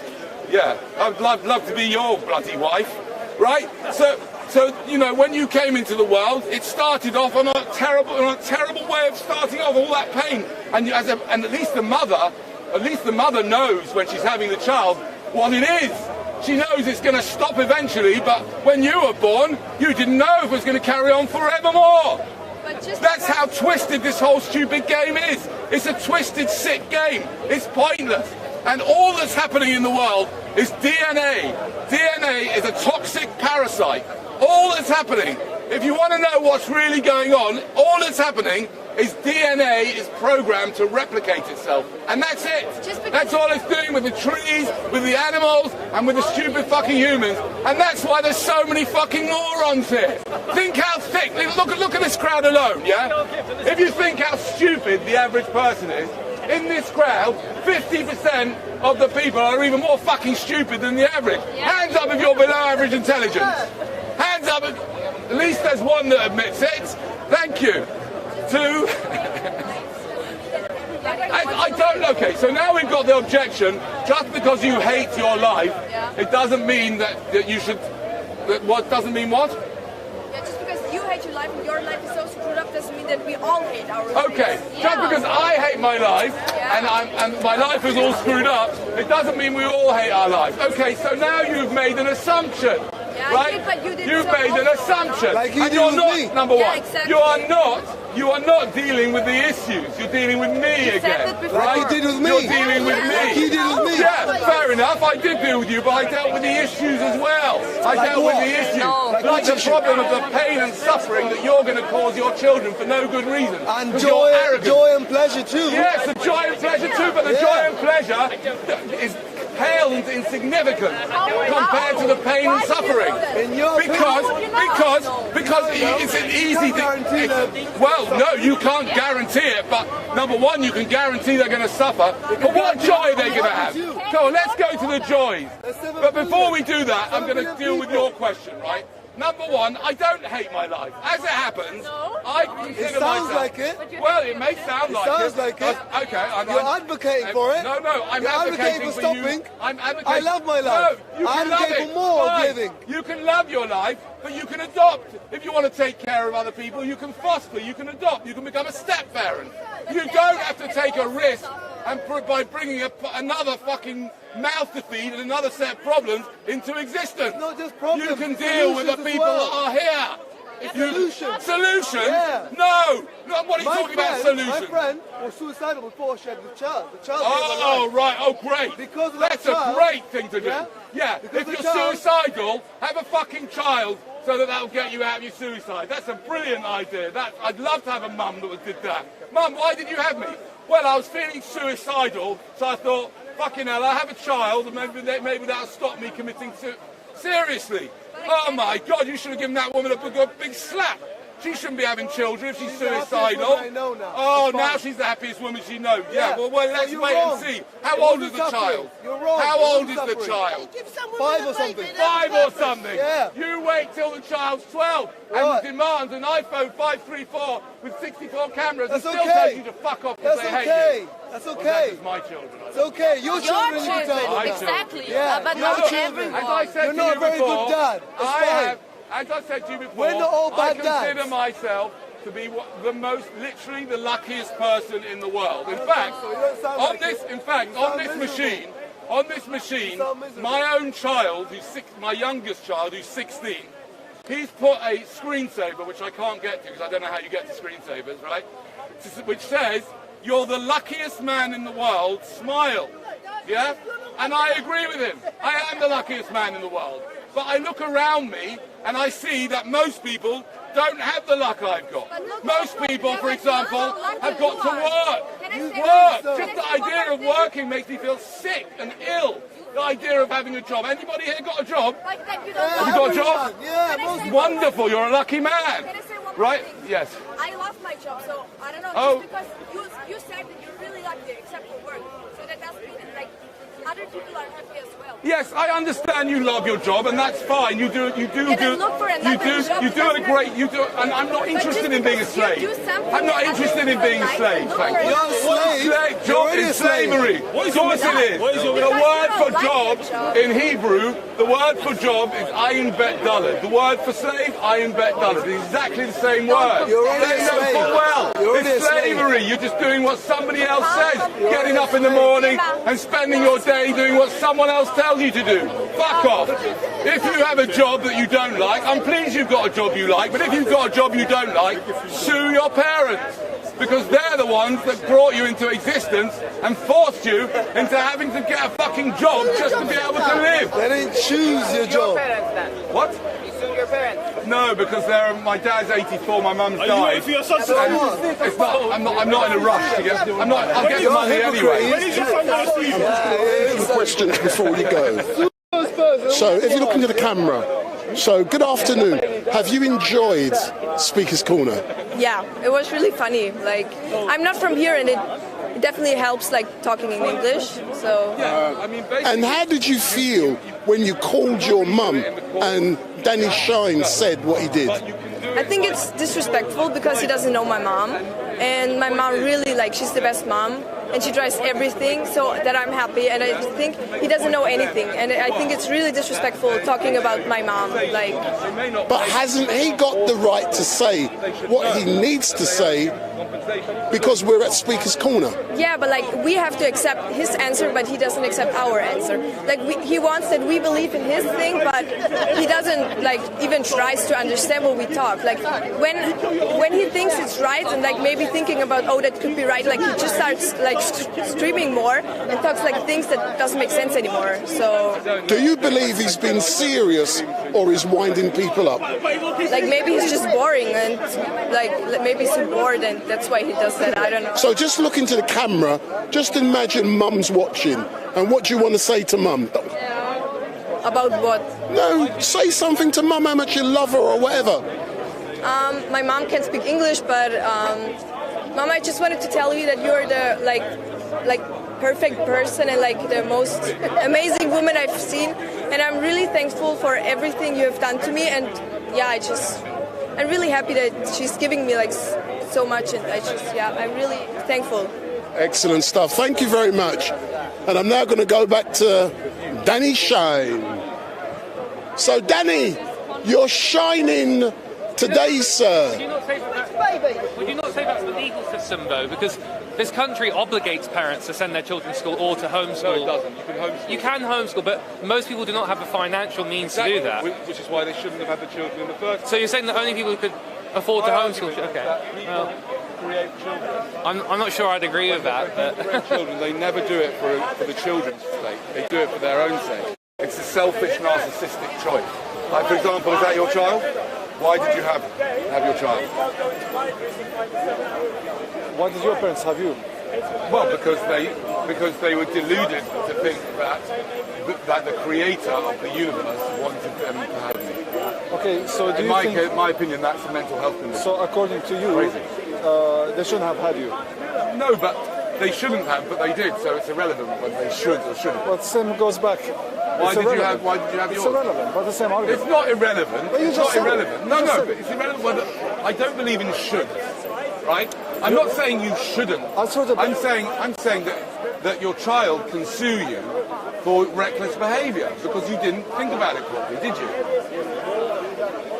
think about making him. Yeah, you didn't think about it properly. You didn't think it through properly, carefully, did you? You just wanted to have a nice time one night at his expense. That's not true. Yes, it is. On what basis? Tell me how carefully you considered all the possibilities of what you were doing. I did think. Take me to the night. Tell me to the night of the crime, the crime scene. Take me to the crime scene, because I believe that creating children is a crime against humanity, a crime against the animals, a crime against the environment, a crime against the children. Right? So take me to the crime scene. Tell me where it was and what were you thinking at the time. I'll answer your question, but just want to clarify. Put it in a context. Yeah. Yes. So if the crime has happened, what's the point of you arguing about it in the first? Now that's too late. Yeah, I'll tell you what the point is. The point is you should make sure that he understands that he should not ever commit the same crime that you committed, bring him into existence. Yes, it is misanthropic, and I don't understand how anybody can be anything but misanthropic. Look around the place. I think humans are they're awful. Good, they're absolutely awful. Other people listen to you if you believe they're awful. I don't. No, they agree with you. They don't. I don't What's care the if they basis? agree What's with the or objective basis for your morals? Do you believe in objective morality? I'm not sure. I'm not so sure. You're not sure there's an objective morality, but you believe it's objectively wrong for people to have children? I'm not. Or is it subjectively wrong for people to have children? No. In which case, why should people care about your opinion? I'll tell you why. Because I'm not actually hearing that. I understand that. I understand, right? To me, I'm not that interested. Hold on a second. I'm still speaking to him. That's not fair what you did. Excuse me. Sorry. He just interrupted. What were you saying? So I've explained to you why, even though you've done it already. Yeah. I'm saying to you, take me back to the crime scene when you were with your partner, and what was going on in your head? Am I able to have children? Tick the box. Am I able to provide for them? Tick the box. Really? Am I able provide for them? Yeah, okay, carry on. Am I able to raise them in a safe environment? Tick the box. Yeah. Am I able to educate them? Tick the box. Am I able to bring them up as people who contribute to the society, to the planet? Tick the box. Am I able of all of the above? Yes. So let's go ahead. So that's what you were doing on that night? Yeah. Literally that night? Yeah. Okay, fine. I mean, and then it followed the actual... Okay, so you see, the thing is that in a way, it's better than some, yeah? Obviously, the fact that you had him is better than many of the people, or for example, the 420,000 accidental pregnancies in the UK alone in 2021. Obviously, it's better than that, right? And there are scales, right? But when you say, let's start with your idea, your delusion that you can provide for them. Can I ask you, give me to the nearest £1 million, how many? I mean, you can convert it to whatever currency. How many millions of pounds did you have in the bank that night? In the bank. Why millions? Why is that the benchmark? I'm asking you how many millions you had. I'll tell you in a minute. How many millions did you have? I had a few hundred thousand, not millions. A few 100,000. That is not enough. Well, because if you were to die or you were to lose your income, right, and your child was born severely disabled, how would you take care of them? Even if your child wasn't born disabled. If you were to die, society, you're relying on the society to take care of your little fuck trophies, right? There's no reason for him to bring them into existence, right? You shouldn't rely on society. You did not have enough money to provide. You have no guarantees. In order for your child, how much is enough? A few million. A few million. Otherwise, you're going to send. Have you sent him to school? Why shouldn't you rely on society? I tell you something. Your father owes you. By the time you finish your school, your father owes you millions. Millions. What? He doesn't speak English. No. He owes you millions, your dad, for sending you to school. How dare you send your child to an abusive institution run by the biggest crooks in any country? The government are professional, lifetime crooks, liars, thieves, and they're deliberately brainwashing your children to be obedient slaves. They are deliberately obfuscating the truth. They are not, they're not teaching your children how to think for themselves. And you send your kid to a school, you should be ashamed of yourself. You said you were able to educate your children. So why did you send your child to school? Wait, so you said you believe... Listen to the government, public, so it's a private school. Oh, the private school, okay. So they're getting slightly better quality indoctrination. Yeah? It's still a school. It's still a school. They still tell them what to do. They still tell them to get up, sit down, go to the toilet, put your hand up. You study this, that, and the other bullshit. They still don't teach them how to think for themselves. I've had loads of people come here in my chats and they don't even know what a logical fallacy is. They don't know what confirmation bias is. They don't know all the biases. They don't know how to think for themselves. You sent them to a school and you put them in the hands of a school. You said you believe in parents. Yes, I did go to school, and I believe that my parents owe me a fortune for sending me to school. You said you believe in it's a parents. disgraceful thing to send someone you love to a school. Imagine if I would capture your child. 1 second. Imagine if I would capture your child, yeah, and then I would say, okay, son, what's his name? Tony. Okay, Tony, you're allowed to come with me, right? And I'm going to tell you exactly what you're going to study for 8 hours a day. You have to put your hand up if you want to go to the toilet, and you'll have homework to do. And if you don't do what I tell you to do, then you'll get in trouble. Imagine if I was to do that for 14 years. You would sue the hell out of me. Well, that's what school is. And you send him to school. Furthermore, you only had £300,000 or £400,000, whatever it is, in the bank. What's he going to do when he's 21? He's going to take care of himself. What if he doesn't want to take care of himself? What happens if taking care of himself? Oh, it's his choice. No, it's not. You brought him here for no good reason. He can still choose. You haven't even told me what the reason why you brought him here is. If you believe it's why did you bring him here? If you believe it's a crime for people to Why did you bring him here? What? It's human nature. Oh, that is called the nature fallacy. What humans the were doing nature from day fallacy. one. Just because it's human nature, so are all sorts of horrible things human nature. It's also human nature for men to want to sleep with anything that bloody walks. That's human nature, but we overcome that, sir. All right, so should the kids of Adam and Eve sue the Adam and Eve? Yes, Adam and Eve started off with this whole problem, and in fact, it's nice that you bring Adam and Eve, because I want to tell you what my interpretation of the story of Adam and Eve is. Now, I'm sure you don't believe that there was really a person, Adam and Eve, and that's how it all started, right? It's a myth. It's a myth. It's a story, right? I don't know how it started. I had a Big Bang. Who knows, right? It's a myth, right? Adam and Eve is a myth. Now, there weren't two blokes. Now, there was a myth, and it was about this apple, right? But it wasn't an apple, right? The apple is an allegory. It's a metaphor for something. What is it a metaphor? Well, he was warned, do not eat of the apple of the tree of knowledge of good and evil. What does that mean? In other words, do not have sex with Eve, right? Do not have sex. The apple is meant as a metaphor for sex. Why? Because you'll create a human being who will have direct knowledge of good and evil. Evil! When you created your child, you created someone that will have direct knowledge of evil, right? He will have, and there's a real chance that he could experience horrific things in his life. Women, for example, what percentage of the terribly high percentage of women are abused or are yes. Why? Why do you have kids? I'm trying to prevent you making the same mistake I made. Do you not love that's a horrible thing. I do. I love them more. I believe I care about my children more than all their friends' parents. Because I don't want that. You have got 4 kids. No, three. You haven't realised when you brought one, the second one, and the third, you haven't realised. No, correct. I didn't realise. Other people are doing No, I wasn't thinking anything at all. I was worse than you. Are your kids happy? No. Okay. Give me the definition. Are you sure you're not projecting your own insecurity? No. Okay. Let me explain to you. By the way, firstly, I don't think it's possible to be human and not to be hypocritical anyway. That's number one. Number two, I don't think it's possible to be human and not be hypocritical. Number two, let me ask you a question, right? I'm 56. When I was 46, yeah, I didn't know that there was a difference between murder and dinner. I thought it was okay to torture sentient beings and then eat them. I thought that was fine, right? Like some of you might think, yeah? But then I realised that actually it's really nasty to buy factory farmed animals.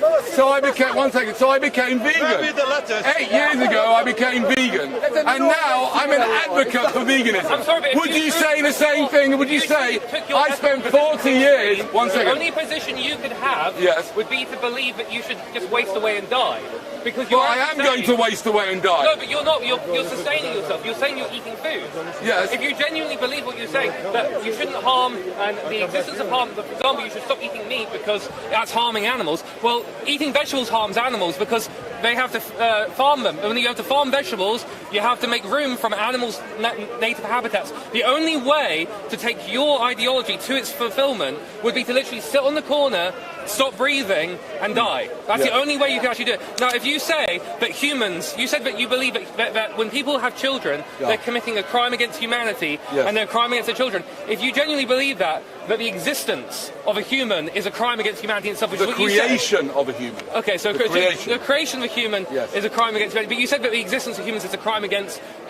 You said you have a misanthropic position, meaning a hatred against people, and that you believe that the continued existence of humanity is a crime against the environment and against nature. I'm more of there's another word for it. I can't remember an actual official word for it. I am disgusted at. I despise the idea of sentience. I think whoever created or whatever created if you believe sentience, that genuinely, in other words, I'm the only correct moral thing to do would to cease existing. Okay. If you go to Switzerland and get yourself euthanized. No, I understand That's the only way you could I've been asked that morally. many times. What I'm going to do, though, even though I've been asked it many times, what I'm going to do is I'm going to just breathe as I do for 30 seconds to a minute, and I'm going to come back to what you're saying, okay? But I have been asked that question many times, but I'm just going to consider it first.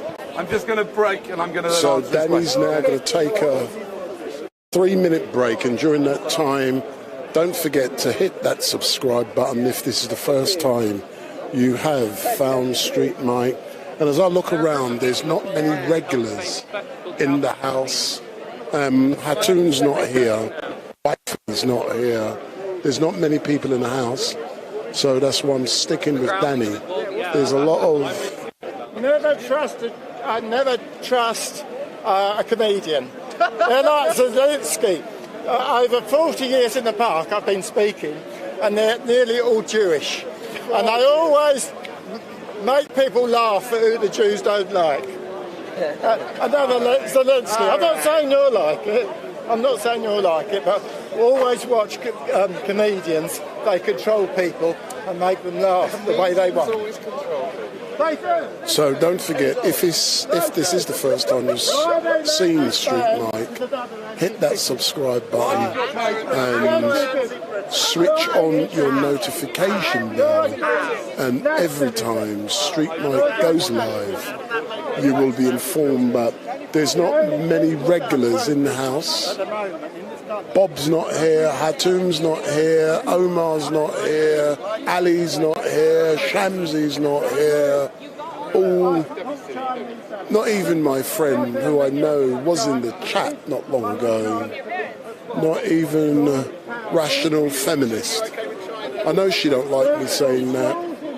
So Rational Feminist isn't here. Sorry, Rational Female.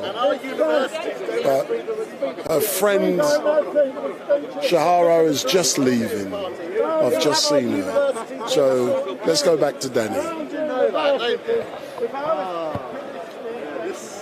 You see, I think to some extent, the argument, which is, I've heard many times, to some extent your argument does make sense, yeah? It does, right? And I have investigated the best ways, looked into the best ways of ending my life, and one day I might well do it, right? I don't think I don't think I'll do it until I have some horrible disease or something, or I have a horrible accident. Yeah, sure. But I'm not thinking of doing it now. But I do think it's a responsible thing to work out how best to do it, right? So it's not like I haven't thought about it. The point is, I agree with you that there are certain positions, there are certain problems with this kind of thinking that it leads to, that kind of position, right? But for me personally, to commit suicide right now it's not a simple thing, right? Because I've brought 3 children into existence, paradoxically, right? And I do believe that would be a very, very difficult thing for them, right, if I did that. So you'd be inflicting harm onto them as well, you would? And on my wife, and on my friends and my siblings. But does that mean that it would be okay for someone who didn't have any familial connections? Sure, of course. So you believe that would be a moral thing? You'd be okay with it? Well, I mean, I would be okay with it. I think it's a moral thing for anyone to take their life whenever they want to. Do you believe it's amoral or moral? No, I don't. I can see. Is it something that lacks morals? I don't. One way or the other? The thing is that I don't. Firstly, I don't know if there's such a thing as objective morality. Yeah? Sure. But what I do think is that I think that when people approach me, like my son, for example, always attacks my argument by saying, "What's wrong with suffering?" Yeah. Yeah. You know, how can I prove to him that it's wrong with suffering? Right? Yeah. And you know, I can't. Right. But my response to him is, if you know, when it comes to, let's say, procreation, if he wants to avoid creating harm and putting a human being into harm's way, and if he wants to try and reduce the harm in the world, then he really ought to consider adoption or fostering or getting together with someone who's already had children, sure, rather than creating a whole new set of problems. Yeah? Yeah. So, yes, you're right. The idea, which is basically suffering-based ethics, the idea of suffering-based ethics can lead to a position which is called pro-mortalism, which is the position, pro-mortalism is a philosophy that says that one should, the moral position would be to take your own life as quickly as possible. That's what pro-mortalism says, and that's what you're suggesting. And I think that there is there's some merit in the argument. I just think that, A, there's a huge difference between bringing someone new into existence and continuing existence. And, you know, once someone's here, like me, once I'm here, there's a whole new set of problems with me ending my own life, yeah? But I am very much for, you know, euthanasia. I think people should be able to end their own lives if they want to, whenever they want to. Obviously, there have to be some kind of safeguards in place, but in general, I think it's a disgusting thing that in the West, we put people in jail for helping other people who are like, I know someone who helped 3 paraplegics kill themselves in South Africa, and he got taken to court and he was locked up and he was under house arrest, he had to leave the country. I think that's an absolute disgrace. People should be allowed to end their own lives. So, but if you believe that existence is suffering, and suffering is wrong, we shouldn't bring people into existence to suffer. Yes. Should I kill a toddler? Because if I kill a toddler, I'm ending their suffering, right? Because yes, there's no that's more again another good question. So he's saying, because I'm saying, no, it's a good question.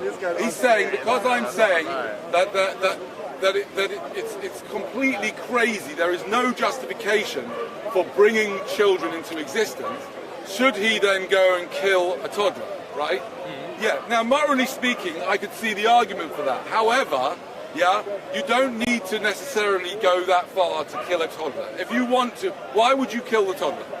To end their suffering. To end their suffering, I understand that, right? But I'm suggesting that you can first start with having a vasectomy. That's what you can first. So I can have a vasectomy, then I kill a toddler. Have a vasectomy. No. We'll start with the vasectomy. We'll start with the prevention of the creation of people to start with. Right. Then, if you want to. So, for those of you in the house, those of you on YouTube chat, Hatoum is in the house. So I'm now going over to Hatoum. So, Wifey's in the house, Hatoum is in the house. So I'm now leaving Danny Shine and we're going to Hatoum. I love this. This is my favourite part of the park.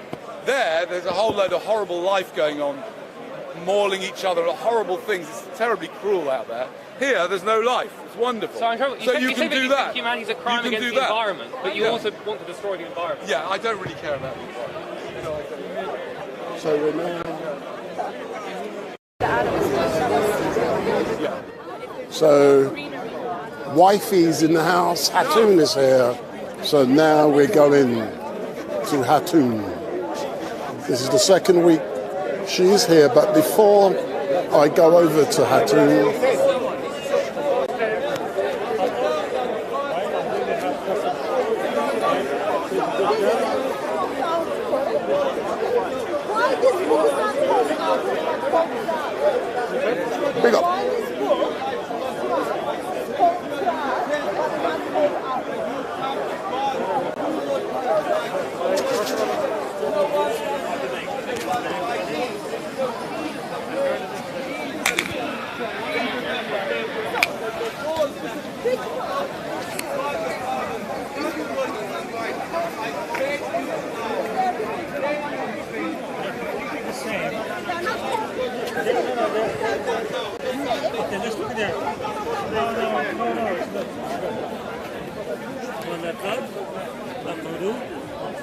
Okay?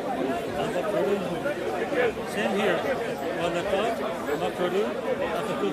Same, exactly the same. And it goes the whole way down the same. That's not the word I'm focusing. You're referring to this word here. I am especially focusing. I'm gonna let Hatum know I'm here. Then I'm gonna put a. You have to focus on the root word. They're coming from the same root word. It's the same meaning. If it's the same meaning, why they are written differently? These are not different. The translation is different. No, Arabic is written differently. No, this is. Sir, you've got glasses. Can you help me? Are you an Arab? Are you Muslim? It's not. It doesn't have to be Arab or not. So I just want you to tell me if they're exactly written same or not. So this underlined word versus this underlined word. Well, this two, you're saying this two, yeah? This blue one, are they exactly the same? This with this black one. It's different, isn't it? There's one. So they are different. Okay, thank you. Yeah. Yeah, so put your glasses on. Put your glasses on. Okay, so without glasses, gentlemen confirm they are different. Okay? No, they are different in recitation. No, they are different in written. Yeah, because you have half and more. So you know this. You confirm they are different in recitation. Yes, but and they are written differently. Okay? So my question is to you. But the content is the same. Okay, overall content of the verse is the same. So when you said Quran is being perfectly preserved, we have the Quran what is revealed to Muhammad. So you meant content of the Quran.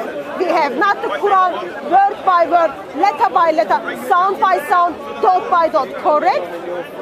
Say that again, sorry. So when you said we have the Quran of Muhammad, actually you meant you have the Quran which Muhammad revealed in the content, but not word by word, letter by letter, sound by sound. The Quran, as you know this, that it was revealed in different haruf or qira'at. That's not my question. No, but I have to explain this. Okay.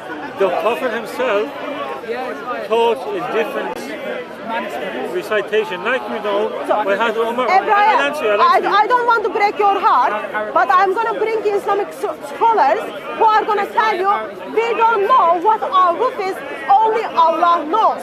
And whatever that our roof was, Uthman, when he compiled the second Quran, he got rid of that. So I want you to answer this. I want you to answer my question directly. Can you? I want a second opinion. No, you carry on. No, I've already said something. No, I just came, so I don't want to. No, brother, please, this is important. No. Read this word in blue and tell me if the meaning is the same. In Arabic, not in translation. No, you carry on. I don't want to get involved. No, but you know Arabic. I just came. Yeah, but I need a second opinion. Why are you afraid of sharing your Arabic knowledge with us? I'm a coward. You are a coward? Okay, followers of Islam, not surprising. Are you an Arab? Are you Arab? Come here, brother. No, it's okay. No. I want to confirm something. Come here. This word here, this one here, sorry. And this word here, same meaning. Are they same just or are they Arabic, different? just Arabic. Same meaning, yes? Same meaning? Depends on when you put on the sentence, okay. Yeah. Same meaning. Exactly. Can you pronounce it for me? No, can you pronounce it for me? لا تزول to stop. If you carry on لا تزول منه. لا تزول منه. If you carry on. لا تزول. What about this one? Yeah, depends. This is do the grammar as well. Okay, what is this one? لا تزول منه الجبال. Okay, what is the difference between لا تزول and what It's something to do with the grammar. It's very complicated. Why Quran is become so? Why Arabic is not a magical language? Why it becomes so complicated? All you need to say, this is negative, this is positive. No, brother. Let me explain. I'll give you the third opinion. Do you want fourth opinion? I'll give you the fourth opinion. Then you must let me say something. Yeah. So this is the fourth opinion. Comes from some verses that Allah has made will not be able to be interpreted. Fourth opinion comes from a Muslim missionary. Okay? What's his name? Sulaiman.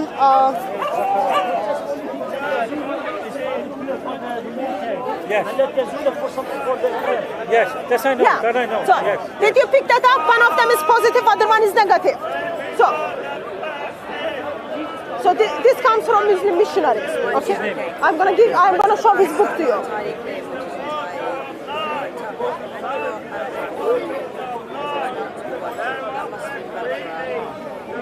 So his name is Fadıl Süleyman. He's a Muslim missionary. Where is he? I don't know where he is. He's his book.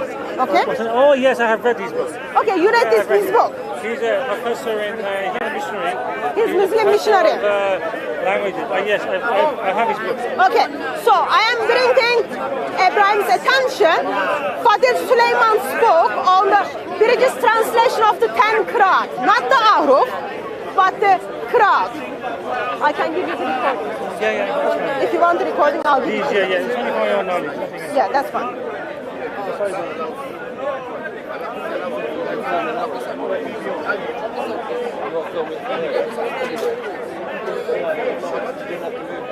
Just wait, I'm just pulling up that chapter of the Fadıl Süleyman's book and then show you what he says. Meantime, you can go to nquran.com and then pull out Surah 14 verse 46 and then see the differences as well.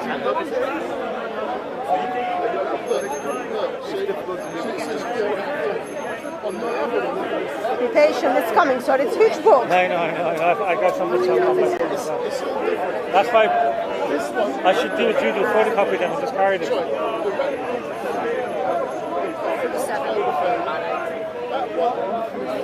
Number 7. House of Imran, verse 7.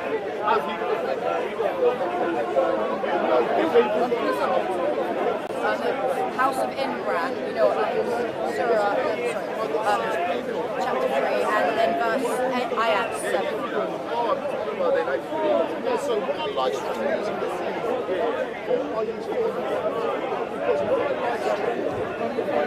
Well, it's not in his book actually. I apologize. It's not in his book. This example is not in his book. Okay? You can send it to me anyway, and I will read it for myself. Okay. So, what does he say? From what you remember. So, Surah 14 verse 46, even according to Qurtubi, okay, there are differences between move the mountains and not move the mountains, okay? So, I'm going to show you another example, and I need you to kind of tell me for this one, because my question is to you is, which one is revealed from Allah, okay?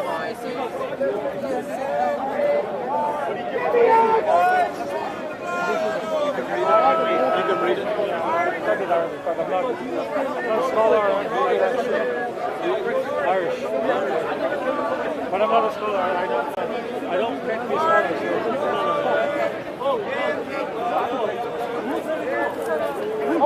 I've studied this whole area. Okay. Oh, you studied all this area, and you still don't know what is the difference between Arab and Quran? No, I don't see the difference. That's the point. So he studied all of.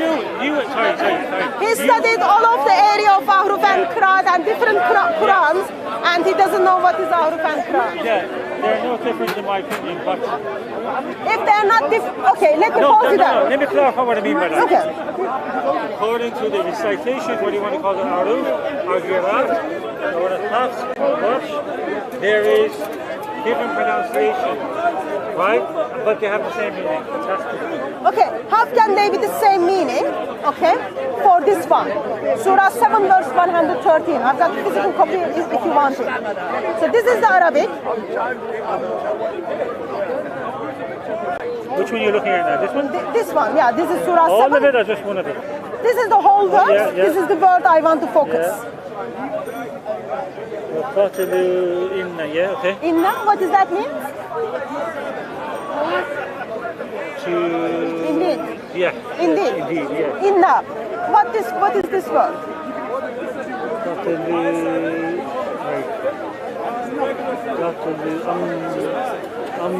Anna. Yeah. So you pronounce them differently. You say it for this one Inna, this one for Anna. Yes. What is the difference between that meaning? Well, is it or indeed, right? But you have Okay, sorry, I need to understand that. So one of them is it, other one is indeed. So are you British? You are British? I'm English, yeah. Okay, is there a difference between is it and indeed? Well, one is a question and one is an affirmative statement. Okay. Correct? Yeah, but it's still the same meaning. So we are... Yeah, no. Okay, just a moment. If one of them is question, other one is the affirmation, are they still the same meaning? You answer it. You know the answer. I'll answer it because you have to read it in context, right? So read both in English. No. Let him read it in English, and then you would see the same context. I have a question for you, and I genuinely don't know the answer. No, but let me just show you. I have a question for you. But this I want to answer. I have a question for you, my friend. Okay, let me get the answer to this I will question. answer you once I finish it. You see, when you read Just the keep English, yeah. you have to go by the root word, right? So the root word is what's important. They have the same root word that makes the meaning, right? Okay, So no, one second. Let's sit for frame. And the magicians came to Pharaoh. They said, "Indeed, for us is a reward if we are predominant," right? Okay. And this magicians came to Pharaoh. They said, "It is for us a reward if we are predominant." It's the same meaning. No. How can it be the same meaning? You just flipped it. You just said it is. Yeah, it's the same meaning. You just said it says it is, but this says is it. No. You just flipped the two words around. So, how can it be? Let me proving this to you. No, just a second. Let me answer. Just a second. Tell answer this question. Is this Quran or this Quran, which one Allah revealed to Muhammad? Both. So Allah revealed to Muhammad both. No. Indeed, and is it for certain and the question form. That's what Allah revealed. If I say, if someone comes to me and says, "Is this true?" and I say, "Indeed," right? Or if someone says to me, "Is this true?" and I say, "It is," right? So it's same meaning. But I'm not asking. When you use the word Abraham, English, you are playing with the. No, I'm talking my English language. So, I'm not English. I know English. Okay, that's absolutely fine. Same meaning. That's absolutely fine. So, in English, apparently, indeed and is it are the same, according to Imam, who comes all the way from Ireland. Okay? And Aruf and Qiraat are his topic. Okay? Keep that in your mind. Indeed and is it are the same, according to English, apparently. I will have English person who will disagree with that. But is it different in Arabic? Is it different in Arabic? Same in Arabic. Okay. The root word is the same. So question and affirmation is apparently same in Arabic. I'll let you to deal with that. Your conscience needs to be clear about it. Yeah. So my question was to you, which one did Allah reveal? And then you said both. Both because they're the same Quran. They are not the same Quran. There's no difference in the Arabic except for pronunciation. Indeed means proved. No. Indeed means proved. Deeds are something that you do. It's mean we can see that truth around us. That's what it means. Let me give 2 sentences in English and see whether he is really English. I am not here to help you to practice your English. No. No, I am not here for that. No. He says I am not here for you to help your English practice. I love to be guinea pig and learn English from you, but that's not the case. All I am concerned is which Quran did Allah reveal? They contradict one another and you said both. I'll let you to deal with that with your own conscience. You will give account to Allah when He reveals His ship. Now, let me answer. The Arabic is exactly the same, except for pronunciation. And it says except pronunciation and written. Now, let me give a small demonstration. This gentleman says he's English. Are you English? And if he's English, then he's English, I'm going to give him an analogy. And if he says it's wrong, he needs to go back to grammar school. Alright? If someone comes to me and says, that is this true? And I say indeed. Meaning I'm affirming yes. Right? If I say, is this thing true? And I say it is, it's affirming it's true. Same meaning. Different word. My question is... That's based upon English grammar. My question question was this. Which one he said? So my question is, which one did Allah said? And then you said both. So then I'll ask the question. Oh, Allah didn't say both? No, let me clarify. Oh, Allah didn't say both? Yeah, I am sorry. He revealed both, yes. Okay, Allah revealed both. Allah said both. Okay? Allah said both of them. Now, let me which one Allah said first and then which one Allah said second? Right, now, let me explain. Our sister Begum Saba knows this very well anyway. No. Which one did Allah reveal first? Which one did Allah reveal second?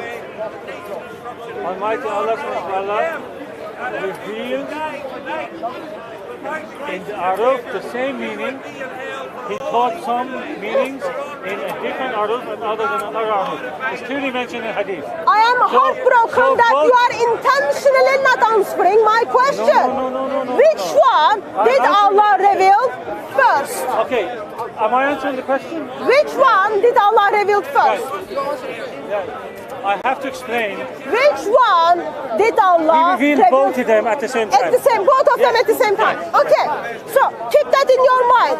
While Allah was speaking, He said the same different words exactly at the same moment. That is miracle by itself. Okay, keep eye on that. So now let me bring you my next example, and then I am longing to see the answer will be the same. Root word is the same, content of the words is the same. Surah 17 verse 102. Okay?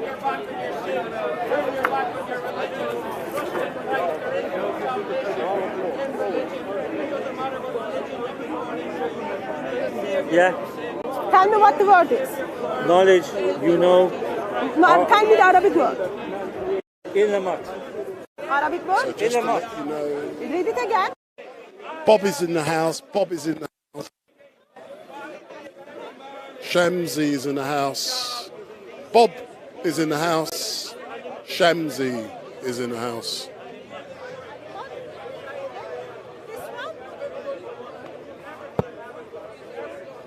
Animal? Read it carefully. Like, you are lying into my eyes. Ali, okay. Ain.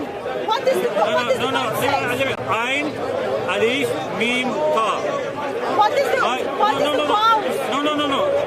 No. I will read it out. Ain, Lam, Mim, Ta. Same word. Right? So the vowels. Vowels are there for you to read it. Okay. So you have A, right? And you have E, right? A, Li, Mat. A, Li, Mat. Alimat, same word, the same. You're lying. No, that's the Arabic. Right, is there any Arabic here? Look into my eyes. That's the same word. I am looking into my eyes. Okay? And then tell me again, they're the same. They're the same. Okay. So, here's the Arabic here. Okay? I need someone who can see well. So, I can see well. Glasses. Take off your glasses. I'm a competition. Okay, just doesn't matter. Take off your glasses. Yes. Tell me, as you look at this underlined word, I don't want you to read it. Just look at the underlined word, and then tell me if they are written exactly the same or not. Just wait. No, there's a difference. What is the difference? This one. So this one has something like, let's say, number 9-ish on the top, and then this one is a 9 on it. Okay, one of them looks like number 1, one of them looks like number 9. Okay, 1 and 9. So that makes it from Alif Ta to Alif Tu. Again, is the root word Alif Lam Mim, which means knowledge, to know. So Quran has been perfectly preserved with the root word, not with the gold. Yes. Okay. The root word is Alif Lam Mim, which means knowledge, to know, to know something. So I'm correct. I got that. Thank you. So Quran is not perfectly preserved, dot by dot, letter by letter, sound by sound, word by word, but Quran has been perfectly preserved with the root word. Remember that. So now, tell me, who is in this one? Allah is speaking. Tell me what is this verse saying? Can I read it?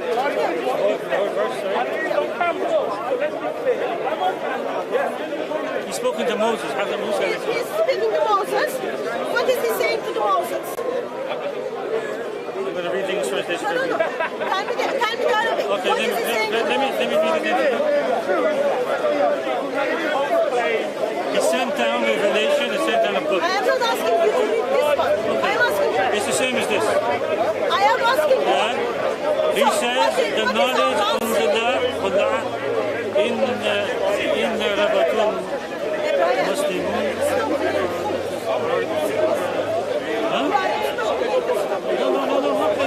In here, Allah said to Moses. Allah said to Moses. Yes. Okay, got that. And then what Allah said to Moses? He's revealing something. What is it? A book. Okay. Allah said to Moses. So let me show you. I told him. You are Imam. So you should know the basic Arabic instead of hiding behind this. Tell me, what is Allah saying to Moses?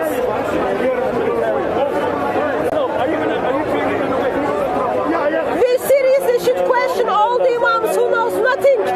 No, don't insult me. No, that's not fair. I'm not insulting you. That's not fair. You said you are Imam and you don't know. Yeah, no, that's not fair. That's not fair. Read this verse for me. I am trying to translate. No, I told you I'm not an expert in Arabic. So my translation is not as fast as others. Muslim for 20 years. Yes, but that does not mean I'm an expert. Tell me what Allah is saying to Moses. Allah is telling to Moses about the knowledge of the signs of the ayah of the Quran being sent down. To whom? For what?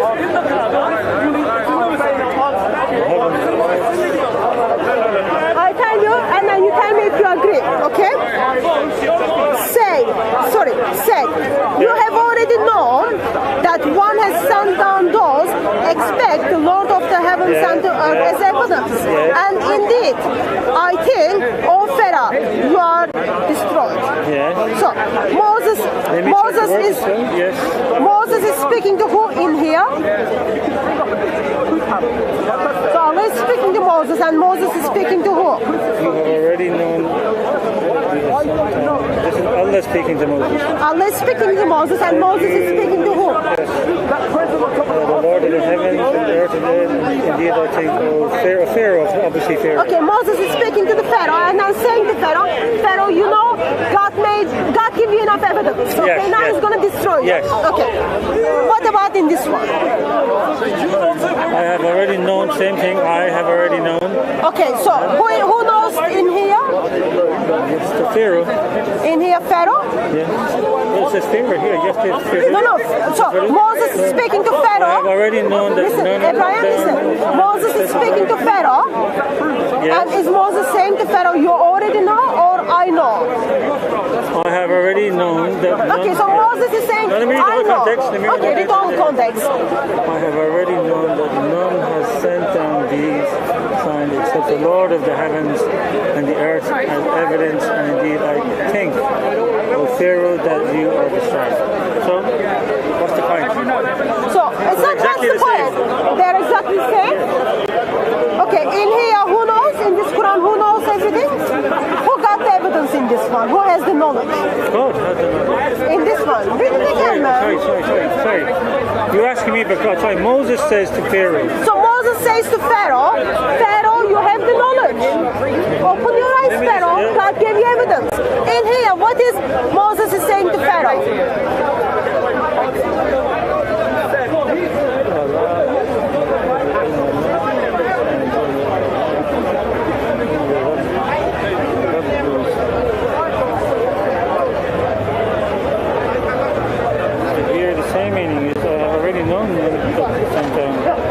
Do you have the full verse before that? Okay, yes, sorry. I've already known that none has sent down these signs except the Lord. I don't see where your problem is. Okay. You're saying. So, you don't see the problem? No. You say to me in here, Moses is speaking to the Pharaoh and saying Moses to the Pharaoh. Yeah, Moses says to the Pharaoh, Pharaoh, you know, okay? Look, Ibrahim, focus. Yes, I'm giving you illustration. This is Pharaoh, okay? Pharaoh, you know what Allah revealed to you. In this one, Moses is speaking to Pharaoh and then says, I know revealed to you? So, in Islam, is the Pharaoh and Allah the same people? No. No. In Islam, I does Pharaoh not refer and to Moses. Pharaoh. Oh, who is I refer to? No, this is Allah talking. Okay, I refer to Moses, correct? Come on. I refer to Moses. Let me get 17. Who is I referring to in Surah 17 verse There is no change. The same ilmat, which means knowledge, knowing. That is the reason. I am not asking is the content changed or not. I am asking who has the knowledge? Is it Pharaoh or is it Moses? It is God revealing to Moses. Okay, God is revealing to Moses. God didn't reveal to Pharaoh. God revealing it to Moses. Okay, why this Quran says Pharaoh? Quran does not say Pharaoh here. It says I. I does not mean Pharaoh. I means Moses. No. You means Pharaoh. Let me show you. I for Moses. You for Pharaoh. Knowledge. Okay, I'm giving the knowledge. 17:102. Who is the knowledge? Who has the knowledge? I or you? I is referring to Allah. Sorry? Pharaoh. Oh, in here Allah has the knowledge. Allah has the knowledge. Okay, Allah has the knowledge. In this Moses has the knowledge.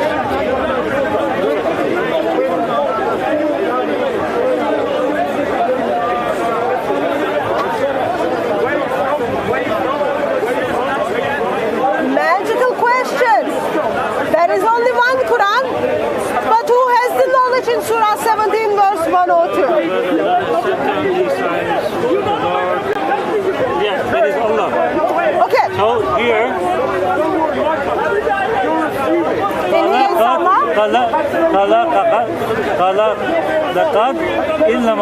this is a Allah is talking as he's talking to Moses. No, that's not what I'm. So, in here, Allah says, I as Allah have the knowledge.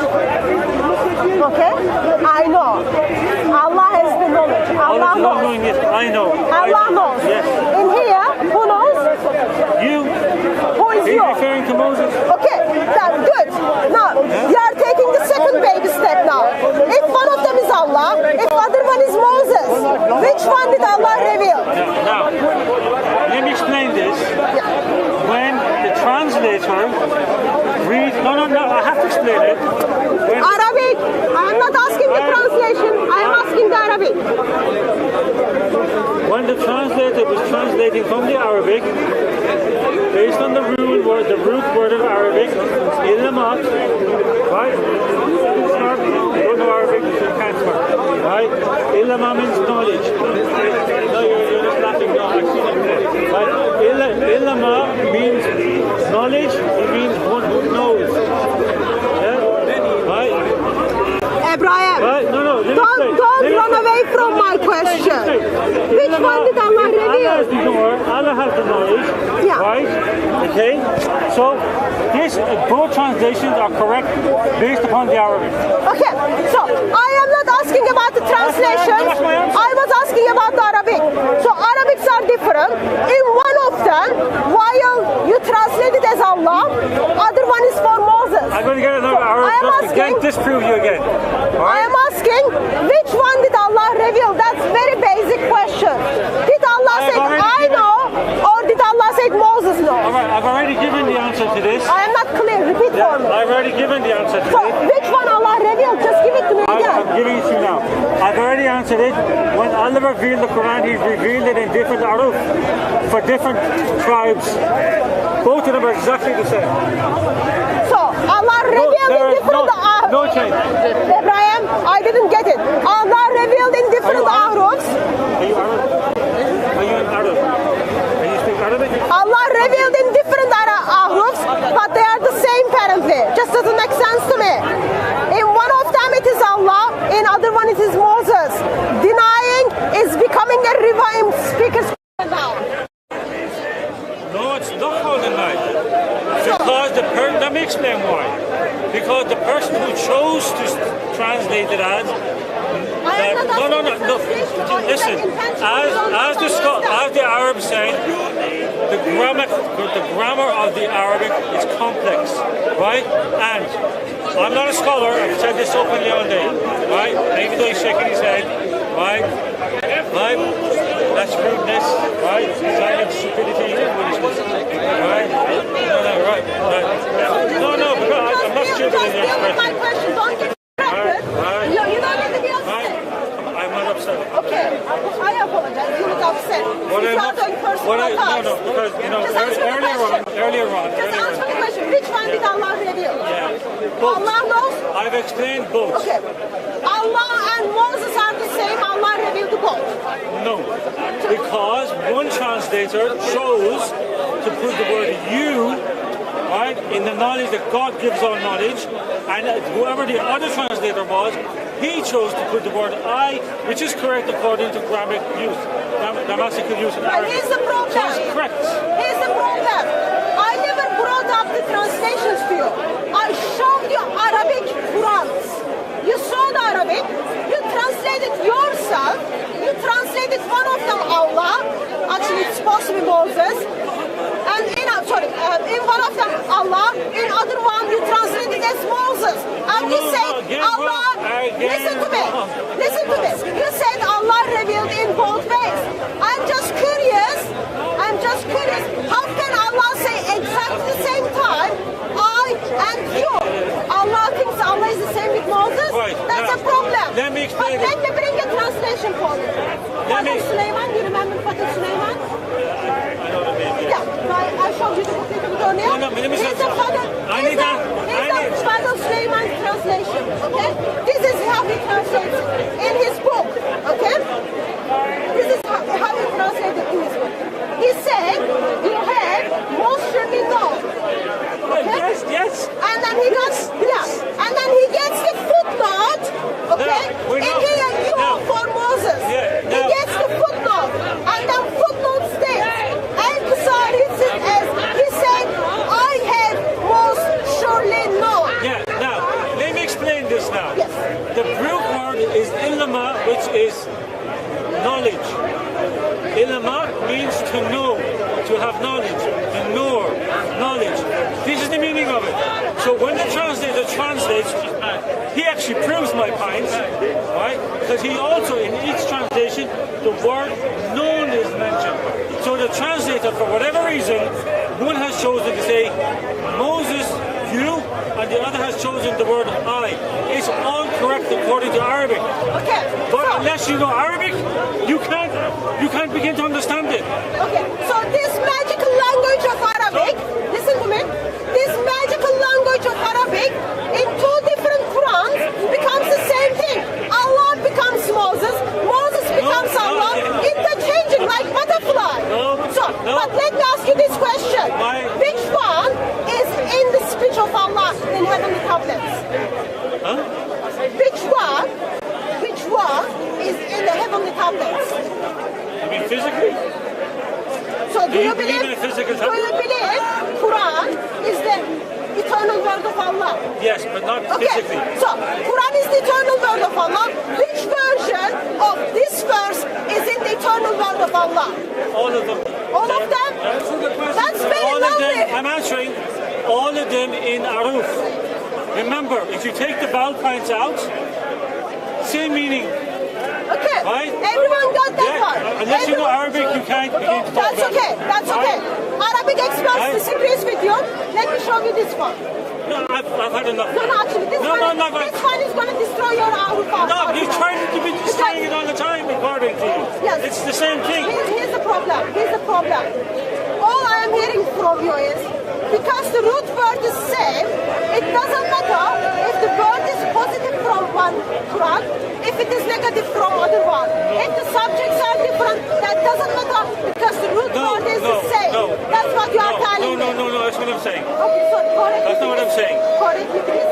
As I said, I am not a scholar of Arabic, so for me, that's why I was looking for another Arab to come and elaborate. Like the Arabic person came earlier on, who explained it beautifully, right? Grammatical Arabic is very complex, right? And you can use it based upon context. And if a scholar chooses that person. According to his understanding of that Arabic, chooses to put the word I, which is still in line with ulama, and if another person chooses to use you, it's still in line with ulama. It's exactly the same meaning. That's all I can say. That's what I understood as well. I don't know why you disagree with me. No, I'm repeating it. Okay, right? so the point was Arabic was magical language. Context changes everything. As soon as the root word is the same, Muslims can say that Quran is exactly the same what Muhammad received. So that's what it is. Yeah, I just repeat it for you. So now help me with this one. Surah. No, I'm not going to do anymore. No. Because we're going to come back to the same argument. No, because in this one, I'm afraid to tell you, you won't be able to use the root word here. Okay? That argument is not going to work. Surah 57 verse 24.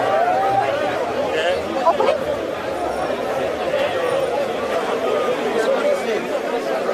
And then I have to go off my prayer. That's why I want to go off. Okay, you can pray and then come back. Don't worry. Surah 57 verse 24. I am sure always so busy. Allah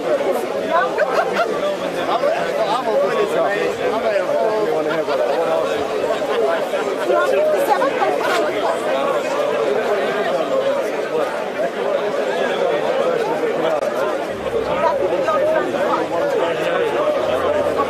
So, read it to me and then tell me what the verse says.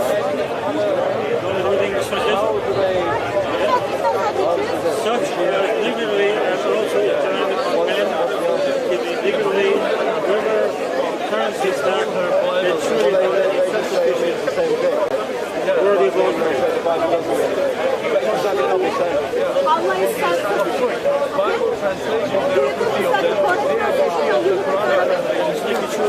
don't forget my thing. You've got your own Quran. Yeah, so what's the question? So, you think this is correct pronunciation? Then surely Allah is sensible. Yes. So, what about if there is a Quran appeared, okay, and then that Quran says, surely Allah, surely it is Allah who is self-sufficient. Same thing. Let's go to the Arabic, right? Yeah, let's go to the Arabic. Let's go to the Arabic. So again, the Arabic. Islamic school. Yeah, right? So it's material speech. This is what they tell us. Their language. Yeah. Oh yeah. You know who gets you every day. According to the I don't believe this myself. I'm saying it says the spirit of thinking. Spirit of truth. So I'm going to tell you how one Quran, okay? The next Quran and Japan's Quran are married, okay? And then house Quran is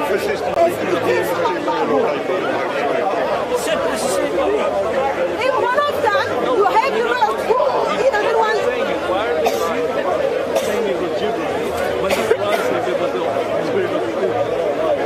Because they say that it's spirit of truth. No, if that. So whilst Hatun is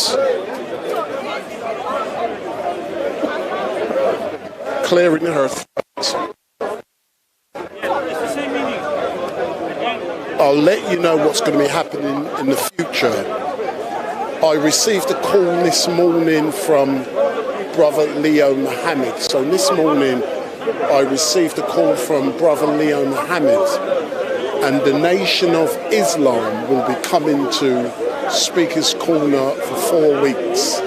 So for 4 Sundays you're going to be seeing Brother Leo Mohammed and the Nation of Islam.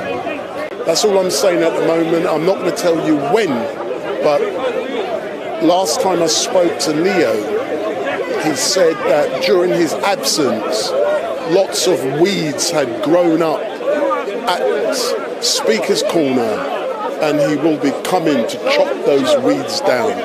So that's news from Brother Leo Mohammed. He rung me this morning, and he is coming to Speaker's Corner for 4 consecutive weeks. And when that is going to happen, I will let you know. So Brother Leo Mohammed from the Nation of Islam is coming to Speaker's Corner for 4 consecutive weeks. And in the house, we have Big T. So in the house, we have Big T. So let me try and attract his attention. We have Big T in the house. Extra Arabic word there.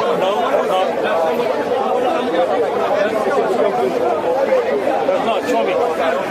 Show me the extra Arabic word. And it's the same problem in Surah. Yeah, no, just show me the extra Arabic word. Yeah, I'll show it to you. Get the verse from me. 95%, sorry, listen, 95% Islamic words.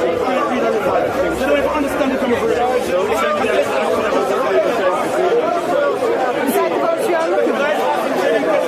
So we give him 20 minutes. No, you want to tell people to be this is a I was looking at... I want to be a Hollywood. I was looking at 100%. No. This one. So this is Arabic? Yeah, This is Arabic? Yeah, we make one verse down. Yeah, so I know that. So your 24 should be 25. Yeah, it's this one. Okay, that's the one you did. Okay, so that's this one. Al-Azina, which is there. Al-Azina. Okay? And then come to this part. Find this part from your Quran. Nas, yeah. Nas, yes. Okay? Nas, then... Come here. Yes. Okay? Come here. Come here. Yeah, okay, so you got... that's the word. Okay, that's the word, okay? So you got... So, look at me. So you got letter like number 9, and then you got Elif, and then you got Nun. So I'm just spinning the camera. We've got Big T in the house. Big T in the house. Big T, Big T, Big T, Big T. So Big T, what you doing down at Speaker's Corner today? Well, I was just cycling through Hyde Park. I thought I'd come and say hello to some of the brothers out here. And that's it, I'm not staying for long. How about some of the sisters? We got Hatoun. Yeah, we're all brothers and sisters, just, yeah, some are actually more brothers and sisters than others. But how comes, that I've seen you with so many different outfits, green and yellow last week, pink and blue. Yeah. What's with the outfits? Just daily, tea daily, you get me? That's how I am. Like to change it up, switch it up every day, better than the last. Yeah, man, just, it's not for me. Obviously, I don't see myself. It's for the viewer. It's for the eye of the beholder. So I dress well, I act well, so people can look and learn, encourages them to be better. That's it. It's not for me. It's for you. So are you back next week? When are you back next? Possibly next week. God knows. We'll see when. I'm always here. So, yeah. Big up. Big up, big up. All excellent, man. I don't know. Is that what you're asking me? So what I'm saying is... Are you saying, is it that or not? This is exactly the same as this. Both of them are exactly the same. So you're asking where is the word huwa for he, yes? That's what you're asking. Where is the word huwa? I am asking you because are you asking, there's no huwa there. There is huwa there. Show me. Can you hold up for me, please? No, forget that. Let me go to the Arabic. Just a second. Yeah. This is the Father Suleiman speak, okay? Yeah. So, let me go to the Arabic here. Okay. It says, okay, sorry, come this way? Yeah. The same word. Who is not there?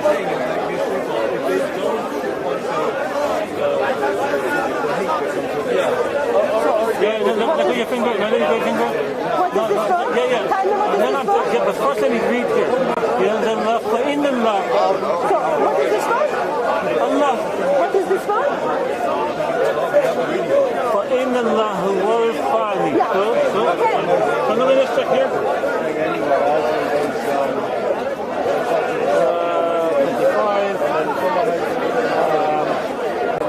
Here. Okay, it's there. For in Allah huwa. Okay, huwa is there. Okay. For in Allah. Again, huwa is there. Where is that huwa here? In Allah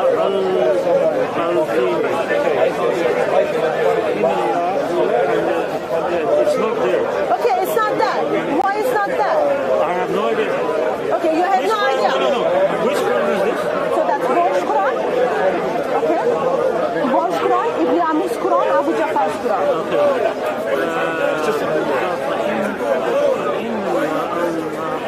I have to check this now. Okay, you have to check. The reason you have to check because you can't use the root argument to me. So let's say you are going to check it. Sake of the argument. Because I have to check that. That's absolutely fine. That's absolutely fine. Sake of the argument. I'll show you the picture. Yeah, you can take the photograph. So sake of the argument. Sake of the argument. You will hold two different ones. One of them is without huwa. One of them is with huwa. Okay? So there's an answer, but I have to get the answer. Okay. If, sake of the argument, I am correct, you got huwa and without huwa, which one did Allah reveal?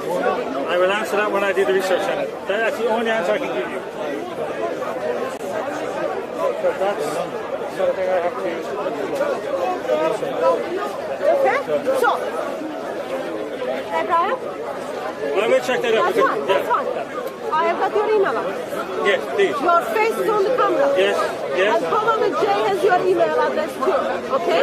Jay Smith. If you do not get back to me. Yes, I'm going to get back to you. I promise you.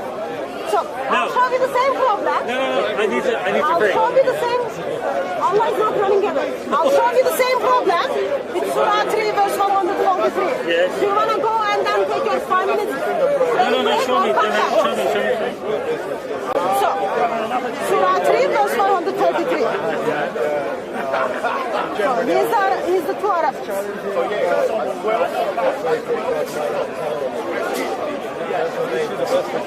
The word Heston is not there. The hyphen doesn't make a difference. It's the same column alif. It's not about if it makes difference or not. In Arabic, whole words is not there. No. This is no change. There's no difference here. Is it? Same word. No. Don't lie. Same word. Don't lie. Yeah. How can it be same while you've got extra letters here? No, you don't. I think. Here, no. Look at here. And this first. And this first here. Where is and? And is not here. See? And is not at the beginning. So don't forget, if this is the first time you have StreetMic, hit that subscribe button. If this is the first time you have found StreetMic, so hit that subscribe button if you've never seen StreetMic before. And brother Leo Muhammad from the Nation of Islam will be here very soon for 4 weeks. He rung me about 10:30 this morning to let me know.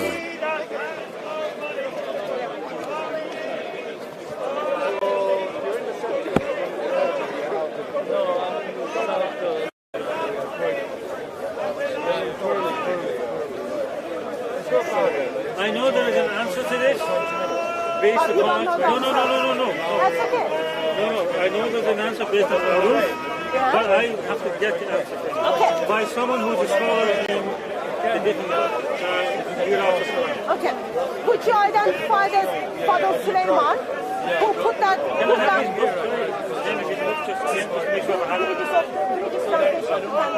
The religious translation of the Quran. So, could you identify as Father Suleiman who wrote that book as the authority? Would you identify Father Suleiman who put the book together as the authority on the Arab and Quran? Of that book? If you say so, because I have to check. Could you identify him as the authority? I don't know of him. You know, Yasir Qadi is Yasir Qadi your authority? Yasir Qadi, I know. Okay, so Yasir Qadi tells us, I'm just going to crush your Arab argument. Yasir Qadi tells us, Allah knows best, we don't know what Arab is. I have to check. I'll show you. I'll show you. But I will check. That's a problem. No, no. If Yusuf Qadi says that, and then you are telling me Arif and Qur'an are the same, similar. One of them is the recitation, other one is the way you recite. Both of them are the same. And then if I tell you the one you kind of take it, and then the one who states that are holes in the narrative tells us Allah is the only one who knows what Arif is. What would you say? Say that again. What would you say when Yusuf Qadi tells us that Allah knows what Arif is? We don't know what Allah knows. Yet you are telling me Arif is recitation, Qur'an is recitation. That's what it is. That's my knowledge of it. What is Aruf? I don't know. Aruf is a system of recitation. Even Yasir Qadi, no, that's not the case. So, let me tell you why it's not the case. You know the story of two individuals are in the mosque. Which one? You know the story of the two individuals who are in the mosque. You don't know when Muhammad says this is the Aruf video. So, two people are in the mosque. One person is reciting Umar and Isha. Two people are reciting Surah 25. Yeah. So, two people are reciting Surah 25. Umar hears Surah 25 is being recited. Very disturbing. It's disturbed that he wants to grab the person from his neck and then take to the Muhammad. And then he takes to Muhammad. Muhammad listens to those two different versions. And then Muhammad says, it is revealed in this way and this way. Yes. Okay. Yes. So, show me from Surah 25 where Muhammad says it is this way and this way. Show you. It's based on Aruf and recitation. We don't have the Aruf. But where can I go to know what was the Aruf that revealed? Where is the source? The revelation is in Quraysh dialect. Right? That's not my question. Yes, no. What was my question? Your question was Aruf. What is my question? I don't know. That's okay. So you didn't listen? I did not. Maybe I didn't understand. So my question is, since you disagree that Aruf is something which causes tension between Muslims regarding the Surah 25. So where can I go to know what Muhammad meant for the Surah 25 when it comes to Aruf? Where is the source? Because I told you Yasir Qadi says no one knows what Aruf is. There are 40 different opinions regarding the Aruf. Yeah. You pick the opinion of Risal. I just want to be sure which one is the correct one. I will give you the answer when I'll ask one of my teachers today. Okay. That's all I can say. Okay, it's good. I'll have to ask one of my it's teachers. Good. As an imam, you've got teacher, you will ask and then come back to me. Yeah. I'll keep your cousin. For the sake of the argument, if there are really two different Arabic Qurans, which kind of try to deceive people by the report is the same stuff, but if the sake of the argument, there are two different Arabic Qurans today, what would you do?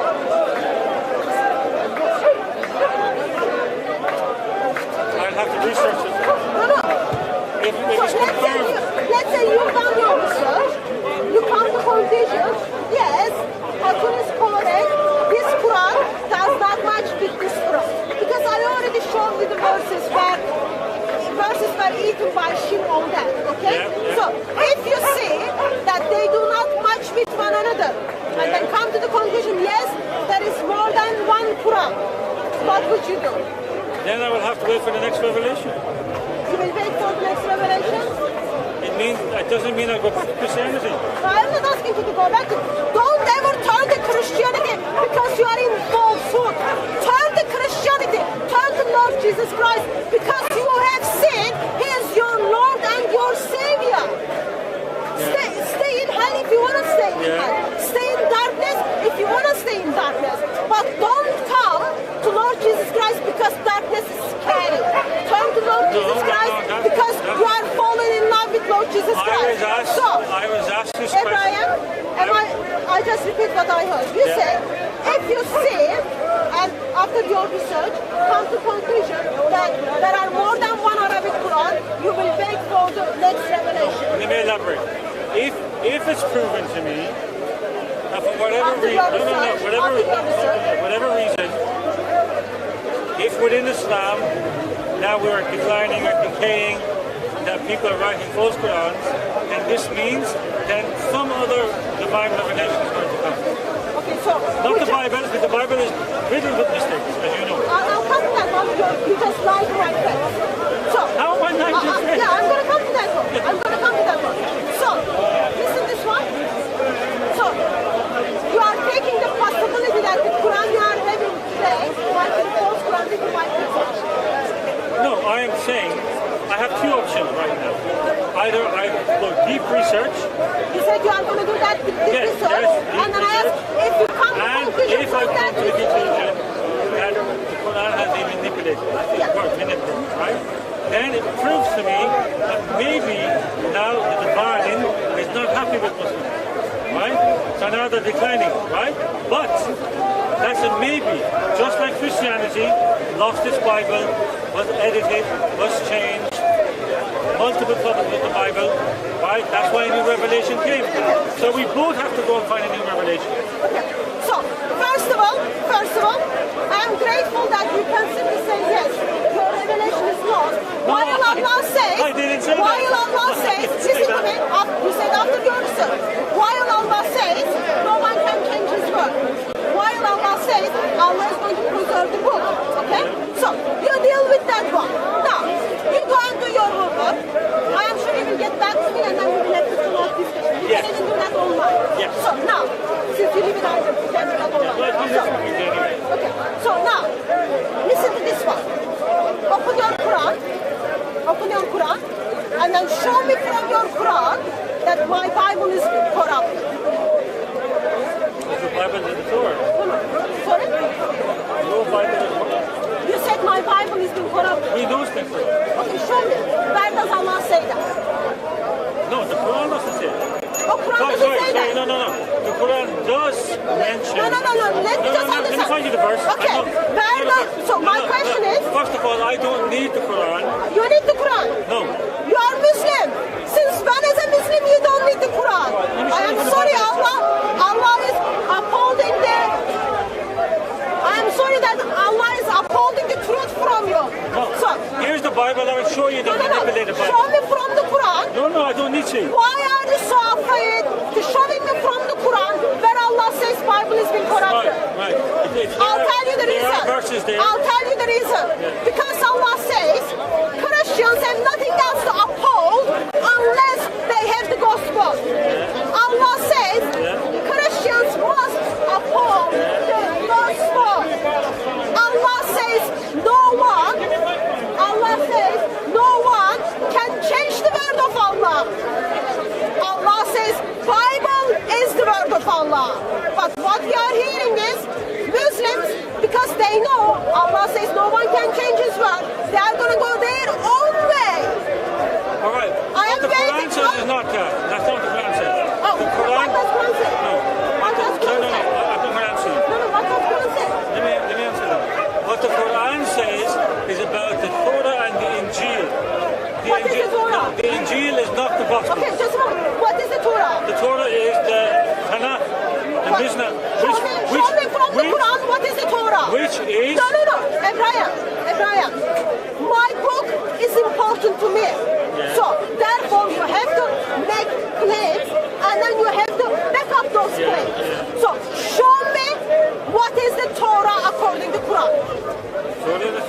Show me what is the Torah according to Quran. You know this. No, I don't know. I don't know what the Torah is according to Quran. So you don't know the Jewish book? Tell me what is the Torah. For the Jews. For the Jews. Book of the Jews. Okay, so do you know anything about the scripture? Do you know anything about Bible or Quran? Little. Okay, so he knows little. Tell him what is the Jewish scripture according to Quran. Torah, which is the Torah. What is it? Is Isaiah part of the Torah? The Torah is the compilation of Moses. Listen to me. Book. According to who? What books are they? No, is it What books are they? No, tell me what books are they? There the books are here. No, tell me what they are. According to Quran. No, let's tell me what they are. According to Quran, I know according to Bible. The book Torah is Pentateuch. Pentateuch, yes. The 5 books of Moses. Yes, the 5 books of Moses. So where does it say in the Quran? What's this Torah? Where does it say in the Quran? It's like a Torah. It doesn't Where mention does it say in the Quran? What is the Torah that you are claiming is being changed? Where is in the Quran? It says what the Torah is. Okay. I need to translate this question. What is your name, sir?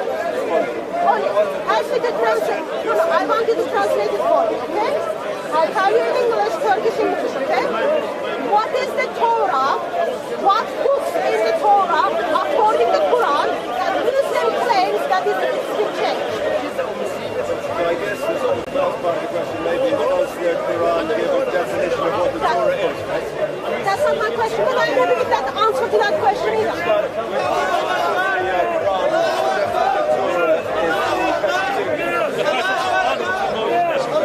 Why does it say that? It doesn't have to say that. When you say to a Jewish person, is the Torah your book? I don't have to say. I'm not asking the Jewish person. I am asking the Jewish person.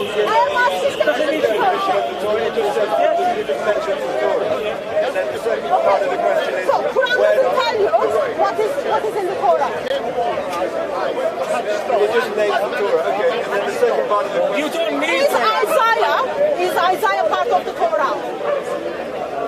So what are you trying to say? I'm trying to figure out what is that Torah. I'm trying to figure out what is the Torah Quran is talking about. The Torah was given to Moses, yes? I am asking you. Show me the So verse. that's the book that I was mentioning. What is given to Moses? The 5 book, yeah. What is, so show me. I don't want him to spell out for me, sir. I know what is in the Bible. I want him to tell me what Allah says to him.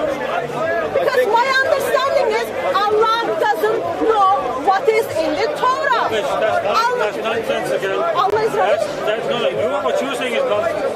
That is absolutely right. Show me in the Quran what is in the Torah. That's like saying what is the gospel? Is the gospel God so loved the world. God so loved the world. He gave his one and only son to give his life for us. No, that's so not now, the point. Listen to me. What is the Torah? It's the books belong to the Jews. That's my answer. Belong to the Jews. Okay. So ask a Jewish person what the Torah. Is Ezekiel, book of Ezekiel, belong to the Jews? All those books belong to the Jews. So Ezekiel is belong to Jews. Moses. Anything that came after Moses. Listen to me. Is the book of Ezekiel belong to the Jews? Yes. Is that part of the Torah? No. No? But you said the Torah is the 5 books of Moses. What are those 5 books? You know the 5 books. I don't know. I'm asking you. I don't know. According to Islam. I'll tell you what they are. Abraham. Right. Abraham. Read it out. I don't want you to go and read my Bible. No.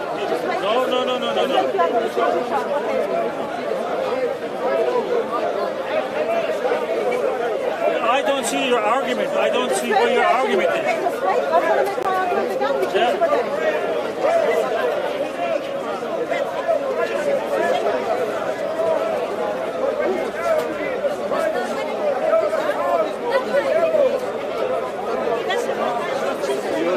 So my argument is this.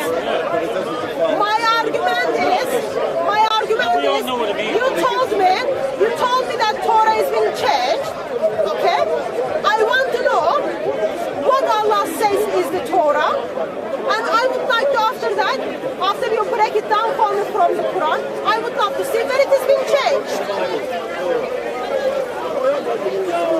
Did you get my question, sir? You don't need to go to the index of the Bible. Why can't you tell me from the Quran what is in the Torah? The Torah is the books of Moses. That's what I told you. Yes, that's what I told you.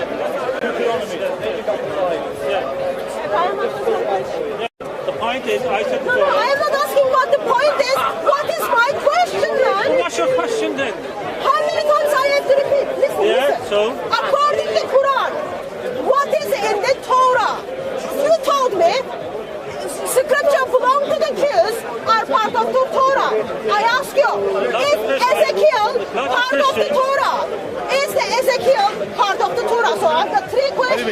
Answer those three questions. I see what question that you're asking. You're asking about the Question number one. Question number one. According to Islam, what is in the Torah? I know that the 5 books of Moses. What is the knowledge of Allah? He knows everything. Okay. Is the Allah Does say he 5 need books? to mention by name? Does Allah say 5 books? Does he need to Listen mention me. by name? Does Allah say 5 books? Does Allah say 24 books? He doesn't mention any of them. He doesn't mention any of them. But he doesn't need to. But he doesn't need to. Congratulations. But he doesn't need to. You know much better than But he Allah. doesn't need to. Muslims worship his Right. sheep. But he doesn't need to. Allah doesn't know what is in the Torah. I just want to say. Allah doesn't know what is in the Torah. No, Allah does not need to mention all the books. According to Allah. No, that's a silly question. According to Allah. That's a silly question. According to Allah, is the book of Ezekiel part of the Torah? As far as I'm concerned, it's talking about... I am not concerned what you concerned. I can't answer I am Allah. asking about You're Allah. asking me silly Oh, you questions. can't speak for Allah. No, I can't. Allah revealed his book to you. What is in the book of Allah? Is the part Ezekiel part of the Torah or not? Why Jesus didn't abandon alcohol? He's God. He knew everything. Lord Jesus Christ, No, tell me let me what ask is the the same why. question. Let me ask the same question. No. Okay, let me ask the same question. Sir, you can't answer my question. Just tell me. Let's be fair. Just tell me you can't answer the question and then move on. Let's be fair. Let me answer now. Let's be fair. Let's be fair. She's asking a question I can't answer because I'm not Allah. So Allah, how come you don't have the answer? Allah says this book is well detailed, well explained. I am not asking you, tell me how the quantum physics works. All I am asking you, what does Allah say? It is in the Torah. Since you're dancing here and telling me Torah is being corrupted, what is in that Torah that's been corrupted? You don't need to be Einstein, right? Now, first of all, this is a silly question. I'll tell you why. Because then I can ask Jesus being God, who saw in the future that alcohol will cause divorce, rape, domestic violence, everything. Why did Jesus not forbid alcohol, warn the world about alcohol? Why did he change water into wine? Was he not the all-knowing God? Was he not the all-knowing? No, let me finish. I am responding. I got your question. I was listening. I'm not like you. You don't need to repeat same question to me 5 times. I did Answer my that to question you. now. Yeah, I'll answer your question. Why Jesus didn't tell us that? Let me respond. Tobacco. What did your God tell us about tobacco? No, don't change the subject. Sorry, Inconvenient. you want medication or something? Inconvenient. You want medication? Inconvenient. Take it. Inconvenient. Yeah. No, he's being rude to me now. Tobacco. He's not being good at I'm all. not being rude. Tobacco. What did your Allah tell us about tobacco? Crack cocaine. Did he have anything to say about crack cocaine? Let's go through all the things. Answer this question. Why Jesus? Why Jesus? You're not capable. I'm not a fucking Christian. Why are you asking me about Jesus? I just love wine. Exactly. I'm a human being first. I'm going to answer the question. Tobacco. What did Allah have to say? Okay, let's let Hassan answer. My question Tobacco. What did Allah have to say? I heard the question. I heard the question.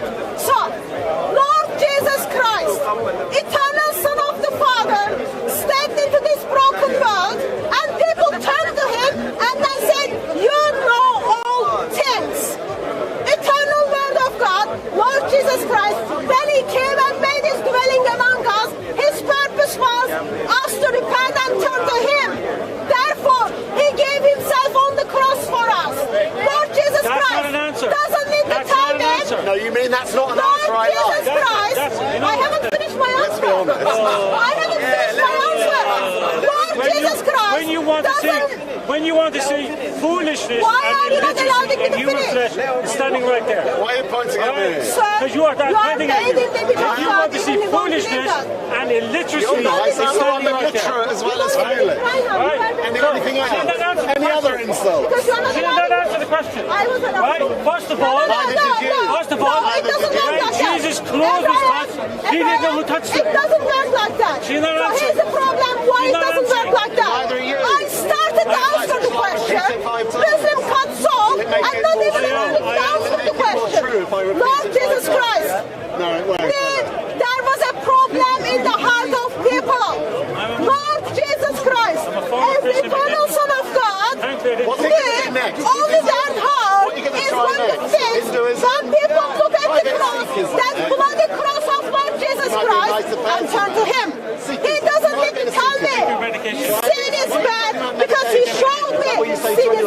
and he showed me verse in text me. Then the problem is this.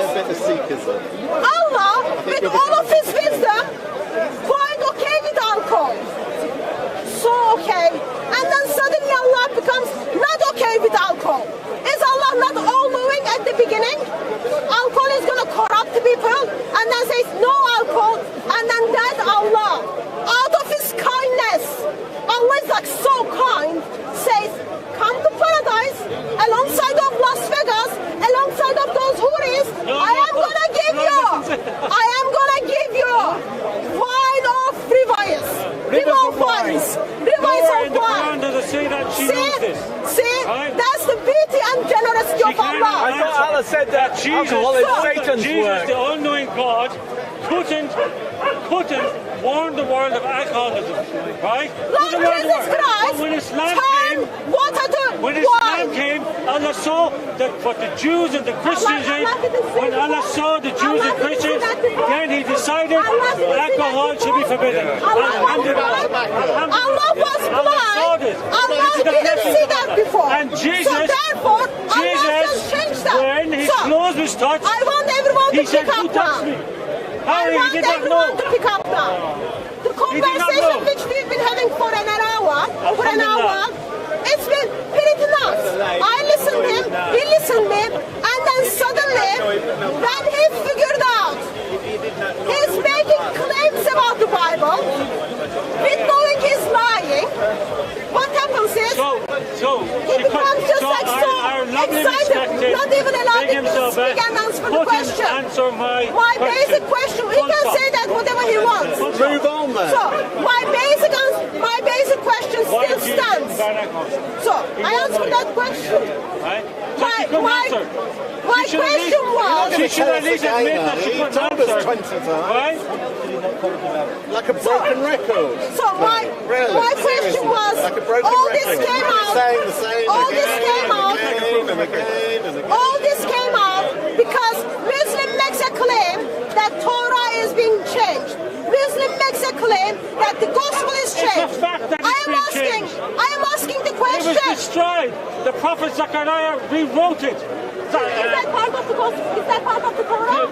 Is that part of the Torah? We know that the whole Bible, Old Testament, was changed. Why? No, let me tell you something. Hang on. First of all, now he's not even listening. Why? Because he knows he's going to lie to the comrades. Go ahead and lie to the comrades. Here's the bottom line. Allah doesn't know what is in the Torah. If the Torah and the gospel is corrupted, Allah, without any shame, zero shame, okay? With his shin, with his curly hair, whatever that freak Allah looks like, without shame, says, what does he say? Muhammad, oh Muhammad, go and find yourself in the Torah and in the gospel. If it is corrupted, why Allah tells the people, go and find Muhammad as the prophesied prophet in the Torah and in the gospel. Exactly. Why? Because Allah, with his curly freaking hair, just lying. I can't say much about it. He's just lying. When Allah was talking about the Torah, the Tanakh, whatever you want to call it, is the Torah Tanakh? Is the Torah Tanakh? He was talking about... Is the Torah Tanakh? Yes. Is the Torah... Yes. Part of the Tanakh. Yes. Is the Torah Tanakh? Part of it. I said, well, if you want to call it Tanakh, what do you want to say? What does Allah say? The whole is the Torah Tanakh? 24 books of the Old Testament was changed. Altered, edited. This is fact. Many of it fact. Academic fact. Go to Oxford University. Go to Cambridge. They will tell you this. That's what about Wolverhampton? That's what, even Wolverhampton, right? That's where we studied theology. They tell you openly they were edited, right? The New Testament was riddled with it, right? At the time of Jesus, there was no such thing as Christianity. There was no such thing as the four Gospels. There was nothing written at that time. So Jesus was only talking to the Jews. So the New Testament was written many years later, right? How many? John 110. 75, 65. Such a liar. Not 110. 110. That's what I studied. Such a liar. That's what I studied Okay, in university. Let me step in now. Because you lie too much. Let me step in. The Gospel of John is between 95 to 110. Let me and I step in believe it was because you lie. 110. Right? Matthew 65, 70. Let me step in because you are lying.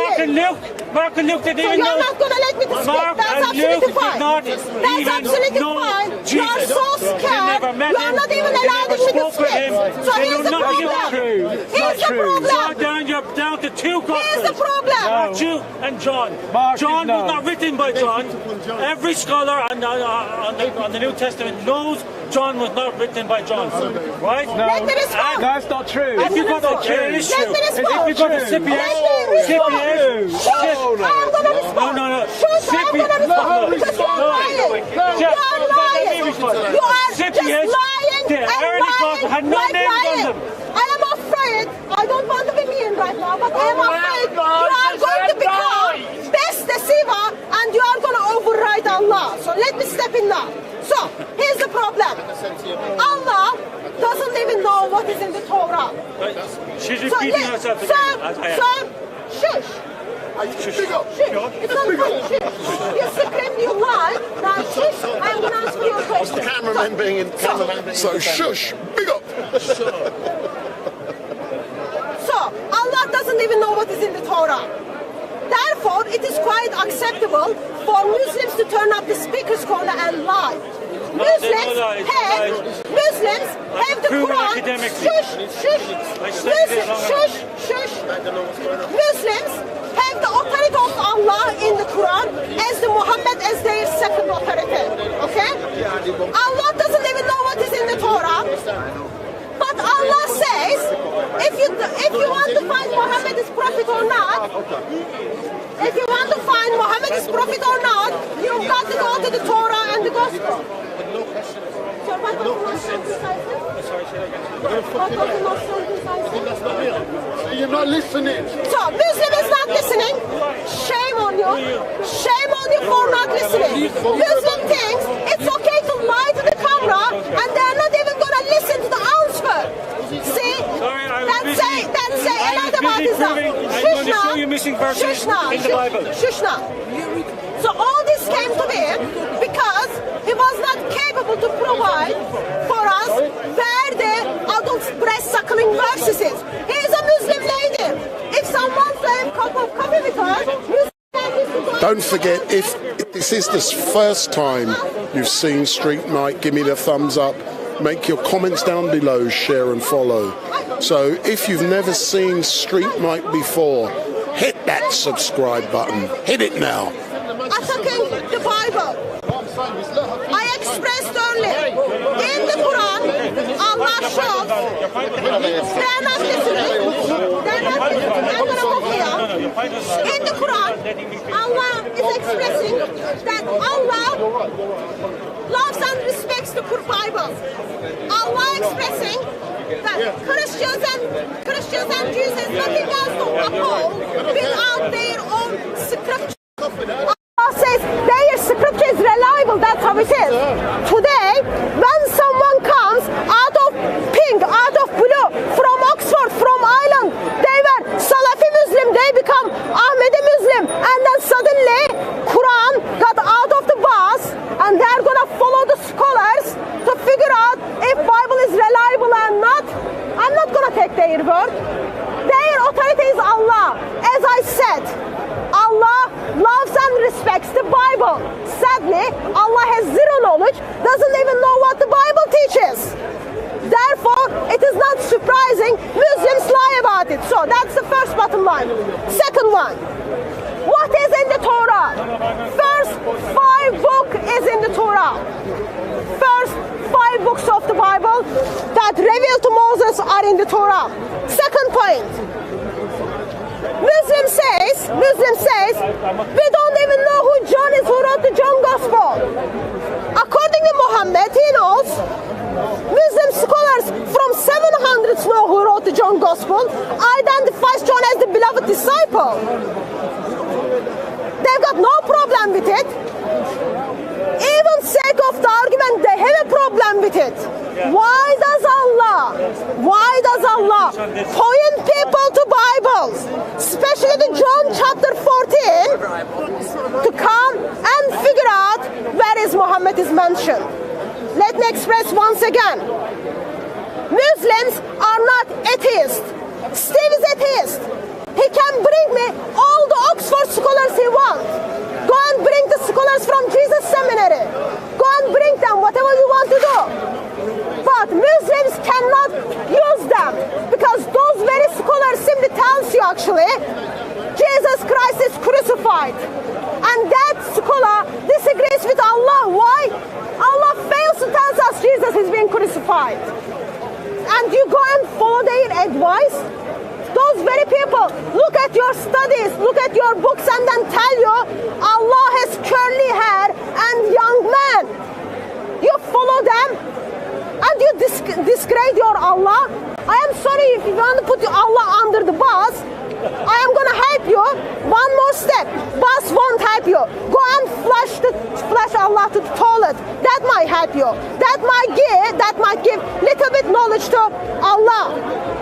John Gospel is written by the disciple of Jesus called John. There is no any other alternative. Luke Gospel is written by physician who went around and then met with the disciples of Jesus and then did the research and then write the biography of Jesus down. Of course, Gospels were not exist as a book form in the life of Jesus, because Gospels tells us about the life of Jesus. Don't you find that strange? And the next one is Matthew. Matthew is a Jewish. Matthew is a Jewish who writes his gospel to the Jewish people. Mark, disciples of Peter, writes the biography of Jesus from the Peter, and then writes down the biography of Jesus.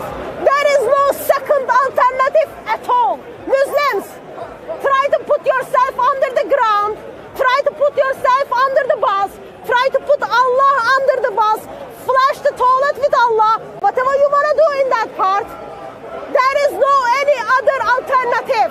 Okay, now. Four Gospels tells me one story. God the Father loved the world so much. God the Son stepped into the world, gave himself on the cross for humanity. Those who believe in him will have eternal life. If you want to have eternal life, you need to believe Jesus is the Messiah. You need to believe Jesus is the Son of God. By believing in him, you will have life. That's how it is. That's the bottom line it is. So today, Muslims can lie about the preservation of the Quran by saying, oh, it is all the same root.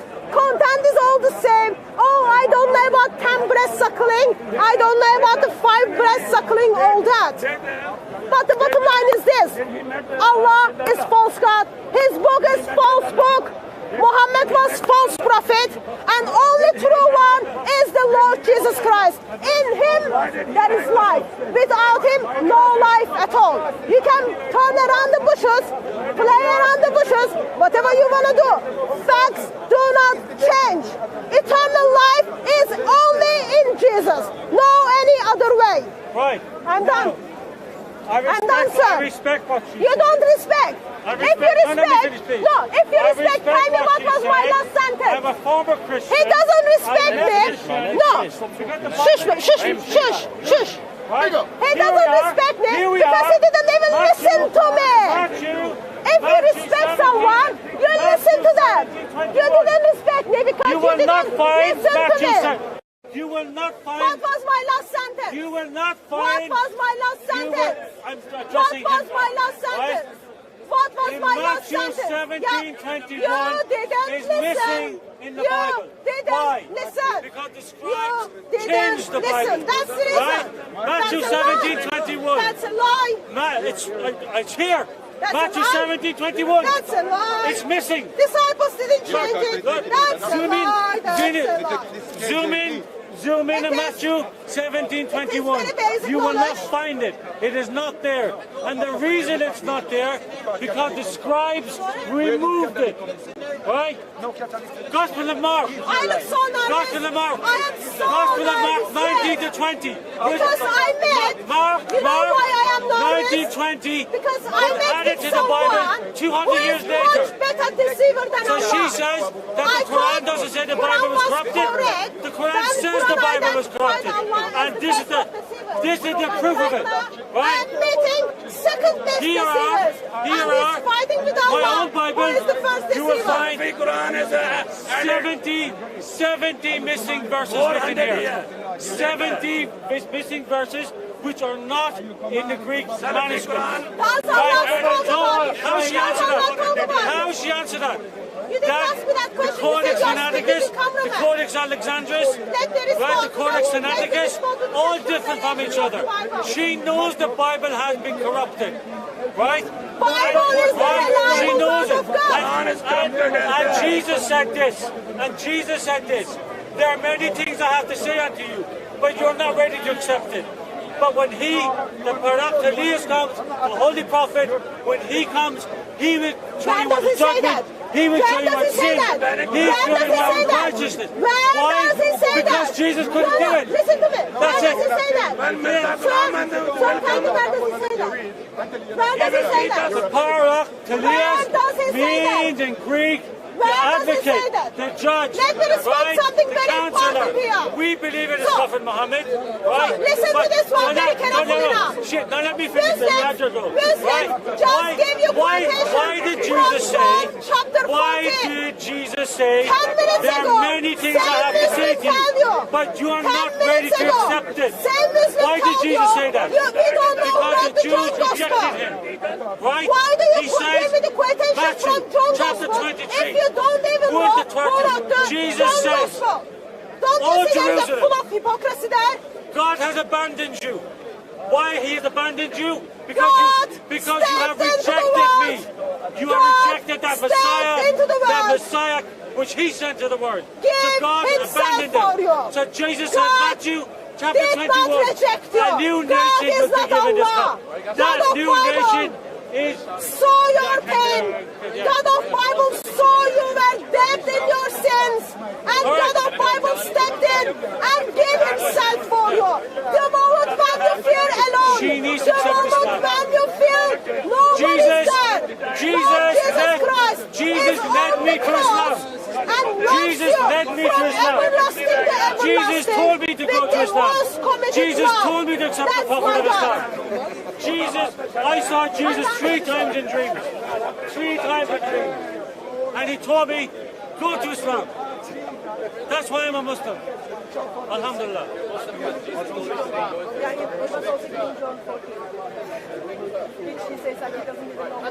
So,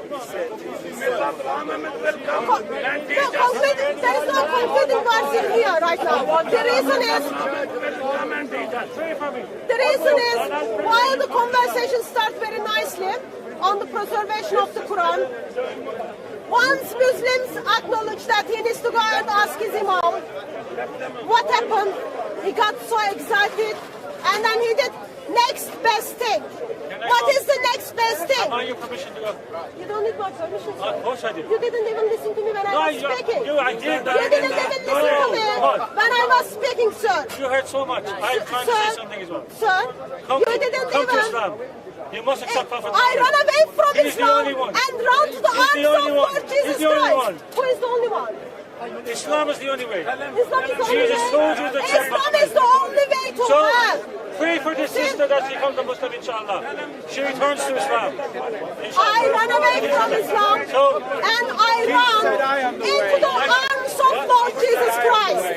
You know why I run away from Islam? Because I didn't need to be Einstein to find out. I didn't need to be Einstein to find out Islam is false religion, Muhammad is false prophet, and Quran is false book.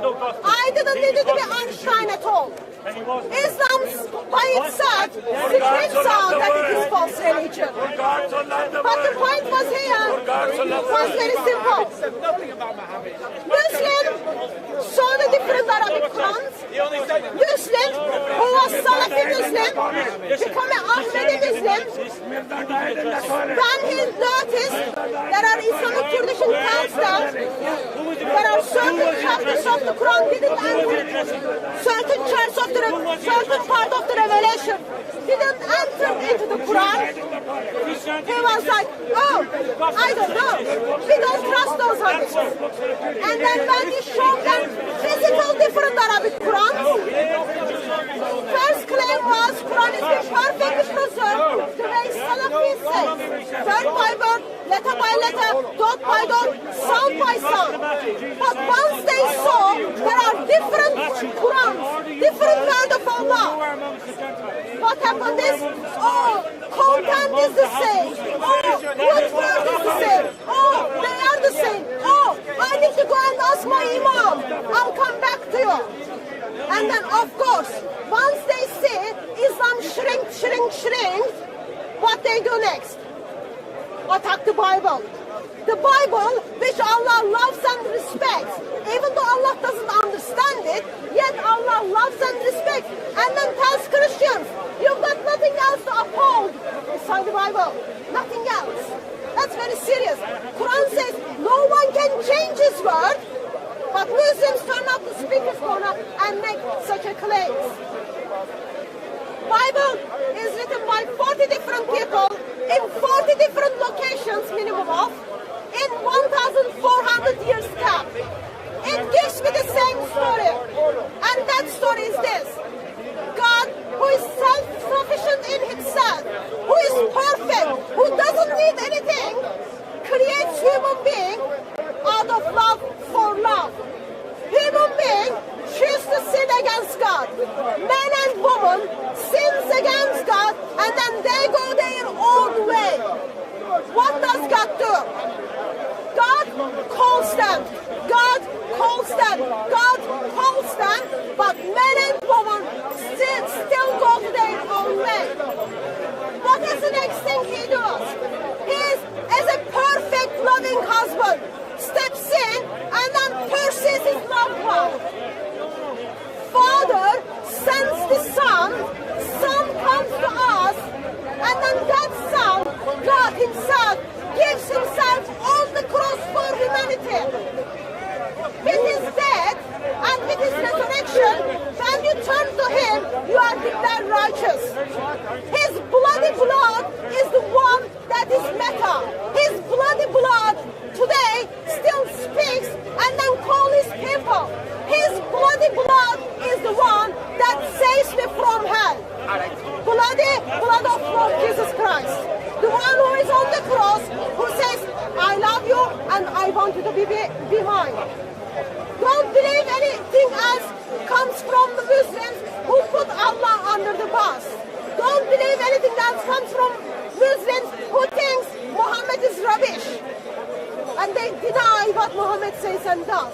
Don't believe that. You've got the Bible in your hand, open it, read it, and you will know. It is one of the most reliable books out there. It is very word of God. Written by humans, inspired by the Spirit. That's the Bible is. Very trustworthy. But you've got to, don't focus on, this. Because writings are not the ones gives you life. People in this world are not the ones gives you life. It is only Lord Jesus Christ who gives life. Keep your eyes on him. Focus in him and continue to delight in him. There is no any other way. I told you needed to go to the prayer. I told you needed to go to the prayer. You've been crying for an hour. See? Even Ahmadiyya Muslims lie. Even them lie. Hatun, good afternoon. If you can step forward, my darling. This is the second week. Oh, that's no problem, Hatun. So, this is the second week you're back. What's it been like for you being out on such a beautiful day debating? I expressed last week, doesn't matter where I am. Doesn't matter, I am in Yemen, I am in Saudi Arabia, I am in Miami. Doesn't matter. Certain things are fact. My location doesn't matter.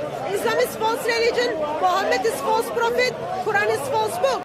Those things hasn't changed much. Excellent, and it's going to be short. A question for you.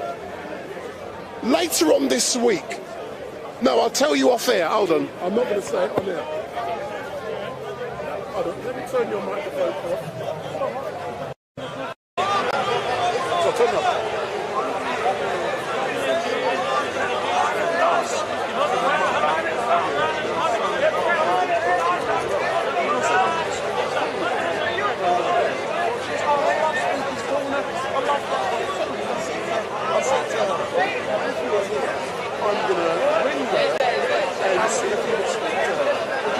Just to say hello.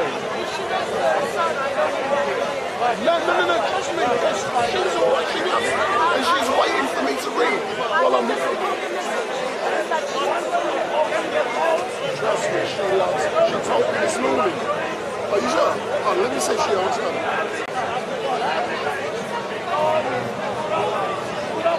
And also the dad, when they said they love watching something, because they run me out, let me say that.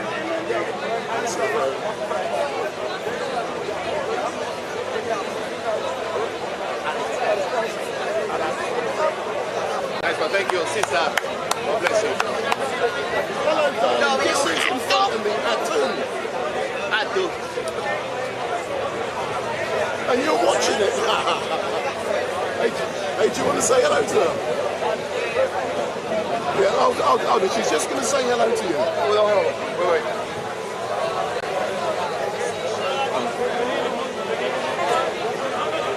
It's like they're watching.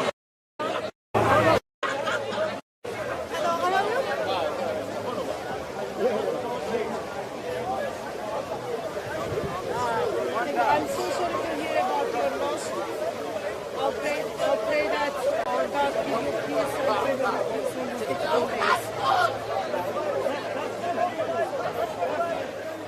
So, turning the volume off. So, later on this week, I'm actually doing a funeral, and Hatoun is speaking to the mum of the person who has passed, because I spoke to the mum this morning, and she says she loves Hatoun and she loves Speaker's Corner. So I said, you know, if I get the chance, I will. So how was that, my dear? Hey, you enjoyed that, man? And you're watching it live on air? Yeah. All right then, thanks a lot, yeah. And at least you know I'm telling the truth, you're watching it live. Yeah. All right then, man. Bye.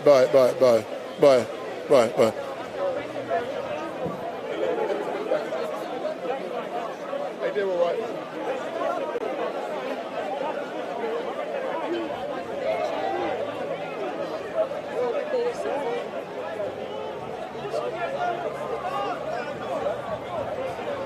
Beautiful.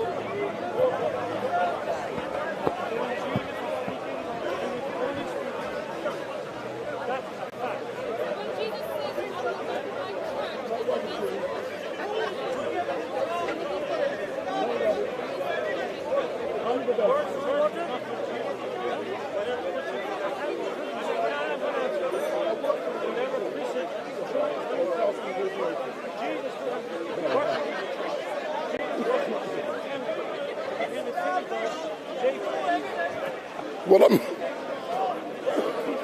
I'm going to try and see if there's a few more contributors down here. But where's Bob? Let me try and catch Bob, and then I'll come back. So I'll try and catch Bob for a little while, and I'll come back here. So let me catch Bob for a little while, and I'll be back. Thanks a lot for that, yeah?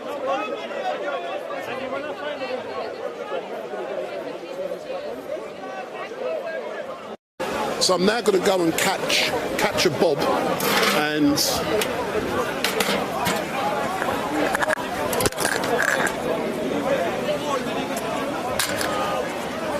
Pavlo's.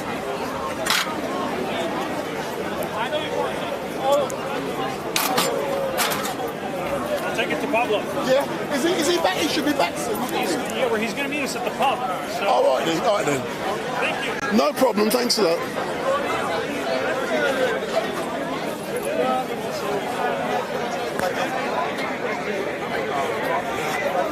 It's great to see you at Speak. Are you at Speaker's Corner specifically, sir? I was going to interview you.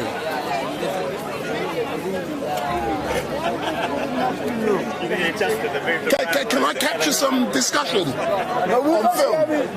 Was it private? Yeah, it was private. Yeah. It's all right,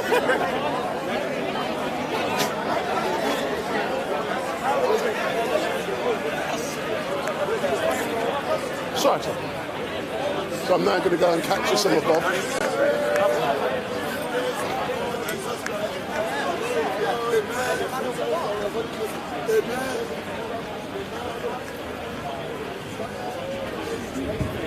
Excuse me, sir. Excuse me.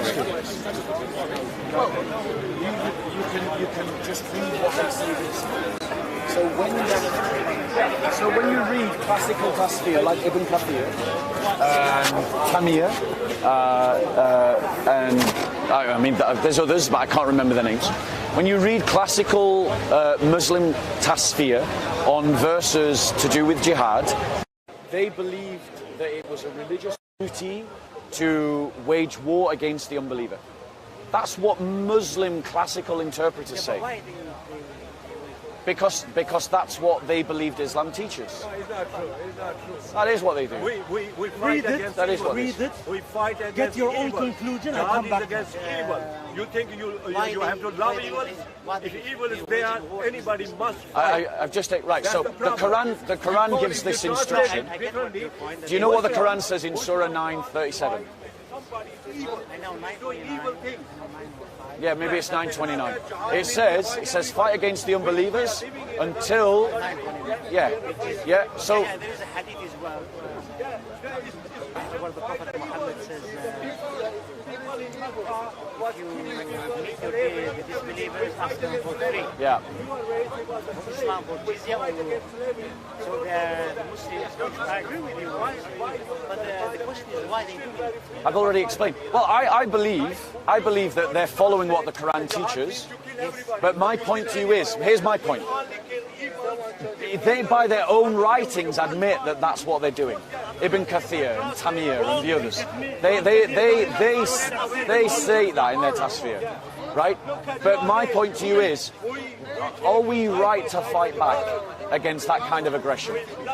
Should we fight back? Do Christians have the right to fight back? Bob. Why Muslims fight? I've answered this question. That's exactly what the Quran is. And it's not only the Quran, it's also Muhammad's own example.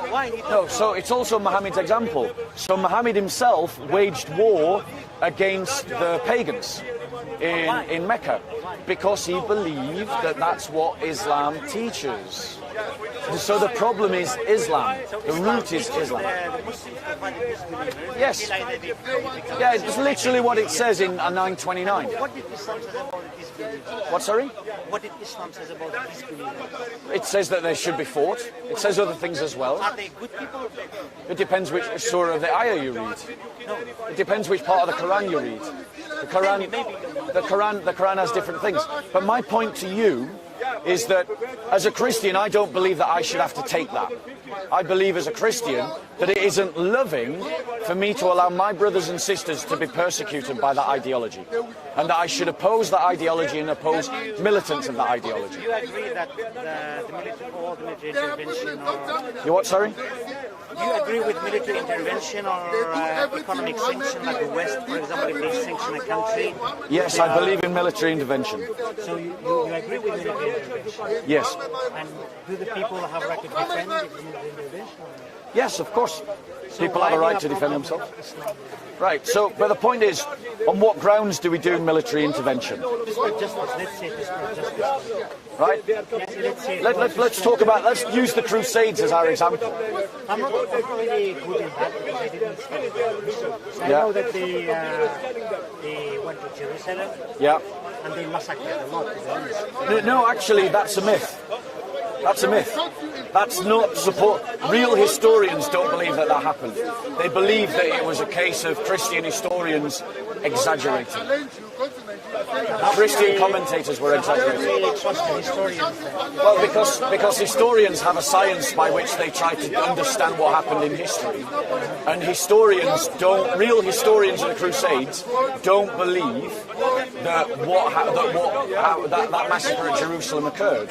There were massacres, there's no getting around it. But Muslims also have massacred people, right? But the point is, Muslims massacre people, and it follows Muhammad's example, because Muhammad allowed a massacre of the Jews of the Kaaba. Do you know what happened to the Jews of the Kaaba? They were massacred. Yeah, right. But Jesus, I'm not interested in defending Muhammad's crimes. What I'm pointing out to you is that Muslims, when they do these crimes, are following Muhammad. But a Christian, you can't show me a verse in the Bible that justifies me massacring you. For example, the New Testament, I think, supports slavery. The New Testament didn't ban slavery. An atheist, for example, they would say the same thing about Christianity. They say, why did Jesus not ban slavery? I just want to show you, as well as StreetMic, that I'm not making this up. I'm going to quote. I'm not against what he's saying. I'm going to quote Ibn Kathir. This is Ibn Kathir's Tasfir on 9:29. This is what he says. Allah commanded his messenger to fight the people of the scripture, Jews and Christians, on the 9th year of Hijrah. And he prepared his army to fight the Romans and called the people to jihad, announcing his intent and destination. Ibn Juzay also states in his Tasfir, says the verse is a command to fight the people of the book because they claim Allah has a son. So your classical commentators are saying that the verse Surah 9:29 is about fighting Christians because they're Christians. I'm quoting your own classical commentators here. I am not against that. They didn't say you are wrong or you are right. They didn't say that. Yeah, that's true, the verse you read. Yeah. But what if Islam says about people who believes that God has son? What's that? What if Islam says about disbelievers? Well, so let's try and move the conversation forward, because before we do, I actually would like you to answer my question. Can Christians fight against jihadis? Would you agree that Christians can fight against Islamic supremacism? As a Muslim, if Muslims they invade a country or there's a Muslim Christian country or whatever to spread Islam, I am with them. I support it 100%. There you go. So there you got it on camera.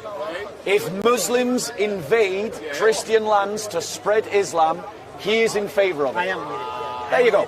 And these are the kind of Islamist dogs that we face in the park. Their Islamist ideology. And you should be opposed. I think you should be deported from the country. So I don't like freedom of religion. Yeah, you shouldn't be here. You should be forced to leave. My country will be better without you in it, and I think you should be expelled from the country. So I have no right to believe what If it was up to me, you would not have the right to be here. Do I have a right to believe what I want or not? You don't. If it was up to me, you would not have the right to be here because of your beliefs. So what's the difference between you and Islamists? Right, here's the difference. Is that you have said on camera that if Muslims invade Christian lands to spread Islam, you're 100% in favour of it. I would never say that. That's the difference between the two of us. I would never say that Christians should invade Muslim land to spread Christianity. I would never say that. However, I would say that if Islamists like you are persecuting Christians, and the way to protect Christians is to invade Muslim lands, then we should do that. No, I'm not saying that it's okay to persecute Christians. Well, you just did. No, I say if they went to spread Islam, that's what Islam says anyway. The verse you read. Exactly. Well, there's no dispute. I've won the argument. I'm not saying that, but if you said that you should not believe in here, that means you are against freedom of religion. I am against freedom of your religion, yes. So what's the difference between you and Islam? Right, the difference is that if you were saying this bullshit back in Mecca, I'd let you do it. What do you mean? Like, if I think, let's be clear, I think the British government should kick you out of this country. If you have citizenship, the British government should remove your citizenship. You believe that? I think, no more, I'm finished. I also think that you should be sacked from your job. I also think if you have any children, they should be taken away from you. And I also think that your marriage should be annulled, you should be kicked out of your country, and your wife should be left destitute, and your children taken into custody and raised as Christians or Jews. That's what I think. Because they believe this. Because you believe that what you believe. Okay, so what's the difference between Islam? Right, so the difference between there you go. The difference between the Islamist and me is that if you were teaching that bullshit in the Muslim world, I wouldn't invade your country to make you a Christian. But you believe in invading Christian countries to make them Muslim. Islamists, they believe that your belief is a bullshit. That's what they believe. Yes, but again, you've not heard it, have you? I don't believe in invading Muslim lands to make people Christian. You believe in invading Christian lands to make them Christian. I don't believe that God has a son, and you believe God has a son. Because you believe that invading someone's country is a crime, right? Yes. Yeah, I believe that anyone believes God has a son is a crime. Unless it's justified, unless it is justified. How justified by what statement? Right, well, let's hold on one second. So let's have that conversation.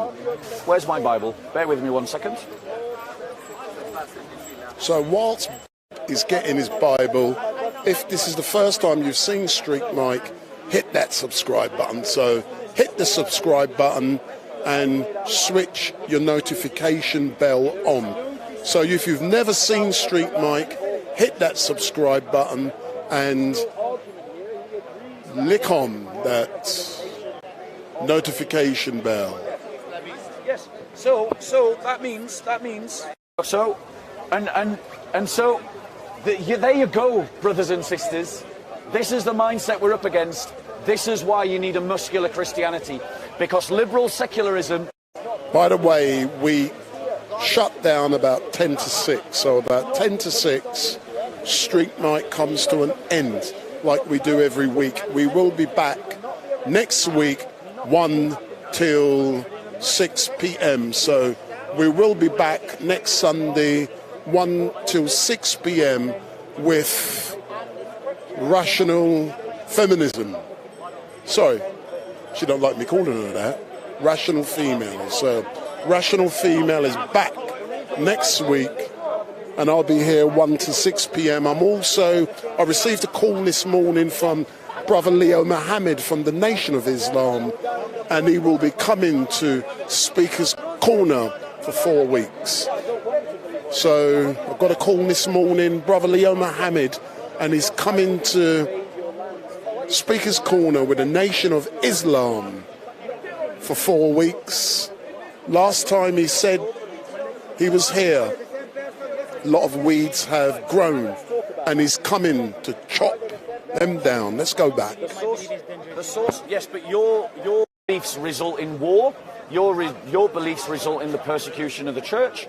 Your beliefs result in the invasion of lands that aren't your own. It results in theft. And Jesus said, you will know them by their fruits. Yeah, but your belief is against Allah, is against Islam. Right, so let me ask you this question. Right, in Surah 43:81 it says this. Surah 43:81. I'm not really an expert in that, so... Okay, that's fine. I would agree with the verse. I would agree with let's think about what it says. It says this. Say, if Allah the Most Gracious had a son, I would be the first to worship. So this is Allah saying to Muhammad, say these words.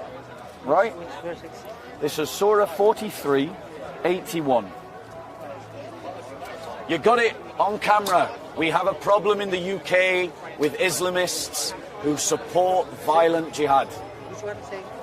So Surah... Well, all the Muslims are supporting jihad, not just me.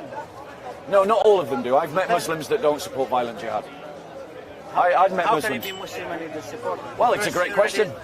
It's a great question. It's a great question. The verse you read is nice. And you know what it shows to me? It shows me that there are some Muslims who are better than Islam. And those are the kind of Muslims that I can live with. So when you go away from today, you've got to remember that I'm not against all Muslims. I'm just against you and Muslims like you. Because of my belief. Yes. I'm moving away for a couple of seconds and I'm going to be saying hello to a few people who are in the chat. I'm just going to flick the button. So let's start. Don Hugh, Info, Fahim Yusuf, One Check My Playlist, Mikem, Simkia, Fahid Youssef, Isini Norfolk, Santuz, Fat Loba, Flick the Bell, Ivan Mombeek, Free Speech, La Tourist, Fahim Martin Allen, 992S, James, Rational Female in the chat, she had to come. Check her, man. Leave Rational Female. That's my second wife. Christopher Dykes, Brother Leo 992S, Brother Leo Mohammed is bringing a gang. Don Hughes, Sunny Sparkles, Pact of Omar. I seen in Norfolk, Brother Leo is the Nation of Islam.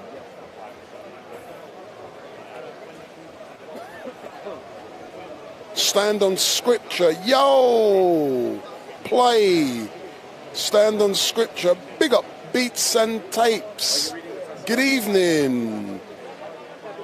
My name is Wendell Daniel and welcome to StreetMic, and we are coming to you live and direct from the regular Sunday mayhem down here at Speaker's Corner, and this is Speaker's Corner Unleashed.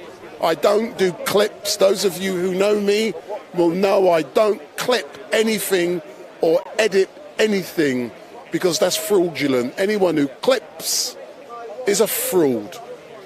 Don't trust clips, and I don't do them. And we are going to be back next week, 1 till 6 p.m. So if you want to know what I'm doing in the week, go on the YouTube, StreetMic live stream in the community section, and you will find out. I did a funeral last Friday for a young lad, Tyrese Miller, who was murdered in a part of London, and we did his funeral on Friday in Croydon, and he was shot dead, and his mum gave me the go-ahead to put his funeral on live stream, so it's all on my channel, and you can see an interview with the mum of the deceased who was shot dead in Croydon.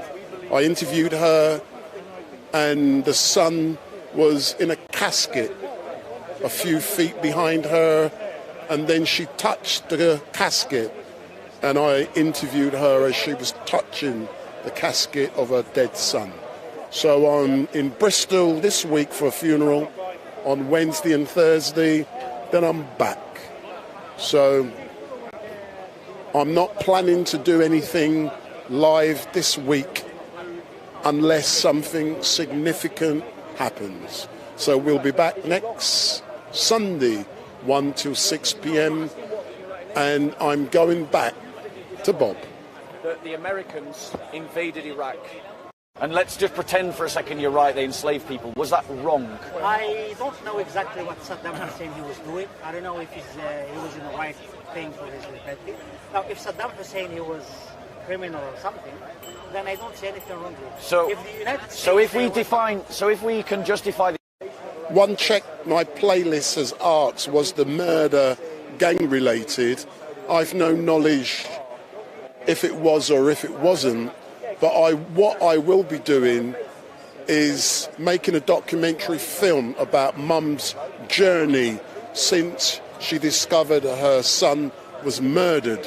The trial is going to be starting next month. No, sorry, the trial is starting, I believe, on the 19th of July, and I will be following Mum's journey as she goes to court, as she hears the evidence, and we will be making a documentary film, because something like that, child being murdered, and that journey you've gone through, that is educational, emotional, and it is important that people learn from what has occurred.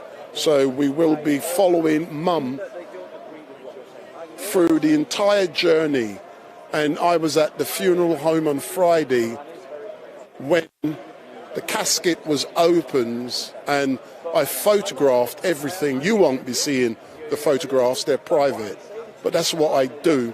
So I've seen the son, he was shot, and if you look at Google Tyrese Miller Croydon, so Tyrese Miller Croydon, you will find out he was shot. We also stopped at the location on Friday where he was shot. We got out of the family car, because I travelled and I filmed inside of the family car. So that's all on my channel on Friday, just gone. So let's go back to Bob. And that when we enslave them, they become war booty that we can rape. That we should stop the building of churches. That we should sorry, my apologies. Stop the building of mosques. That anyone who converts to Islam should be killed. That anyone who proselytizes Islam should be punished. Would you say that that is an Islamophobic party? If that's what God exactly wants, I'm not going to say it's Islamophobic. But that's not answering my question. No, you didn't. You gave a condition. I didn't ask you. I didn't ask you an if. I said, would you say that that is wrong if someone did that? Yes, I would say it's wrong. Right. Based in Islamic teachings, I would say it's exactly. Wrong. And this is why my religion is superior to yours, because my faith teaches that the good that I want for myself is the good that I should try to get for you. So, I don't want to be enslaved. So I would. One second. I don't want to be enslaved, so I don't want you to be enslaved. I don't want my sister to get killed, so I don't want your sister to get killed.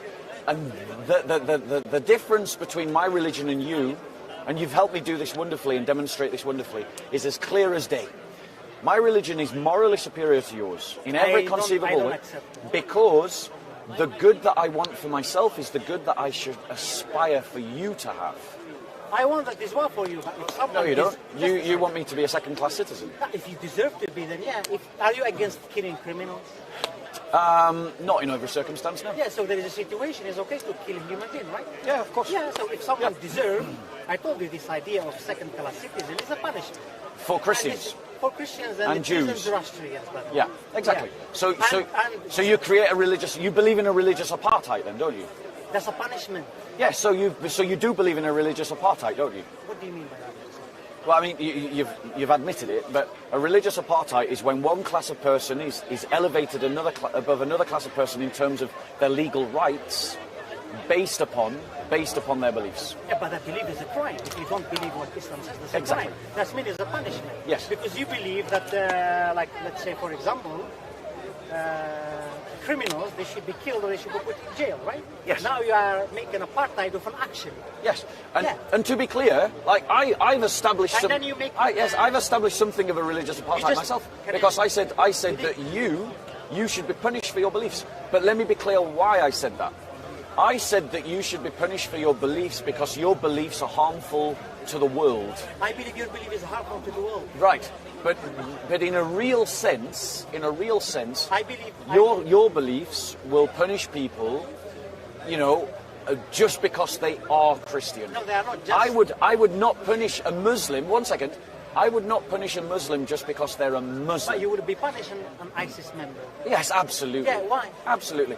Well, because ISIS have committed genocide against Christians. They forced all the Christians out. So it's a crime when they do it? Yes. Yeah, Muslims, they believe that if you don't believe in God, you don't worship God, you are a criminal. And you will be punished. That's what we believe. I know. Yeah. So But the question is, within the Christian worldview, there are some punishments that are left to God, and there are some punishments that are left to the secular world. So when it comes to, well, firstly, Islam is false. But in terms of the division, the reason why some punishments belong to God, it's because they are crimes uniquely against God. So you're not worshipping God, you're not following the truth. Because God wants you to enter into a relationship with him lovingly and freely, the state should not punish you because of your beliefs. Because in our religion, God wants you to enter into a relationship with him freely, and that means with love, or with love, and that means freely. Let me finish. However, your beliefs that you've advocated about religious apartheid, about invading Christian lands, about, you know, discriminating against Christians. Yeah, all lands. Yes. You're a very honest jihadi. But the point is, that belief punishes people temporarily for crimes that are only against God. They're not against their fellow man. If a Christian believes and worships the Trinity, but say they never even tell anyone else, they're not committing a crime against any other human being. But you're saying you're going to punish them anyway, in the secular world. And that's another reason why Christianity is superior to Islam, is because we make a distinction between crime secularum and crime spiritual. And crime spiritual are for God to judge alone. Will Jesus not going to punish people in his second coming? Yeah, so why he will punish them here? Right, so in terms of punishing people in the secular world, we punish people in the secular world based upon the crimes that they do to their neighbour. No, but Jesus, when he's coming I'm talking about the Christian worldview here. This is what we Christians do.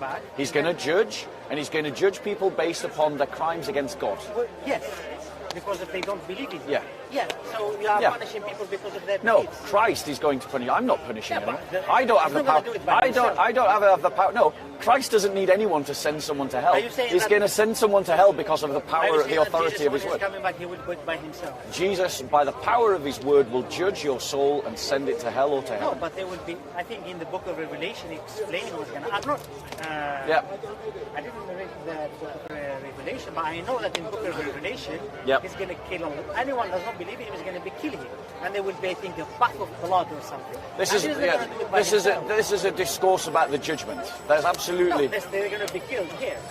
That's one. No. That's only one way that you can interpret the text. There are other ways to interpret that text, and that's only one way. But I can do it. I can interpret. It's within the latitude of interpretation, and there are Christians that have that interpretation. So I take that interpretation. That's fine. I can say you are dangerous to the atheist. But a Christian does not punish people based upon that revelational text. They do. He's going to kill them because they don't believe in him. No. Atheists, agnostics, Jewish, No. Muslims. No, because Christians, unlike Islam, we can learn from our mistakes. We made this mistake in our past, right? What do you mean? So it is a mistake because you can't know someone's heart to judge it. You can only wait 1 second. You can only know someone's actions. You can't know their heart. Is that fair? Yeah. Right. So in terms of someone's belief, you can't judge them based upon their belief. But actions. How do you know that someone isn't a Christian out of ignorance? By his actions and his saying. Is it if someone is a Christian out of ignorance because they don't know the truth of Islam and the light of Islam, they're only Christian because they're ignorant. Is it right to punish people for ignorance? No. Before we punish hold on 1 second. Hold on 1 second. If you're because there's a logic here. If we admit that there are some Christians who are only Christian because they're ignorant, but all Christians get punished because they're Christian, does that mean that you're punishing people who are ignorant? No. Before we ask in jizya or waging war, we invite people to Islam first. That's what first we do. Yeah. And then who is going to do that is the head of state. He's the one to decide what. But perhaps he makes a really bad representation of Islam. Who? The Caliph. Perhaps he makes a representation of Islam that's so bad that people just go, I can't believe that, because he didn't explain Islam properly. Are you saying that every Caliph is an expert in Islam? They have to. Because for you to be a caliph, you have to be an expert in Islam. Well, unfortunately, considering the amount of Muslims that have rebelled against other Muslims and set up opposing caliphates, clearly even Muslims don't believe that historically. What do you mean? So you know and I know that Muslims have rebelled against Muslim caliphs and established other caliphs. So clearly, your view that every Muslim caliph is an expert is not one that has been shared by Muslims historically. No, it should be. I didn't say all of that. Right, but exactly. So the point is, in a hypothetical, horrible situation where Islamists are in control, not just in Islam, and the caliph is making a representation to Christians. Perhaps he is ignorant of Islam and makes a bad representation. So if those Christians then reject a bad representation of Islam, have they rejected Islam or have they rejected a bad representation of Islam? They rejected a bad representation. Right, so if they have rejected a bad representation of Islam, but the legality of being invited to Islam has been made, and they reject the bad representation of Islam and then are punished because they reject the bad representation of Islam, are they being punished because they're ignorant?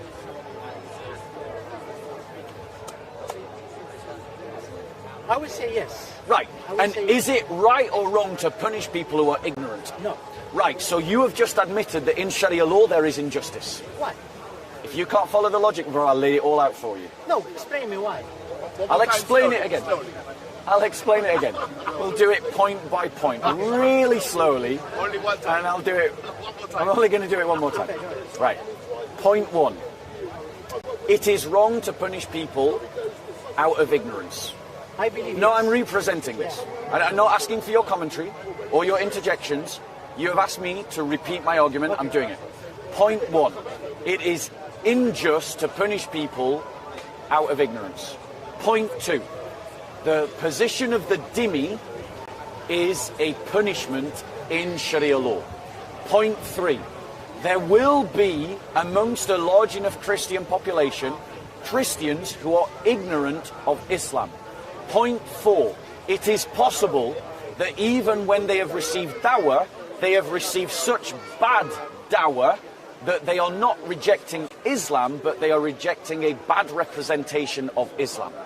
Point five, such people who reject the dawah, the invitation, are punished as dhimmi. Ergo, therefore, Sharia is punishing ignorant people. That is injustice. No. Right, go and explain why not. Sharia does not punish ignorant people. Ignorant people. So explain where my logic was wrong. That's the fault of the caliph. If the caliph is ignorant, okay, first of all, he shouldn't be there in the position at all. No. So what has Sharia to do with that? We cannot punish someone until we explain to him Islam. And for you to explain Islam, you have to be. But if the caliph says, I've explained Islam to you, and he did a bad job, and they reject the bad job, would they be made a dhimmi? Answer that. What do you mean? I mean, the question was really clear. No, I have to answer you properly because I don't want to make a mistake. Yeah, so let's do this again. So if a caliph invites people to embrace Islam, but makes a bad job of the sales pitch, and some of the Christians reject the bad sales pitch, in the Sharia law, because let me finish, would they be made dhimmis? So you mean that the caliph, he misrepresented Sharia law, and they reject the misrepresentation. Because they have been invited to Sharia law, would they be made dhimmis? Because they've received an invitation from the caliph to embrace Islam. Would they be made dhimmis? Oh, a Christian is a dhimmi. If he pay the jizya, he's a dhimmi. Yeah, that's not answering my question. Answer my question. In the situation I've described, which has followed all the things that you've laid out as necessary things... Okay, I will answer you now. If I know that the caliph is wrong, I don't believe that the Christian is a dhimmi. That didn't answer my question. Yeah, I'm answering. Yeah, but under Sharia law, would the caliph make them a dhimmi? Yeah. Right, so therefore, ergo, my argument stands, Islam commits injustice, and your own admission, your own confession shows that. But how? I literally laid it out for you, bro. You followed it. Did you follow the argument? He weren't even listening. Listening. Ask your viewers if they followed the argument. That's the mistake of the caliph. What has Sharia to do with the mistake of the caliph? For example, there is George Bush and Tony Blair, they did a mistake, yeah? That's irrelevant. Why is it? Right, because the example, I'll lay it out for you again, right? Look, brother, we've got your bang to rights. Muslims invade lands that aren't their own, they conquer people that aren't their own, and then they have a religious obligation to invite people to embrace Islam. Now, invite them before they invade. And when they've invaded them. Before they make them a dhimmi. That's what you actually said, bro. Unfortunately, I didn't say that. you literally did, and the camera shows that you did. I didn't say that. Islam says that. I mean, you can be as obtuse as you like, but that's what Islam says. Exactly. So I'm not misrepresenting Islam, then, am I? Yeah. So why are you objecting? No, you said if I'm not misrepresenting Islam, why are you objecting? Other than to be obtuse. They punish innocent people, right? Yes, and I've proven that. I've explained that to you. That's not Sharia. Okay. That's the mistake. Explain back to me what my argument was. You said that if a caliph misunderstood the Sharia, for example, and imposed it to the dhimmis... No, I didn't say that. That's what you said. No, I did not say that. What did you say? So you weren't listening. So what did you say? So let's do this again. Right? So if the caliph has conquered other people's lands, and before making Christians dhimmis, he invites them to Islam, but in the process of inviting them to Islam, he makes a bad representation of Islam that the people then reject, because they're rejecting a bad representation of Islam, right? And they don't know any better. But what do you mean? The caliph will then make those people who are ignorant of Islam dhimmis, and being a dhimmi is a punishment, which means that the caliph and Islam are punishing ignorant people, and that is an injustice in Sharia law. What do you mean by the caliph make a bad decision about this? You weren't even listening again. He misinterpreted the verses. A bad representation is what I said. What do you mean by bad representation? He just represents Islam badly. Fill that however you want. He misrepresents Islam. Like he doesn't teach it properly. Yeah? He teaches... It's something that makes the Christians think that they're going to enter into polytheism, and they reject it because they think they don't want to be polytheists. Because the caliph speaks in a bad way. If the caliph is a bad way... No, he speaks in a bad way. No, if he speaks in a bad way or he misinterpreted the verses, he thinks that, oh, this is the right thing, for example. Yeah. Okay? Definitely the Christians, they will be dhimmis, and they have to pay the jizya. Right. So that means that they're rejecting a bad representation of Islam, but you said that punishing ignorant people is unjust, and that means Sharia law is unjust, because it is punishing people who may be ignorant. But what has Sharia law to do with this caliph? I literally just explained it to you. You didn't explain, because that's because you're being deliberately obtuse. No, that's the mistake of the caliph. He misunderstood, for example, the Sharia law. He misrepresented Sharia law, is what I said. He misrepresented. And the people reject the misrepresentation. No, do they know that what he's doing is wrong or not? No, they don't. They're ignorant. Okay. So they don't know any better. What has Sharia to but because they reject his invitation, do they get made dhimmis? Yes. Yeah, they will. Exactly. So, and is being a dhimmi a punishment? It's a punishment. Yes. So therefore, ignorant people are being punished according to Sharia law, and you said that was unjust. Thank you very much. I did.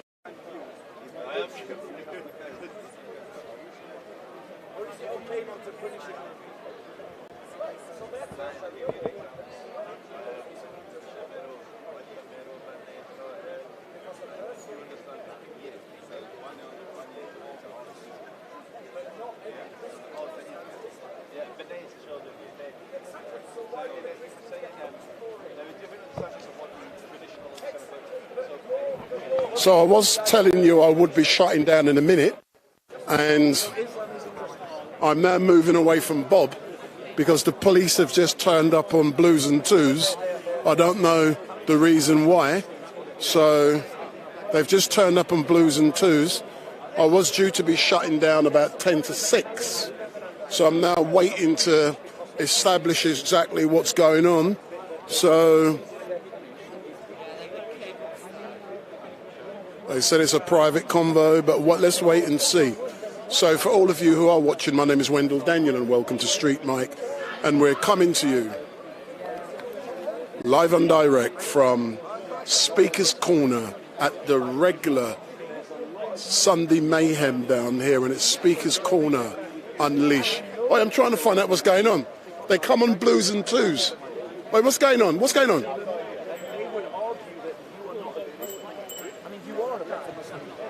So let's try and find out what's going on. Follow the Copa. I am, don't worry about me, mate. Follow the Copa StreetMic. Big up!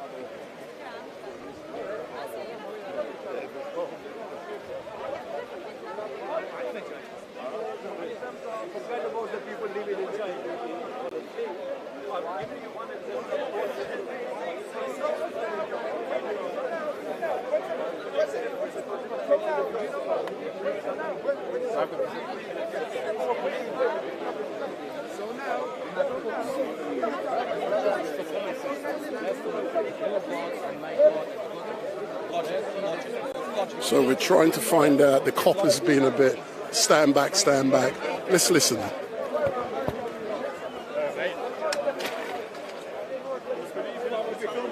Shut the fuck up, this is a public place. What are you talking about? And then you mind what you say to me, Ladies and gentlemen, this is not a big incident and it's not something for YouTube broadcast that's going to get clipped. So are we allowed to film though? No, because I'm speaking to them, it's private. Why not? Because I'm going to ask him details of the private. All right, so you can step over that way, yeah, but we can still film. Which is what I'm asking him to do. All right. All of this, the other neighbors, yeah, just switch off the camera, yeah. They're gonna, I think they're gonna ask him a question. So just maybe switch off the camera.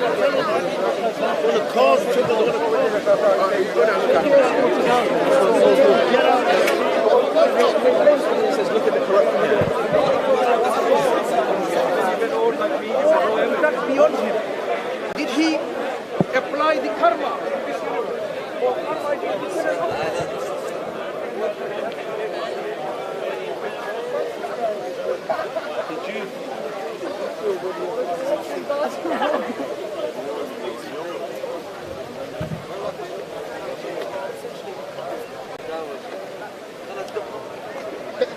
StreetMic. Big up. So what happened there? Say, I don't know. You're StreetMic, bro. Big up, big up. Go StreetMic. Follow them, StreetMic, bro. Hey, I can just zoom in, man. I don't have to get too close. Oh, what happened? Yeah, no, he's called the old Bill.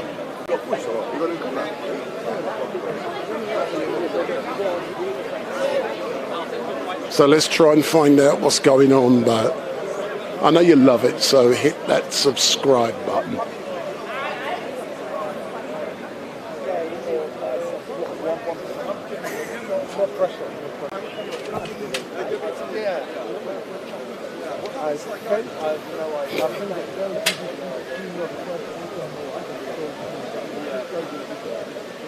So there's the old Bill. They don't like being filmed, and I know you lot love it. Unless there's police, unless there's a fight. That's where you get your adrenaline from. So I'm pissing them off. But they can't do me nothing. So we are live and direct from the corner. Look, I just put in my leg. Look. It says 99.9%. I know if you put proper butter, it won't be like that. You know? Let me see if I follow the right number. Just got to watch stuff and the watch stuff and that's it. And then you can set it for the lockdown. I need to work.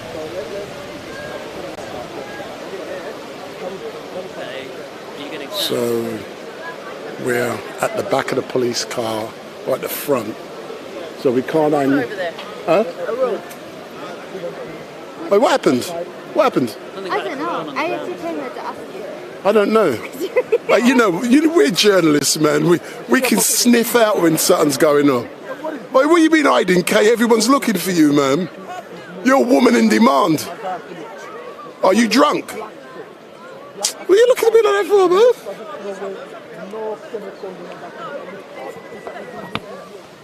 Because I got a mic the size of yours, I'm just saying. You like I got a big one? You're not called StreetMic for nothing. Anyway. Big up! I've got to go over and nose on these, but because of that concert, the streaming is really heavily disrupted. So I was forced, circumstantially, to go to an establishment where my stream. Oh, but you know something? I don't get that problem because I got 4 networks I'm on now. Oi, oi, oi. Jesus. If you go there, that copper gets pissed. No, you know He what? gets You pissed remember? off. The Quran was on a pile of paper. A rules Quran. He put it down on some paper. There's the favourite copper. How are you, sir? Big up, big up, big up, big up, big up. That's our favourite copper. I'm coming back. Hey, he's going to move off as soon as you go there. I want to watch me. No, but you're not undercover. No, you're behind the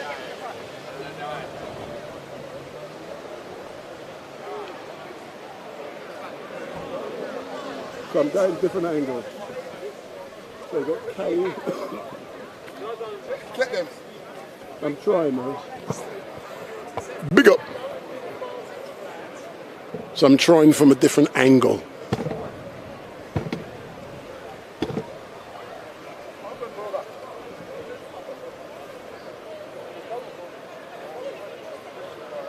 That's K. I'm out the way. Why they put it around the corner? What are you going to do to it? So don't forget, if it's the first time you've seen StreetMic, so our man's now showing the coppers the video of something. So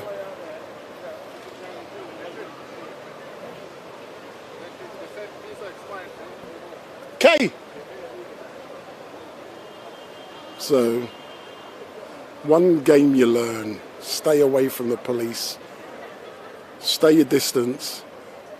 Did you get told to piss off, get lost? human, but then I do need DNA evidence to see if he's a human or not. But Kay, they're not questioning him. What are they doing? They're making love. No, he's the victim of some altercation. So he's speaking to them. But I told the police, the fact that you've just hidden yourself here makes it look as if, and he said, I completely disagree, after he cut me off 17 times. So what was the question? Yeah, but I would cut you off because as a regular contributor down here, let me interview you now. Hold on. Oh, do you... It's Kay's time to shine, you know. I don't want to take that. So Kay, so if you like my composition, you've got the copper car in the background. So if you come down, so Kay, tell me why I see you. Come forward. Oh yeah, but I don't like that. I don't. Oh, shut up, man. So what's it about Speaker's Corner that you love? Because I don't see you anywhere else. Well, that's because we don't know, like outside of the park, we're not in constant communication. I do go other places. It's not open 7 days a week. The reason I'm here is, your audience are mainly like just secular, like no. Mainly religious. I hate religion. No, secular means non-religious. No. Most of them are religious, but well, that's a way to get subscribers then. No, but I'm not interested in subscribers. I cover everything around London, not just religious crap. Excuse me. Religious crap listen, like I'm this. not no left-wing SJW, but there's no need to be offensive, mate. Oh, big up. So what's it about down here that you like? I had something, so I know some of the Christian speakers already outside of the park, and I had a situation that was pretty, I'm going to use secular language, it was pretty dark, quite heavy, and something lifted when I was watching some Soko videos, even though I knew the person doing the speech, and he was saying that we need strong Christians here, and obviously I thought that ain't me. And then I prayed about it consistently, and then an atheist friend of mine who likes secular stuff as well said, oh, okay, do me a favour, can you come, this place is called Speaker's Corner. So I'd already been praying about it for a few months, and because I was so grateful that God delivered me from the aforementioned non-religious darkness, I made a promise that I would come here and unashamedly speak over the gospel. But what is it about this place okay, that so you this really is love? 150 years worth, just over 150 years of legislated. The right to hold forth is what the Act of Parliament says. So it's not quite free speech, but it is. So it's even more important. I mean, I know that every generation thinks like things are pretty bad, but they didn't know we were coming along. So the need for free speech and free expression of religion and free, the ability to congregate together and talk about these things is more important than ever, because the education system is gone, it's fallen. I'm at uni again myself. I'm telling you now. We know. If you don't know, don't bother wasting your money. But you get to see it from the inside. Sorry? Not Oxford University, you can't. Oh, right, they ain't got a bit there. Excuse me, I'm interviewing. What kind of rascal like you I deal What I'm with? going to say is, so Marxism, I don't know if you've heard of it, it's quite an old, outdated word, but it's got culture on the beginning now. So this guy, he wanted everything to be in terms of class. He saw a glorious revolution of, you know, all that stuff happened in his... You ain't very succinct, are you? You know what? You're not a very good interviewer, are you? Big up, big up. Big up. Just saying big up in a Jamaican voice. Don't make... I'm not Jamaican, so don't offend me. I'm Bajan. What, you're racist? Yes, I hate white people. No, I'm married to one as well. I'm Hang on, married to racism one. ain't about the colour, it's about you just said you don't like Jamaican. Anyway, he's trying to... Yes, he did. I just said... He says it in a Jamaican voice. He said, I hate Jamaican, I hate... Anywho. He's The point is, back at the ranch. Come on, tell us. Listen, this is how this... That's what I like, big man. up the Big up, big up, big up. Right, anyway. Let him answer. Go on, go on, go on, go on. Don't make me start Buju banting it. Right, the point is... Oh my God, yeah. It's a good Christian. Right, the point is... Well, Christian. But you're bantam.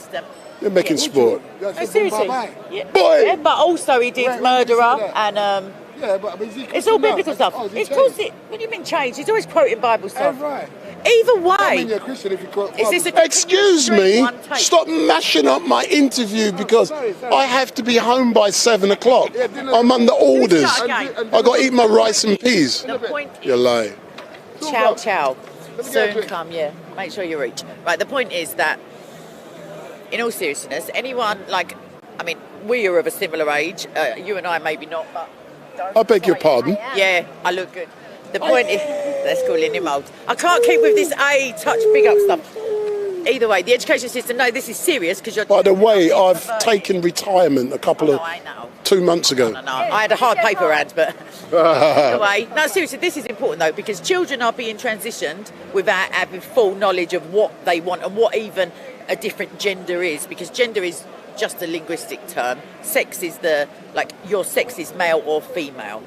So the education system has been infiltrated, permeated, perverted by cultural Marxism in the form of gender critical, critical gender theory, critical race theory.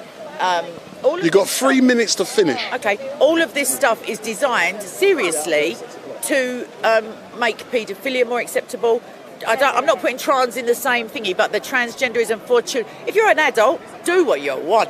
Like in your dinner hour, get it chopped off, sewn back on. I don't mind. It's not my business. Ouch! But children are children, like for real, and they're telling children that it's, there is no such thing. You're not a boy or a girl. Like, no. And not only that, and they believe I know it. You don't believe God, but the fact that this country is based upon godly, broadly, is a good thing. There's no one fighting to get into countries that are theocracies that are talking about chopping off your hands and that. So even atheists need to yes, but 2 minutes. At the moment, they need to see that this is all designed. It's from my perspective, it's satanic, but for yours, it's just wrong. And it is. There was a Church of England teacher calling a child despicable the other day because she said she thought that there were only men and women. So, yeah, so I'm here, nothing to do with politics actually. I'm here because I made a promise to the Lord, whether you believe in him or not. And I find that it's nothing like I thought it would be. In my imagination, it was one guy on a box somewhere in London, being heckled. So yeah, I came and I wanted to debate Hebrew Israelites, which are like a black identitarian sort of sect, like a Nation of Islam but with the Bible.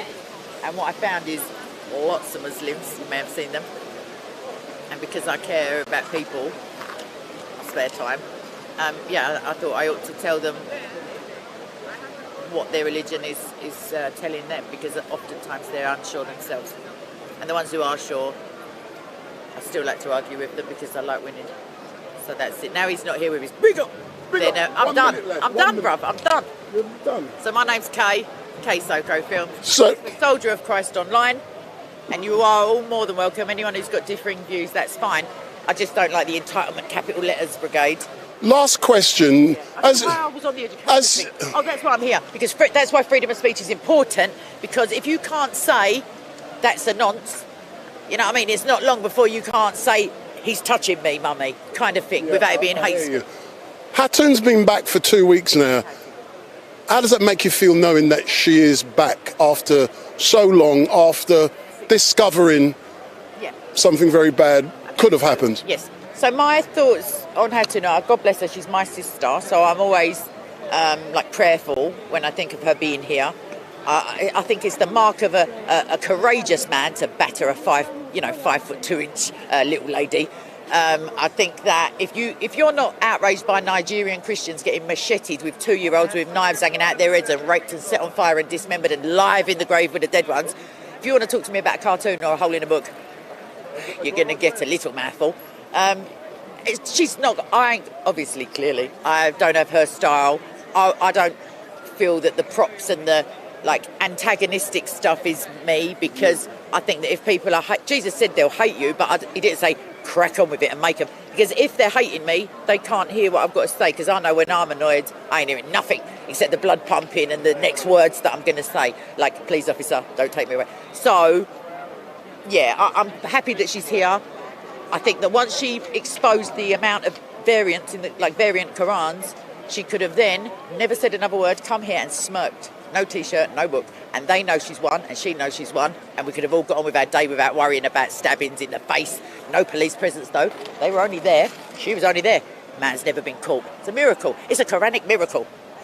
Other than that, yeah, I'm happy she's back, but I just... I'm glad that they're all trying to be too cool for school, and they're not surrounding her chanting kill her, which they were doing a couple of years ago. Anyway, Kay, as normal...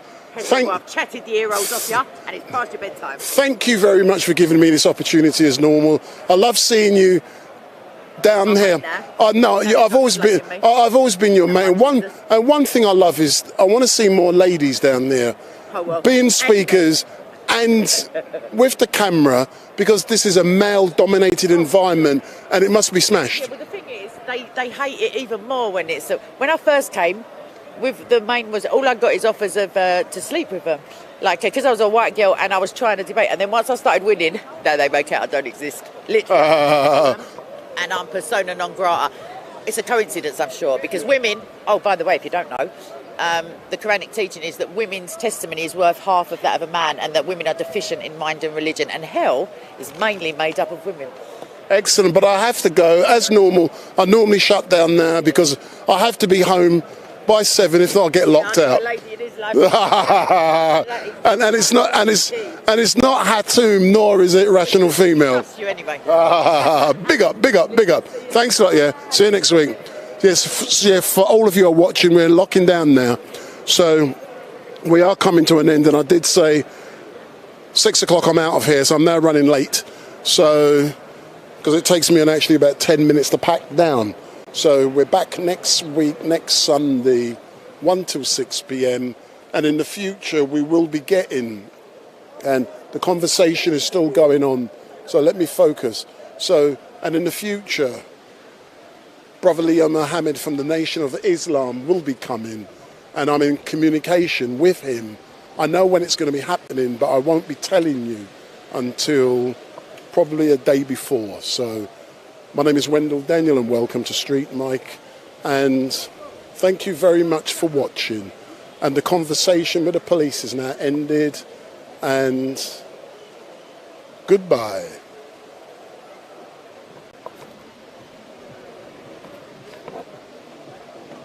Dead on 6 o'clock. I don't do, when I give a time, I don't do black man time.